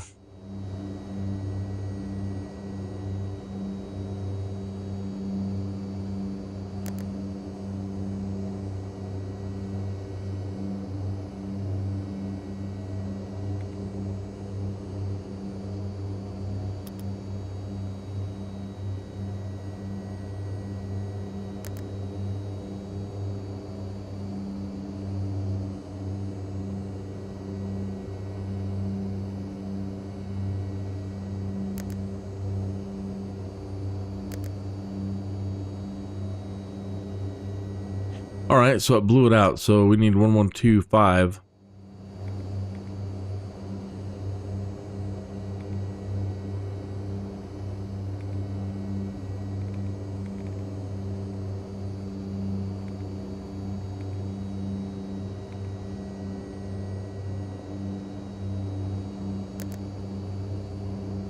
Here we go. Try OBS now. No.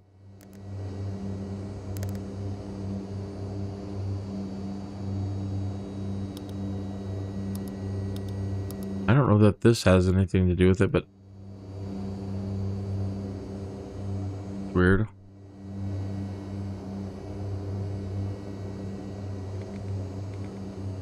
Now I can't bring up the heading. Okay, so what's different?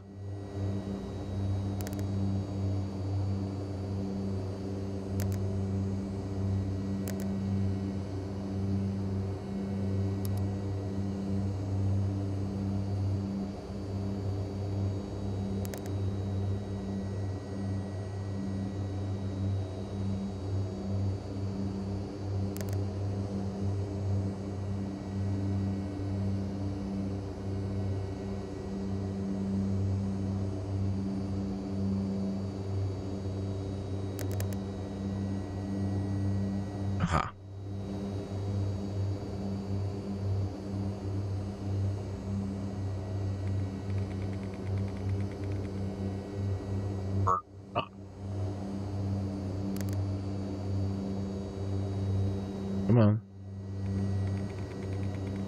Huh. Now what?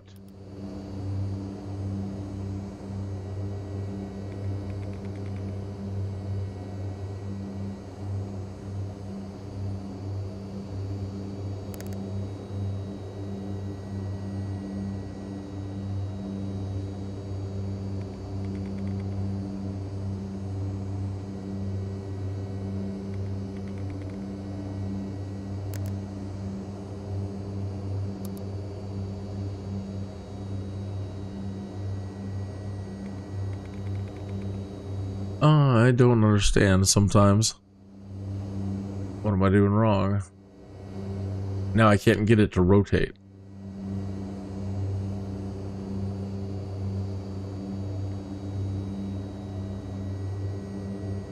Try. You're okay.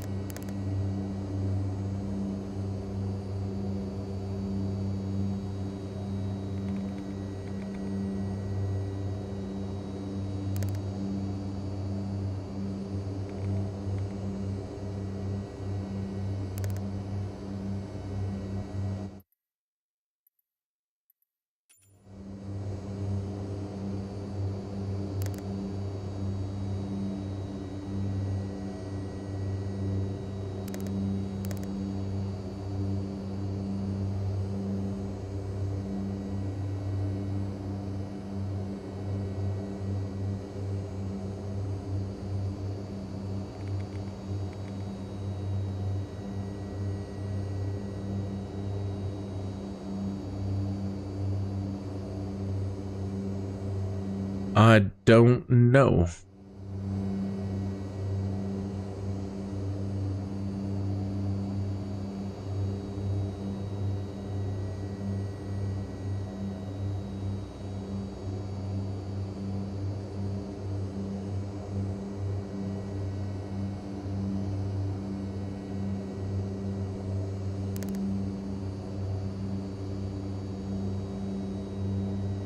It says OBS is on.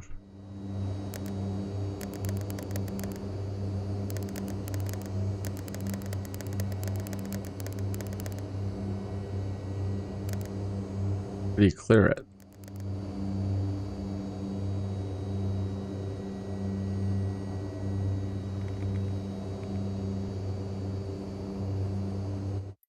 Sorry. I've got to find out if it's me or is it just slightly bugged. Probably me. Glyphosate in their much smaller bodies could be doing. So meanwhile, Bob Casey has not conceded, saying, quote, "It has been made clear there are more than 100,000 votes still to be counted. We must allow that process to play out and ensure that every vote that's eligible to be counted will be counted.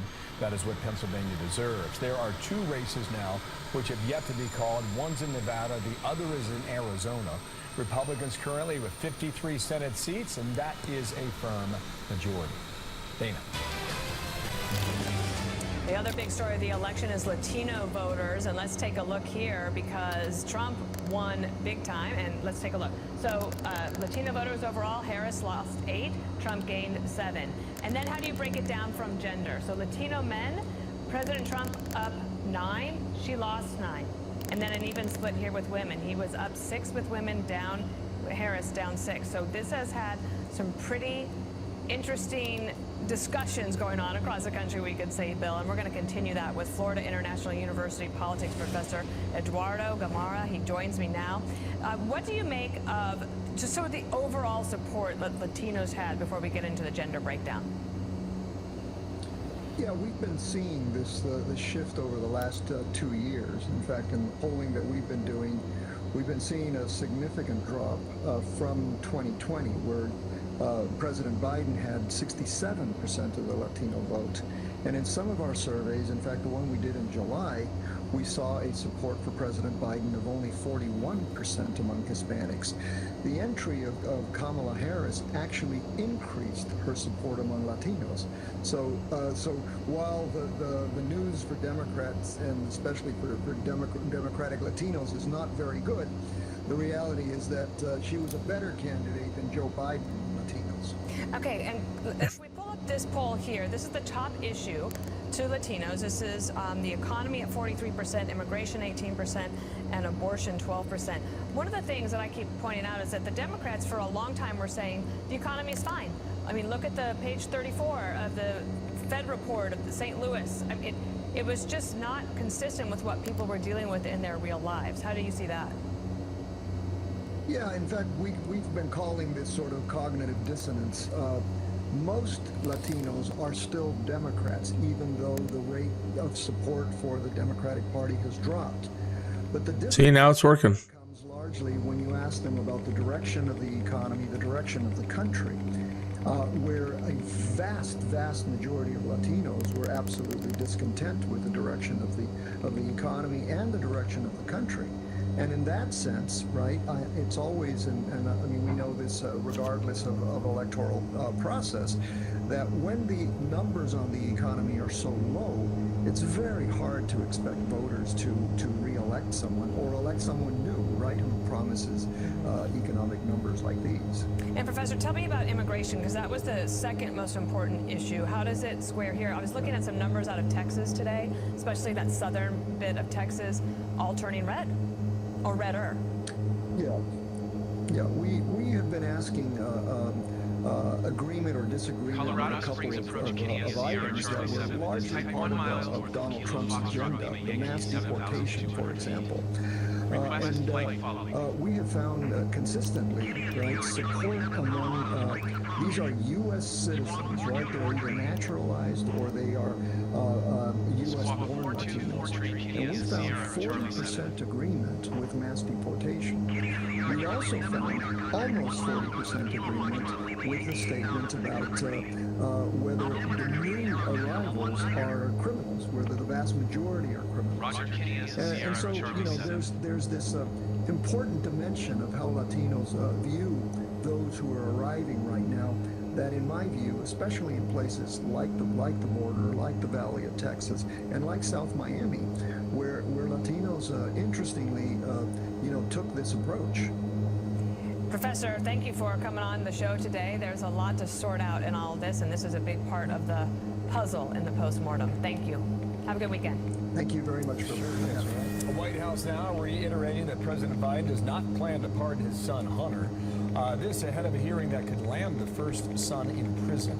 Plus, President-elect Trump making history with his new chief of staff. What that might reveal about the plans for the rest of his cabinet.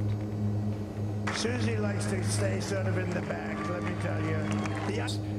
Now holding 211 seats after picking up 5 yesterday.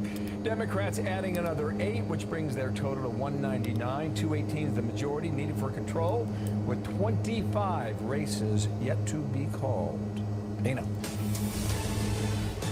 The White House once again 25 races yet to be called. Commute his sentence on tax and gun charges. Justice correspondent. I have no love for the president, but and I really don't think I have any love for Hunter that much. Who was just asked this question yesterday. But Eating breakfast does to your waistline. Don't eat breakfast. why wouldn't he pardon him? Bypass. Your breakfast is setting you up for the entire day to either gain weight or lose it. The term breakfast literally means to break your fast that you started the night before. About 4 hours after you eat dinner, your body switches from the nutrients we get from food to the stored glycogen we have in our bodies. Once glycogen stores are depleted, typically 8 to 12 hours of fasting, the body shifts to burning fat for energy. Fatty acids are released from fat stores where they are converted into ketone bodies through a process called ketogenesis. Then, when you eat breakfast in the morning, the body starts the cycle all over again. This is where the caloric bypass comes into play. Dr. Gundry, a heart surgeon in California, learned that if you break your nightly fast with something called MCTs, or medium chain triglycerides, you can actually keep burning fat throughout the day and use it for energy. Using this breakfast breakthrough, he was able to lose 70 pounds just through diet, and he did this in his 60s. People know that there's something wrong. They're healthier than ever, and yet they're sicker than ever. And do you think it's stoppable? Today, watch. Does the president have any intention of pardoning him? We've been asked that question multiple times. Our answer stands, which is no. But what about a sentence commutation, which is different than a pardon? Here's Jean-Pierre with a question from our colleague Jackie Heinrich. That's not what we're going to do. So you had said on our first one that the president would not consider a commutation of his sentence. You're saying that still stands? Okay. Well, now that Donald Trump is moving into the White House in January, the stakes are a lot lower for President Biden if he were to choose to pardon his 2-1 or commute a sentence. He's facing 2 sentence hearings next month. On December 12th, he'll be sentenced in his federal gun case in Delaware. The following Monday, he'll be out in California for a sentencing in that federal tax case where he pleaded guilty. Former President Donald Trump was asked about a pardon for Hunter and didn't come out and say no. Unless President Biden does a 180 and changes his mind, it appears Hunter Biden is scheduled to be sentenced in 2 cases next month. We'll see if they'll say we have been very clear if that ever changes. Thank you so much. So Donald Trump's election victory renewing Democrats' anxiety of the future of the U.S. Supreme Court.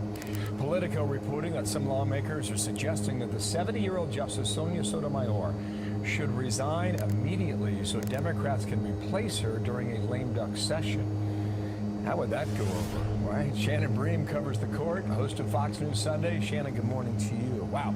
So Politico says this isn't simply some flight of fancy happening among among progressive activists online. It's a conversation members of the Senate are actively engaged in. Is this realistic? Yeah, I mean, I think the words they used were hair on fire. They want to know whether Justice Sotomayor... Hairdresser on fire. ...another 4 years. Remember, there was pressure on her before this election to step down. We all have the rewind of remembering Justice... That is... ...pressure was put on her well into her 80s. 90. Dig in and stay.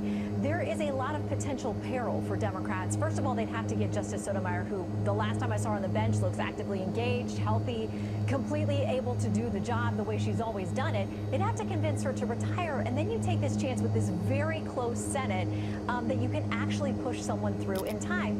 Would you want roadblocks or, say, a Manchin defection or others who are worried about whoever is eventually nominated, that they're not moderate enough? Actually having the votes to get that through, it's kind of tenuous. And would you want to leave an open seat for President Trump to walk in and fill on January 20th? I don't think so. There's a lot of risk involved in this plan. I see a lot of sexism and ageism too. And I think it's awful. This is a lifetime appointment.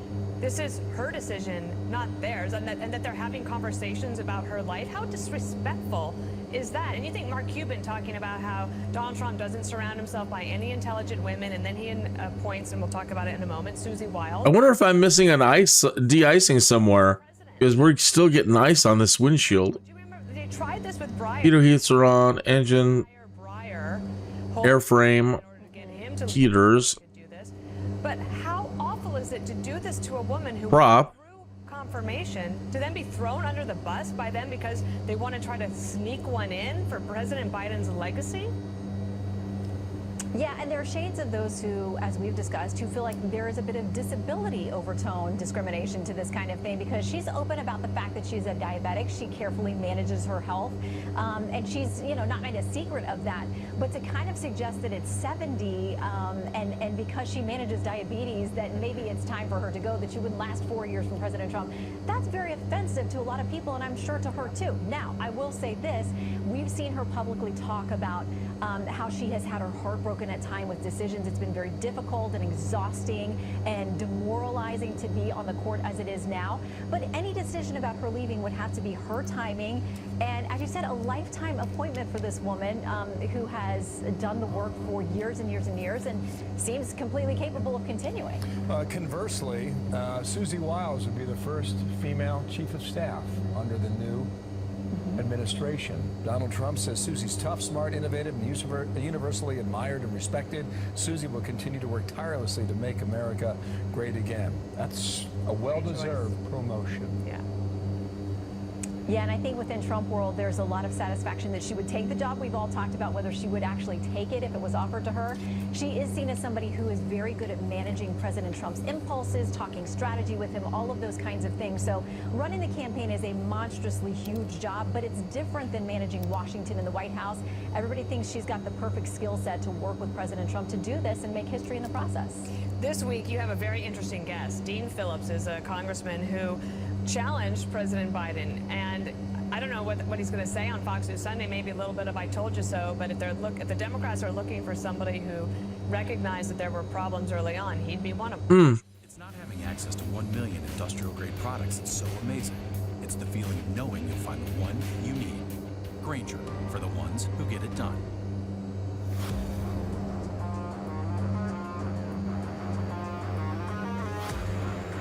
Well, maybe that is the way it is working. It's just right next to the frame.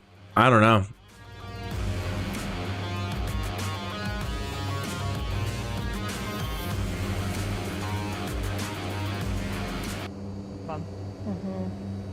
Yeah, I mean, he actually scored some delegates, but never really got traction. Running against the incumbent president of your own party is really difficult, but he was raising the alarm bells that he didn't think President Biden running again was going to end well for the party. So we'll have that conversation with him about where they go from here. And also, Congressman Byron Donalds out of Florida, big Trump advocate, will talk with us about what the plans are for the Trump team, especially if the GOP holds on to the House. Good deal. Plenty to talk about, plenty to think about. Thank you, Shannon. Have a great weekend and great job on election. Thank you. All right, Travis Kelce getting starstruck meeting Caitlin Clark. Hey, wait. Oh, that's today's mashup. Yeah, Hummer Celebrity News. Cool story. The pro athletes met in the crowd watching Taylor Swift perform in Indianapolis. Then Kelce said this to his brother on his podcast. Check this out. Man, I wanted to see Tay one more time before this thing got closed up, and I'll tell you what, man, the American crowds, they did not disappoint, and that thing was rocking. Yeah, buddy. Absolutely rocking. It was fun. Saw Caitlin Clark there, got to meet Caitlin. So, Kansas City Chiefs tight end says they bonded over their Midwestern roots, and of course being huge fans of Taylor Swift. So, who do you think found that story, Dana? Oh, yeah, I know her name. The initials are CH. Our favorite executive producer, indeed. Okay. All right, check this one out, too. What's that? Butter is $7? Yeah. What? Is it framed in gold? Inflation? What inflation? Morning Joe host Joe Scarborough shocked to learn about the high price of some grocery items. Does this show how out of touch the media is from the concerns of Oh, come on. That seems like an act. Southern California fire crews back. Oh, maybe we should play nice now and The fire was there. There was try not to get thrown into Gitmo. flowing at us. And I didn't know if our neighbors got out, and my phone didn't work. Uh-oh. West Coast have burned nearly 20,000 acres and destroyed Oh, that's interesting. buildings and homes. Powerful winds are fueling the mountain fire in Southern California. Crews are hoping to make progress as the wind is expected to die down today. Oh, really? William LaJeunesse joins us live with the story. Hi, William. Good morning, Dana. You know what? I'm going to give you some top-line numbers while you look at some of the video, right? 132 homes destroyed, 88 damaged, and 32 square miles burned, right? See if the engines will kick back on. The real story, right? People do. I want you to meet 3 neighbors, 2 who lost their homes, 1 did not. There are a few things that scare me in life more than fire, right?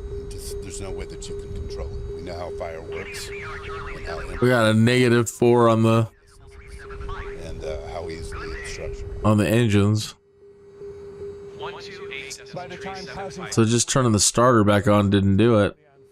he got out with the dog and the cat and little else, yet his home survived. Now next door, Stephen Taylor rescued his sleeping son and family and 84-year-old mother. He fought the fire from his roof with a garden hose, but ultimately lost the battle. You see the flames coming from there that way, and the smoke was dark. It was eerie. It was like apocalypse now. She's got the 2 pictures of my dad and what she's wearing, and the wedding ring.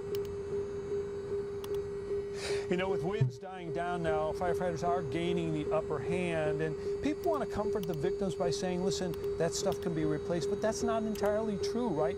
The things that we acquire mark milestones in our life, the good things, the great friends, and we surround ourselves we're gonna cry. Greg Howard, his home is in Ashland. Oh, we've lost control. Won't be easy. I don't know what we're doing tomorrow. So I'm not sure what happened there. We ran out of fuel and I went to put the fuel back in, but then I couldn't restart the engine. I'd be energetic enough to say we're going to build it back better. Ah, what a drag. Not anymore.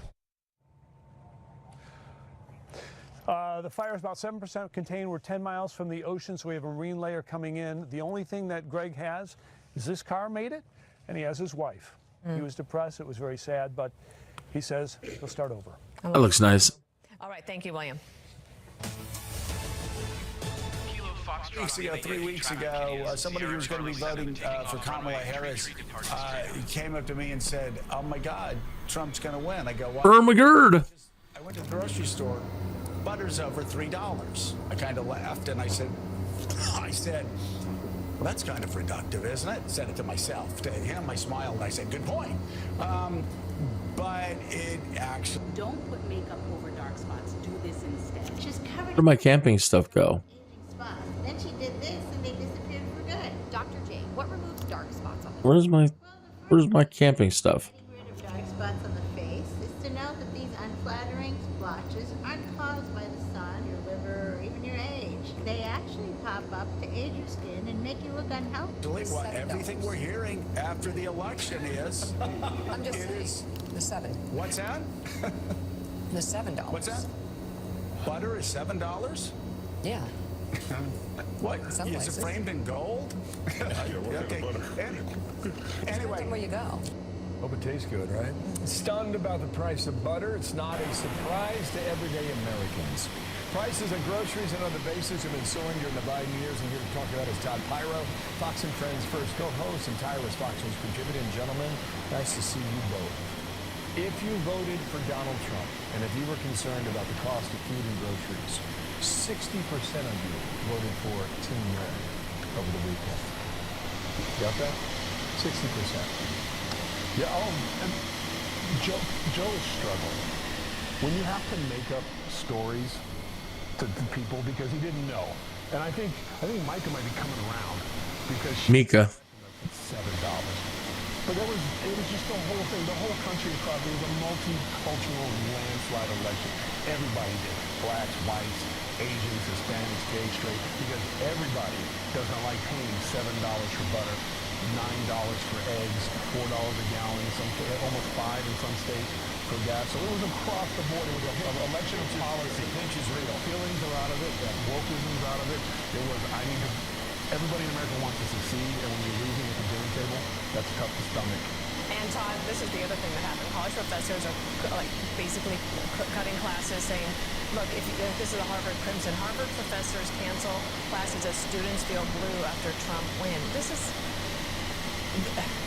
ridiculous. Look at the schools. It's Ivy League schools. I worked my entire 0 to 18 life so that I could get into an Ivy League school because I thought it was the pinnacle. The reason you want it to be your pinnacle is because you know when you go to an employer and you say, I went to Dartmouth or I went to this other Ivy League school, that's a sign that you are smart and you're ready to work.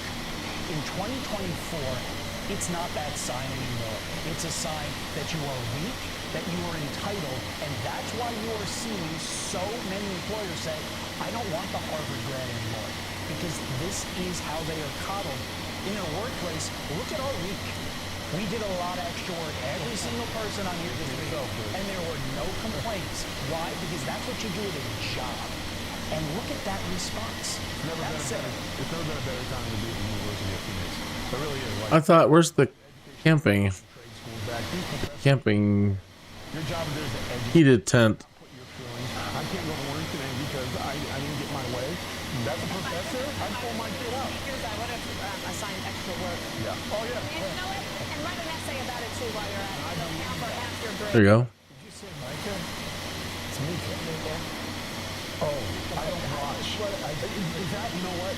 You're overworked. You're tired. You stood up all night. I slapped my hands. I said, Ty, you know what? They mispronounced Donald Trump's name. They kept calling him Hitler, so I think I can get it passed. If I want to call it Luca, Michelangelo.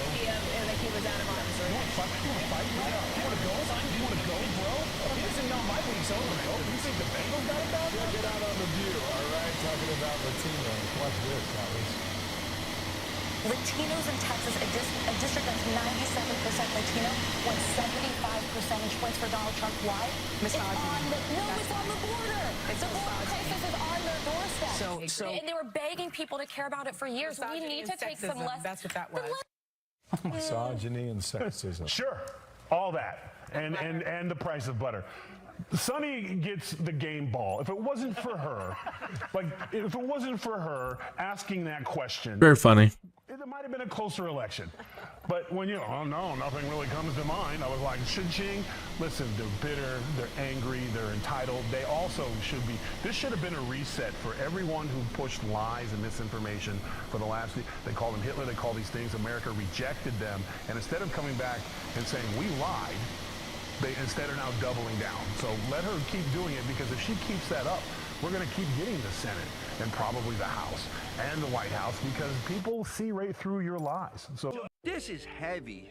It's warm. We certainly do. I'm impressed with it. This is the Bearskin tactical hoodie. Thousands of men around the world already love wearing the bearskin hoodie instead of their regular hoodies. Why? Because sure, your average hoodie provides decent That's good on you. I was green, they're yellow. Green is my color. Brings out my eyes, shows my huge calves out there. Work on your plane. Thank you, Tyrus. Thank you, Todd. You guys enjoy a well-deserved weekend, okay? All right, we got monkeys on the loose. Here we go. A community on alert, not making this. This is funny. Dozens escaped from a research facility. How the workers now are trying to lure them back. Creative stuff here now.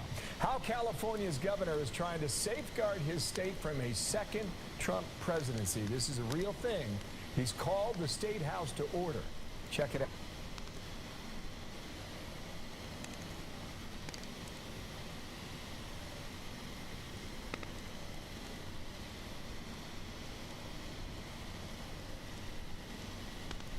Do.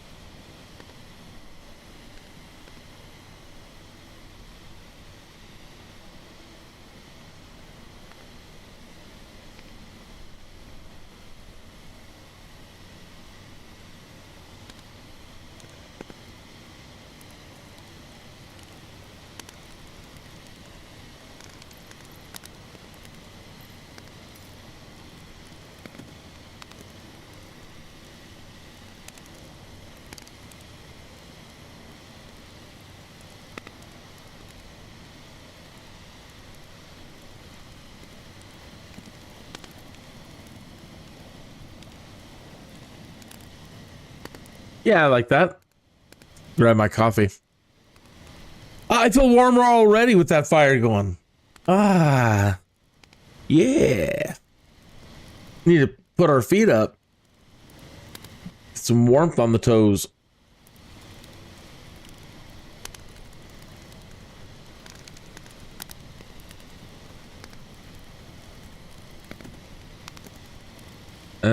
And I just saw Twitter a minute ago. Let's catch up, shall we?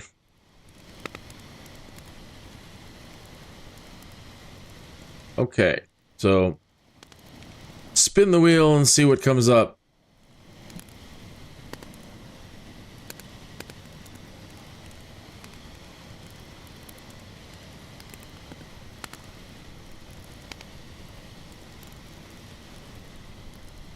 You have a hell of a vice president right there who has a legal pedigree to sit on the Supreme Court and let Republicans go crazy.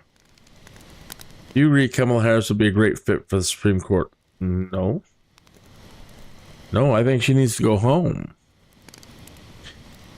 Just go home.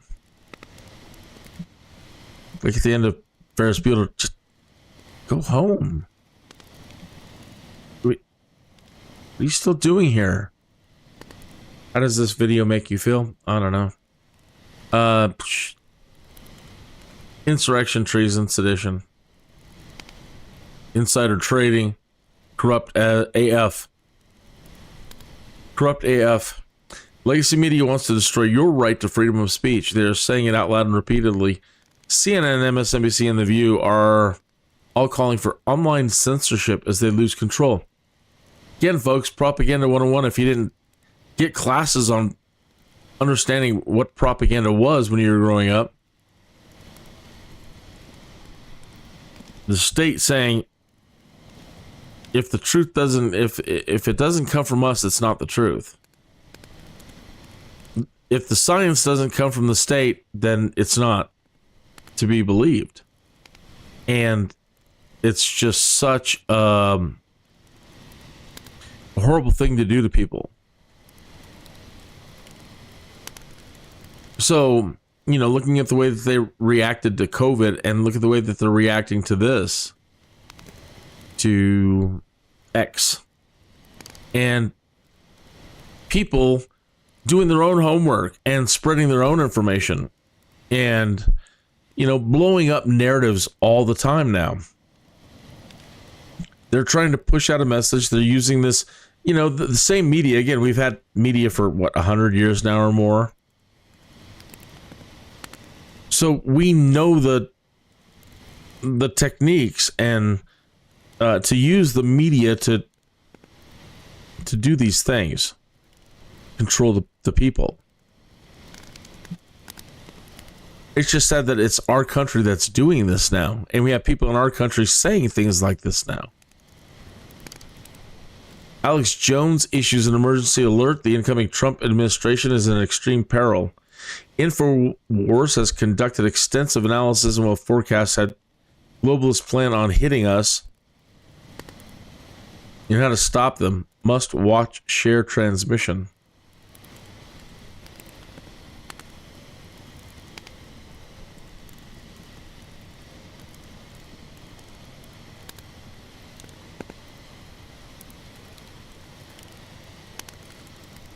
Woman says she's joining the 4B movement, encourages other women too. She says that they shouldn't use filtered makeup or buy new clothes. Talking earlier about how, as a result of the citizenry voting in very powerful leaders, then these type of folks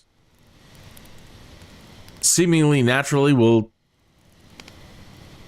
self-cull themselves from the herd and remove their DNA. I mean, that's what they're getting to. If it's happening now, it's happened in the past. Human nature doesn't change. Archetypes don't change. Personality types don't change among humans. So that means this has happened over and over and over again. That when you elect certain people, these certain people decide, I'm going to remove myself from the gene pool. And that's a great gift.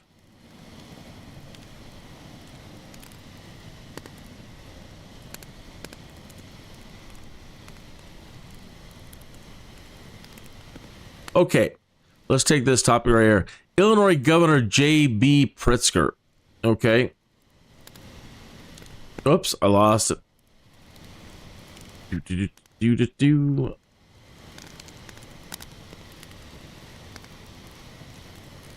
He's saying, if you want to come from my people, you got to come through me. It's not, they're not your people. They're people that are here illegally. And going back to the formation of the United States, what was the whole point of becoming the United States? One big, what was the benefits of it? Well, the first reason why we came together as a United States was mutual protection. When you have any particular part inside the United States of America saying they're a sanctuary, you are undermining the thing that America came together for. Because from your state or city, they can then go wherever the heck they want. All right? You are introducing a national security problem and breaking the very first promise of mutual protection. I don't see how the sanctuary cities haven't all been completely, they haven't gone in there and removed these people. I know the states have a lot of power, but I mean, you're literally saying we don't care about the United States. We don't care about our agreement to protect each other. I'm going to open this up for all kinds of horribleness. So I don't know what the hell he's talking about. I don't know what the hell Gavin Newsom is talking about. If people are here illegally, please step out and get back in line.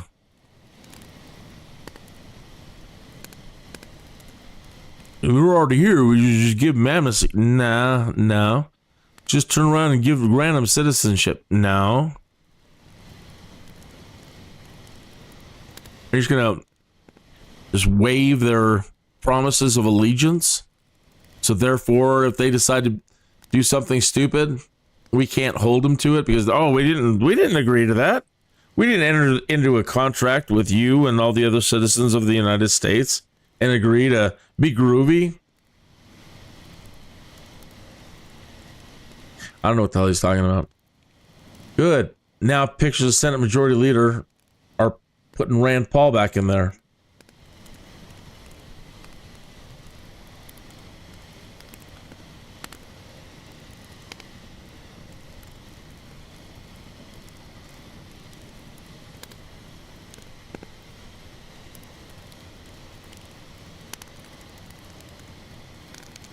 Oops. Oh.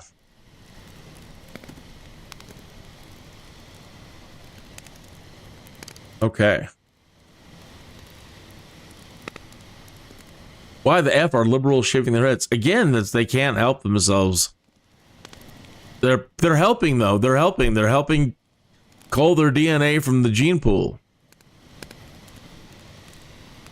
Every bald head helps. I know. Look, man, at the end of the day, it's I'd rather that was a joke. But they're the ones doing it. I'm not making them go onto TikTok and say these things. Or to say that they're going to remove themselves from the gene pool. So I'm suspecting that the opposite happens as we look back through history. So when you vote in a leader like Trump, these people are naturally calling themselves from the herd.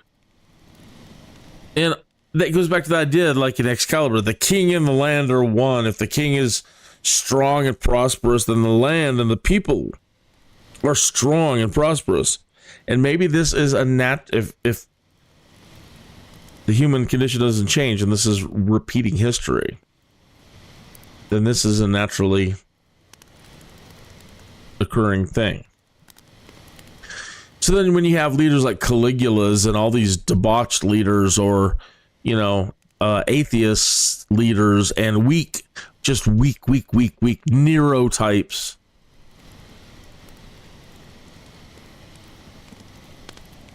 the worst, then when it swings their way and they're the ones that are in power, what usually happens over and over and over again?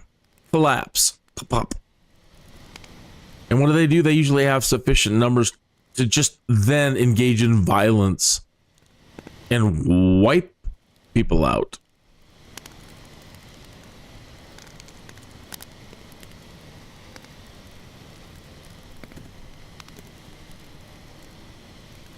I don't know if the, I want to say our side would do the same thing. Like, I'm not going to mate with anybody. I'm going to shave my head and I'm going to remove myself from the gene pool. I don't honestly see when I say our side, I mean, I don't know, something in our DNA, something in our personality, in our archetypal makeup. You know, we don't get that way over an election. That's just, if things get this far out of hand, then we're gonna fight for it. If we have to put you back into your little boxes, then, you know, we play Devos, we're through being cool, and, you know, start letting you have it. Turning things around again. And that's the cyclic nature of things. When it's too liberal after a while, it goes back. Like right now, this is exactly history repeating itself, like with the Reagan period. You went through this period of great liberalism in America, and all of a sudden, wham, it spins right back the other way real hard. So this has happened over and over and over again. And that's good news, that it's not a trend of it's not happening as frequently. So seems right on schedule.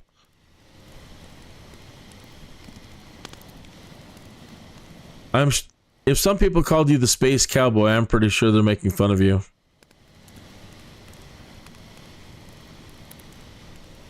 Call me the gangster of love. Some people call me Maurice. I speak of the pompatus of NOOB. Thanks to my bipartisan chip and science law, I'm announcing that coming... I don't want to read Chuck Schumer. Another person, please go home. Please just go away.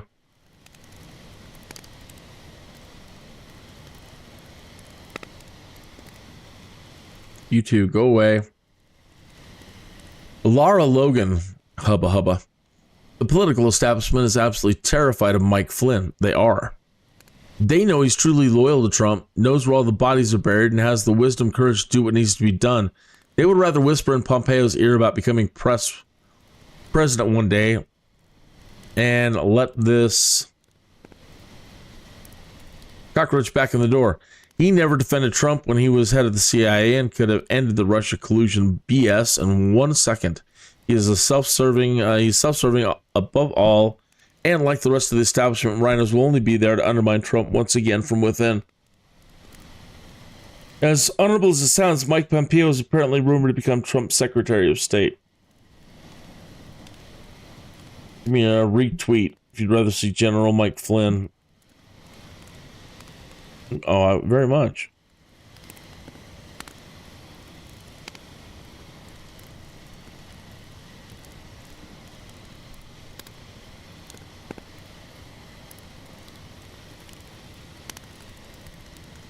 President Trump says, I will withhold the federal funds from any city or state that grants sanctuary to illegal aliens. You know, that's a start. That's a start.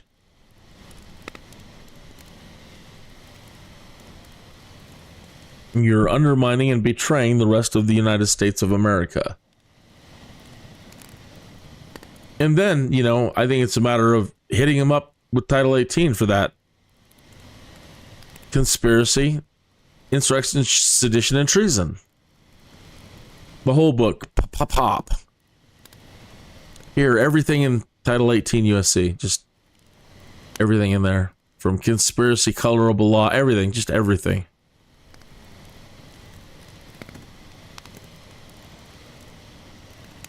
This is a public school teacher in Bellevue, Washington. Wow. See what I mean? Look what happens to America after 40 years without the House Un-American Activities Committee. And we have indoctrinating teachers now deeply entrenched within American education. These folks were not, prior to 1974, never allowed to entrench within our educational system and mess with our kids. You can teach your kids, and we can educate our children on all of these ideas and ideologies. But at the same time, teach them what our founders said about them and how we should forbid them to be active in the United States of America. That's a great danger to what we have been trying to do. And folks, if you look back through America in our history, like the roaring 20s and the 60s, 70s, and 80s, folks, amazing time to be alive in the United States of America. Not always perfect. It never has been. It's getting better. But it was so groovy and so wonderful. Nothing like it on the planet ever before. It was working. It was working. It was working. And we were doing what they said and keeping them out. 1974 comes. Democrats get a supermajority. Bam. They abolish HUAC, and these types right here. This re-entrenches into EDU.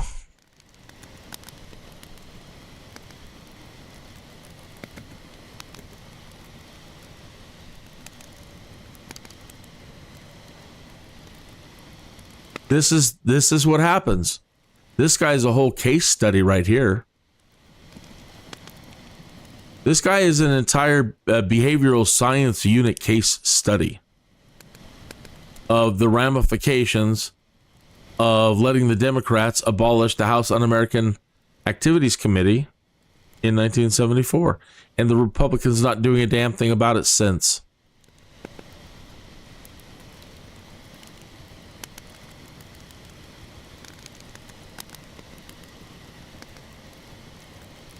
That's by design. This is created.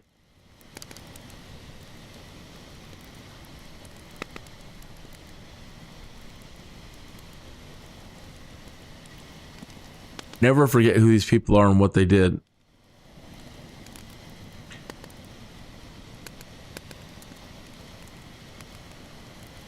Liberal women are now shaving their heads and boycotting men, marriage, sex, and pregnancies. Again, yes, we accept those terms. Thank you. That is the greatest gift you could give to America right now. We honor your sacrifice. Who can name this movie in thoughts? I remember it. I can't name it, but I remember this. I remember those outfits.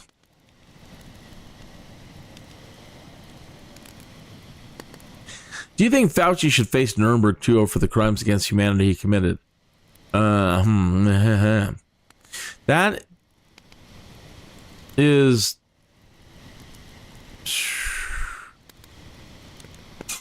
Yes.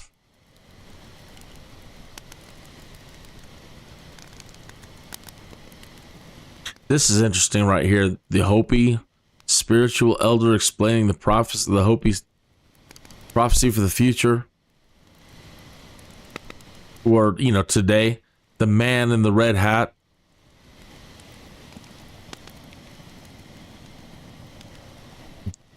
They're pretty far out, man. The Hopi, they're in their beliefs. They're what they have to say about things. Elon Musk, I want to know if I can. I want to know from the people how we can make the government more efficient and then do it. One thing I want to be clear about is that I'm looking for feedback, not just going to open loop and doing whatever I want to do at the Department of Government. Start submitting your ideas.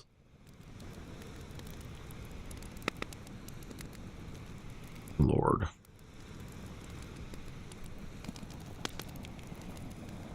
Yeah, that lady said she's going to wake up, be a slave. That guy. Yikes.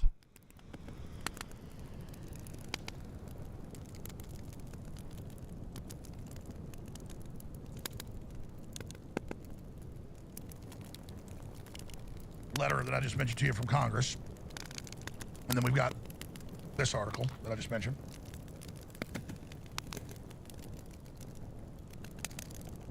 So. I ran out of fuel. I mean, this is ours to lose. The bad guys are criminals. The bad guys are scum. The bad guys are absolutely atrocious.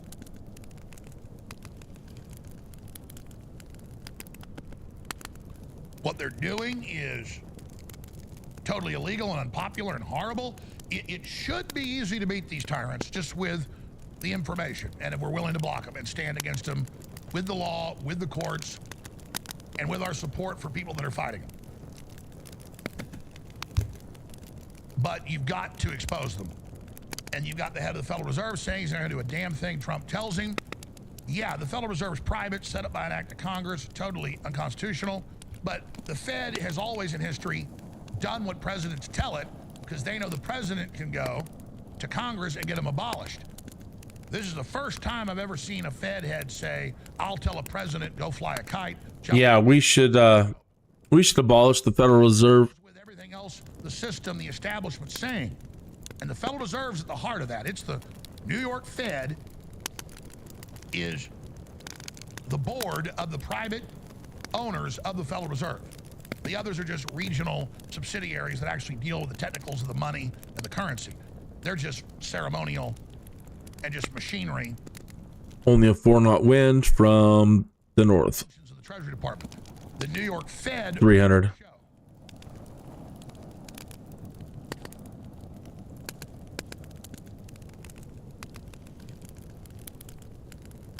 So now let me start getting the clips I was mentioning. If I start and stop this, because each thing she says is a lie, it would take an hour. So what I'm gonna do is just play it. And then after Victor Boot from Russia to give us the Russian. Wow, pretty solid. I'm gonna go through it, start and stop it in the next hour. Normally these things are always spinning circles, and pretty much right now everything's just moving straight down. To be pirates, to get in shape for fighting, to stand against him.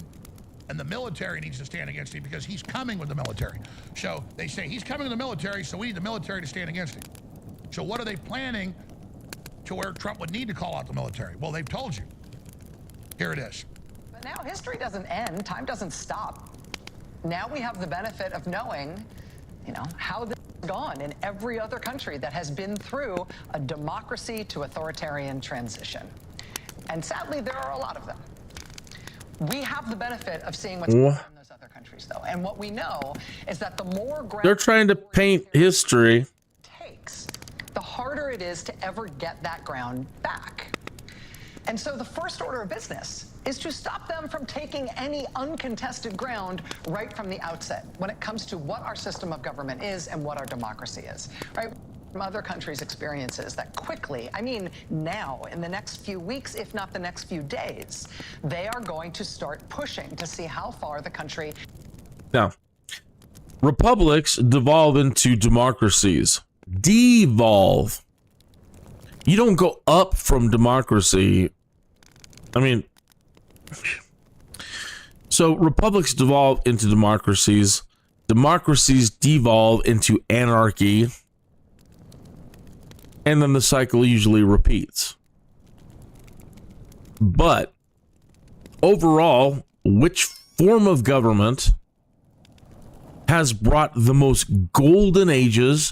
Which form of government has ushered in the most golden ages for humankind?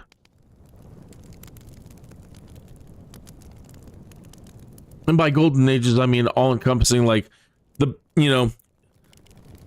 sewers and technologies and infrastructure and technology, all of these things that cumulatively enhance living conditions and survivability conditions for humans. I believe the historians would have to say it is the Republican form of government.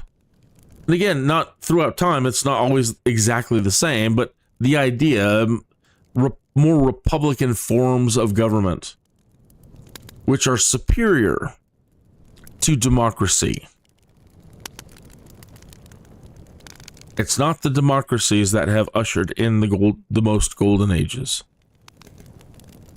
And then again, they devolve, democracy devolves into anarchy, and then things collapse. So I kind of have to take exception to the way she's presenting history. That, oh, when there has been a tyrant, how tough it is for the average, how tough it is to institute democracy and have it fall from strong leaders down to weak leaders, down to weaker leaders to collapse.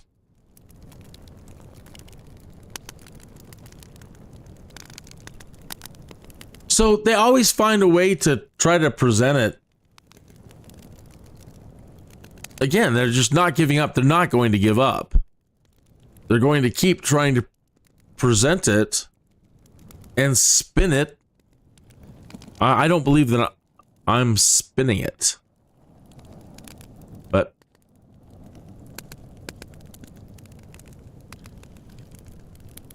I was going to say time will tell, but time has told. Over and over and over and over again.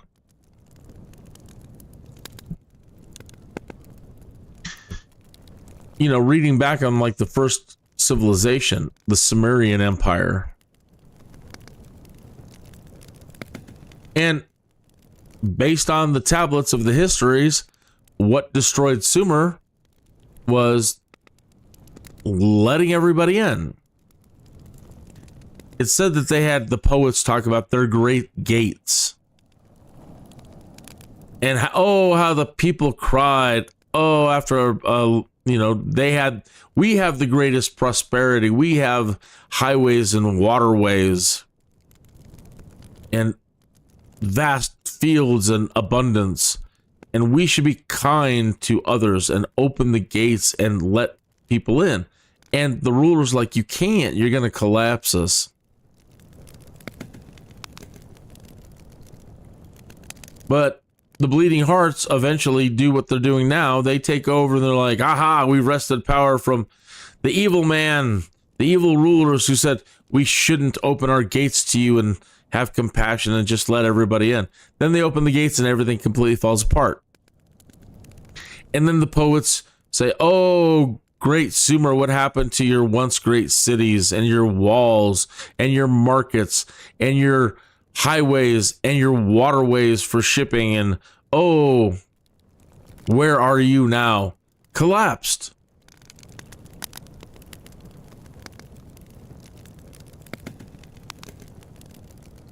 The first lesson being, you can't sometimes.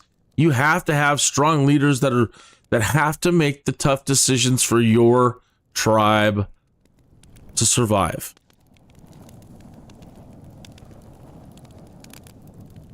Or work out a plan to incorporate all those other people without destroying everything.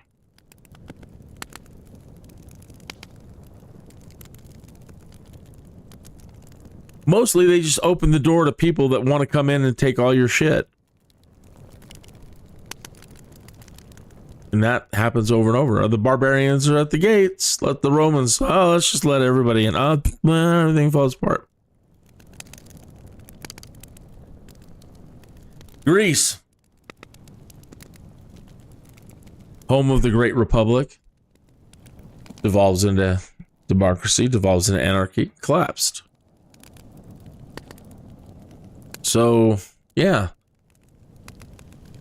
I feel righteous in disagreeing with what you just heard from Mad Cow.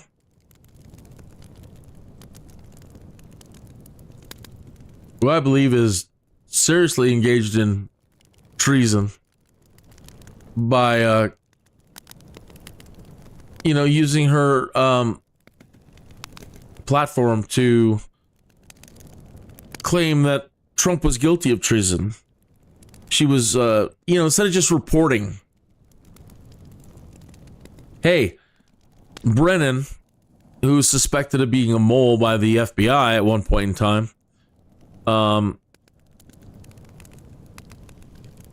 he's the one over there saying that Trump is guilty of treason. And Eric Holder, architect of Sandy Hook and architect of Fast and the Furious, and saying Trump's guilty of treason. when people are trying to point the finger at them and tell you what they've done. But again, instead of reporting it as, well, Eric Holder and John Brennan and others are claiming Trump to be guilty of treason, which he was never found guilty of. But the way that they presented it was that it was fact. As fact, it's done, he did it. And then they themselves, like personally, are saying, we believe that the president is guilty of treason. Not, or again, just so far away from journalism. There's no separating the story in themselves. So, to me, she's guilty of treason.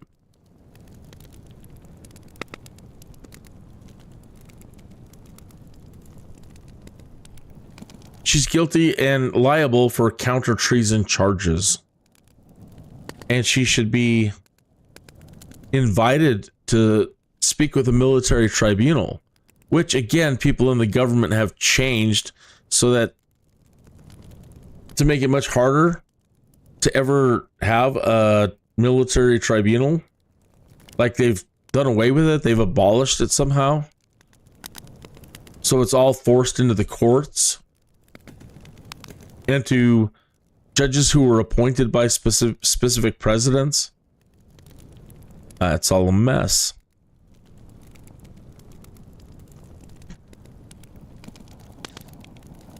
Is going to let them go without pushback, without protest.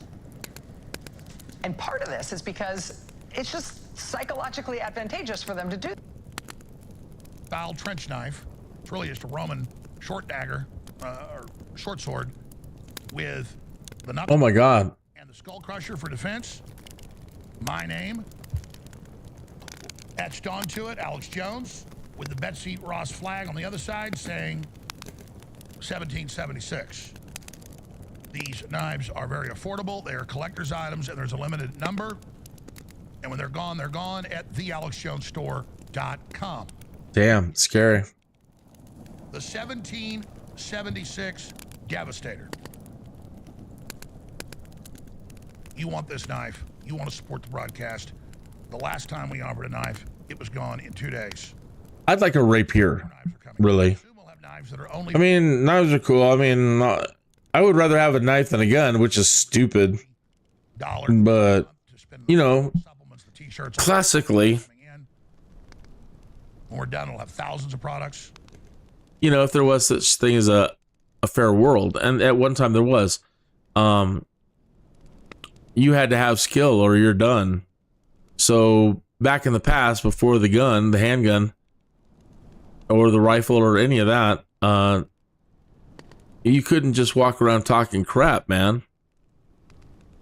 Because it literally comes down to, hand-to-hand combat. And if you can move a rapier around properly and have some skill with that, that was the world's deadliest weapon up to a point until the handgun. So it was the quickest way to take somebody out.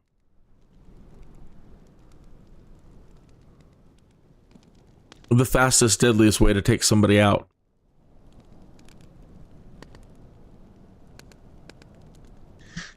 So, yeah. So I still like one of those.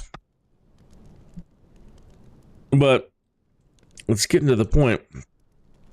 You're going to need a phaser. Yeah. One moment, then I think I'm going to wrap things up.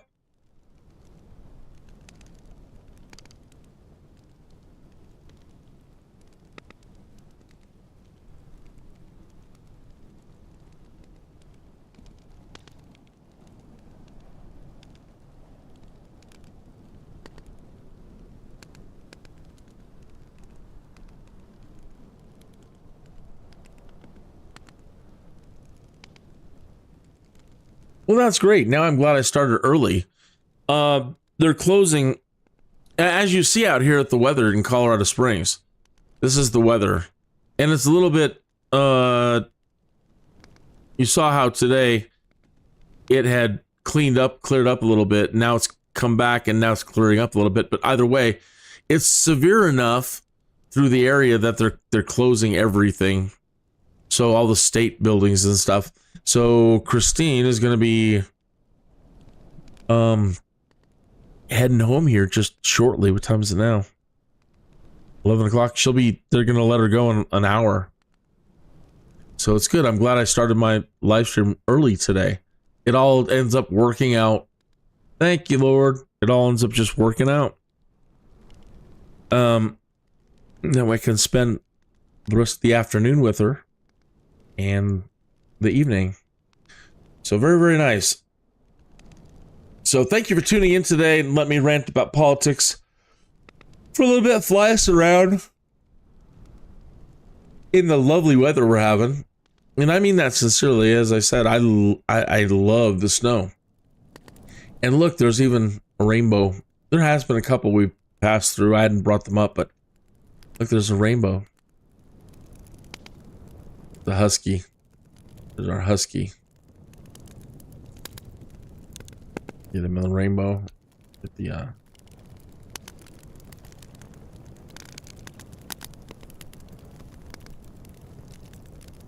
barely see it. Are you able to see that and make that out? It's there. I see it.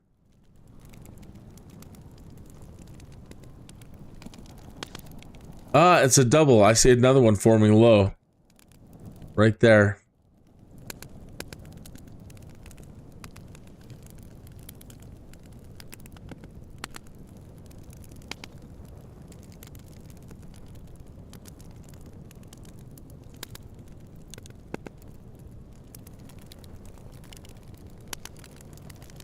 All right. Well, again, you have a great remainder of your day. Have a great weekend.